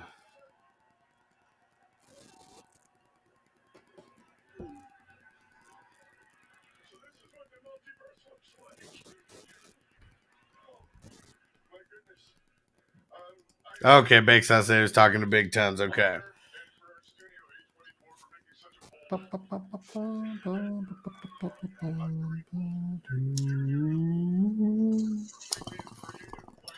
There we go.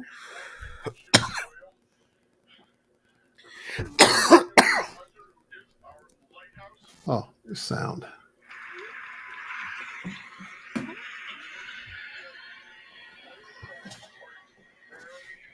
Okay, we're doing some type of award right now. Yeah, the Yeah. one again. It's a leading actor, right? Well, you're just behind me, is what it is. Did the multiverse just won what? Well, that's what he said, right? That this is what multiverse is this?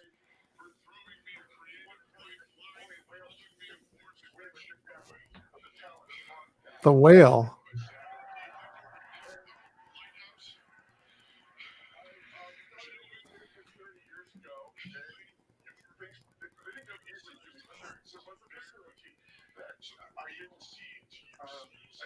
A whale-sized heart. Imagine how big that heart would be. What up, Crispy? I think he was just the whale. He was huge in that movie.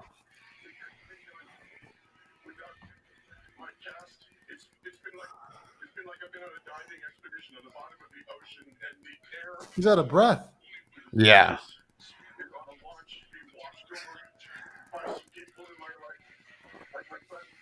Did he like run up the stairs or something? Yeah, he's just going crazy either way.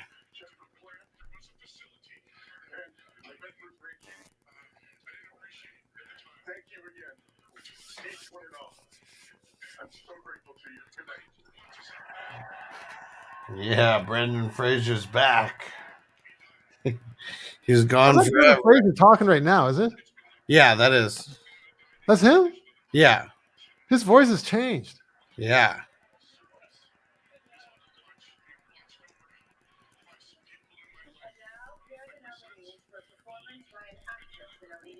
There we go.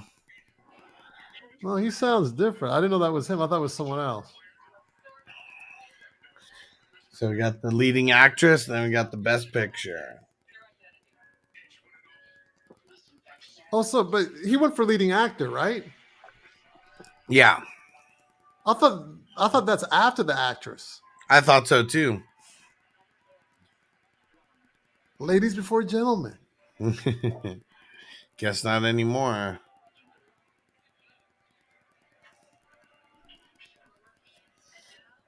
What the heck, a Marilyn Monroe movie? An actress. Okay, here we go. What was Alan's prediction on this? Did he throw it in? He didn't throw it in. So you're taking too long, Alan. I wonder why. That's sus. Oh, no, he did throw in all his predictions at the beginning, though. So if I really wanted it, I'm sure we could scroll up. Let's see what he said at the beginning. Because he put in all his predictions. Let's see.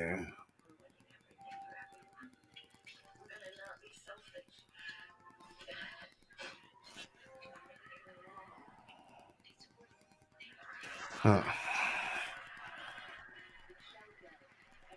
Oh, Michelle Yeoh. Yeah, that's what he said. And I think Kate's gonna get it. Kate. I hope Michelle does that.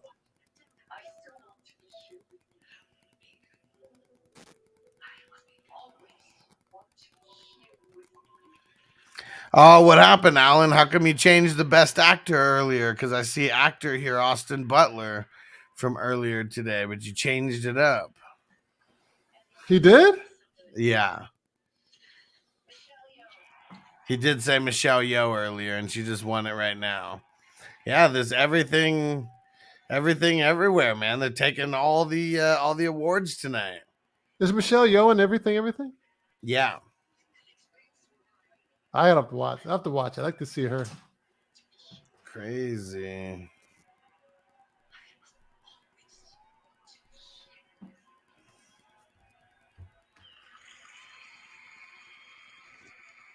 And the final one, the best picture. It's all come down to this.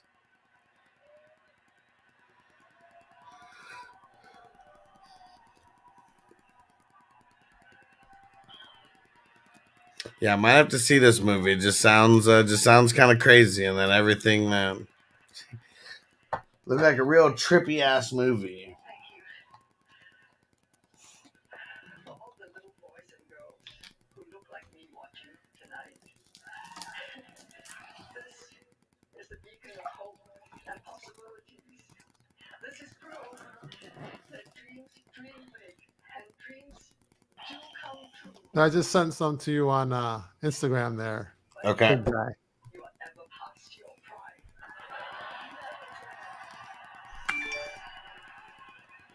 Oh, you got it.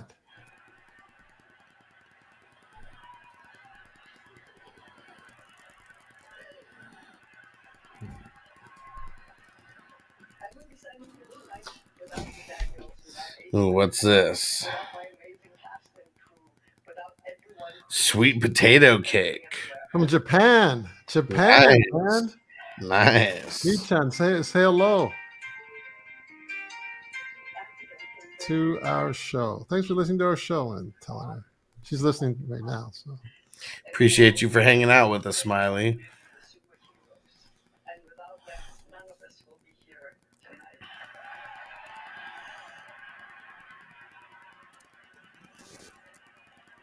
there we go. Everywhere, everything is it's running the Oscars tonight. I wonder how many awards they have tonight. Bone Thugs. I was looking at your post on Instagram. Bone Thugs in Harmony.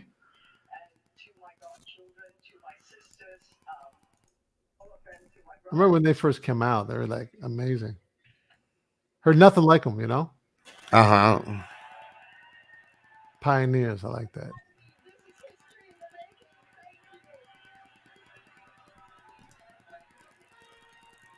Pioneers in the game.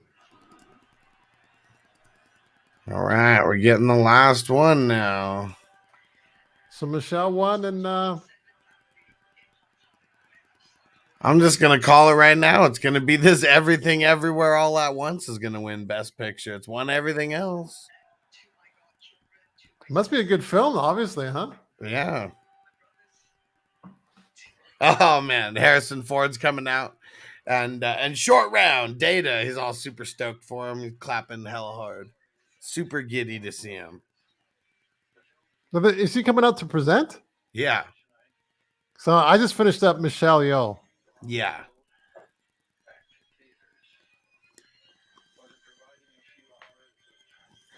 Dang, Harrison Ford is old. So Alex, there was no highlights really. Well, they've been outside showing of the the highlights. awards. Well, remember they've been showing the highlights throughout the entire. Oh, well, I guess you haven't been watching the entire time, right? Because you've been going in and out of streams. Yeah, but I don't mean highlights. I mean there's nothing. There's no slapping going on. There's nothing. There's no events. Oh yeah, nothing. Yeah. It's all good, clean, and wholesome tonight. Yeah, kind of. Okay, I'll just keep it at that. Good, clean, and wholesome. You're right. There we go.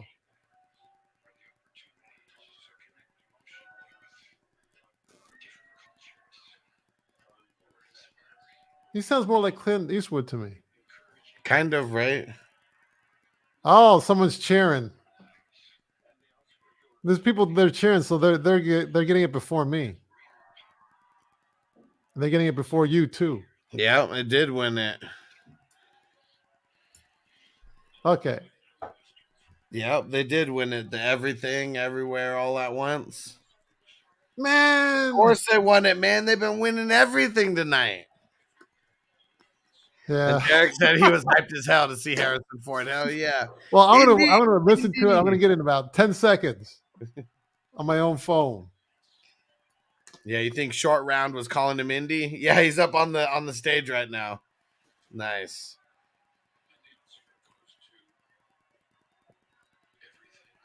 Everything. Yeah, you're right. You're telling the truth. Man, this movie's winning everything tonight. I was working on set, and he was next door working on something on the next studio. Like a few months ago, back Ford? in October. Harrison Ford. Yeah. They said that's Harrison Ford's spot. Yeah. No one's parking there. He was parking there. I wasn't parking there. I was just there early working. Well, there you go. There's the Oscars, everybody. 2023 Oscars. Yeah. I think we might have to do a silver screen breakdown for this one. I mean, we might as well, right? Best Picture won like a gazillion awards. Like maybe we'll still do La Bamba next, and then maybe this is the next one after that. Oh yeah, for this, yeah. Well, sounds good. I guess we'll catch it in the theater, no doubt, huh? Is it in the theater? I don't think so. We should be able to find this somewhere. It came out last year. Says it's on Hulu, Paramount Plus, Fubo, Showtime, Prime. Yeah, looks like it's everywhere. No doubt.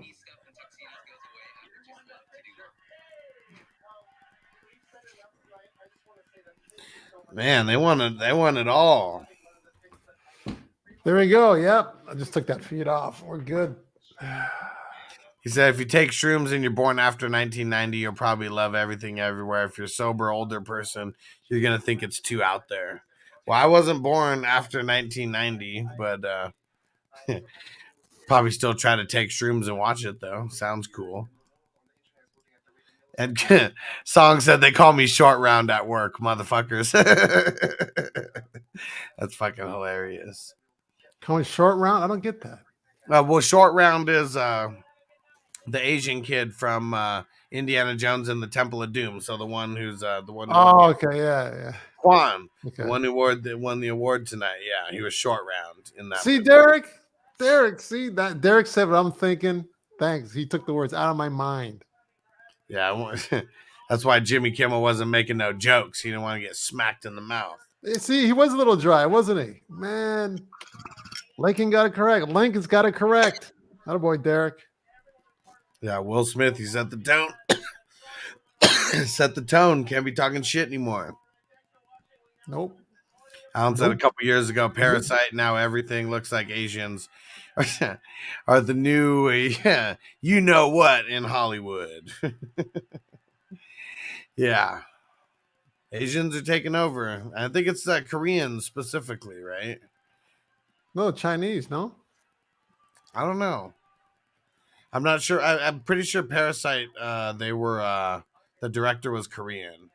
Not sure about this everything. Oh, I'm not even familiar with that film, actually. Yeah, that was the one that won in like 2019, I think. Oh, okay. Yeah, I didn't watch it. All right. Well, let's get out of here. Wrap it up. Thank you, everybody, for coming. Yeah.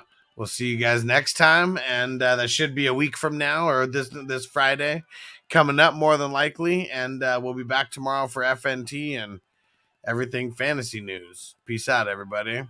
See ya. Thanks for coming.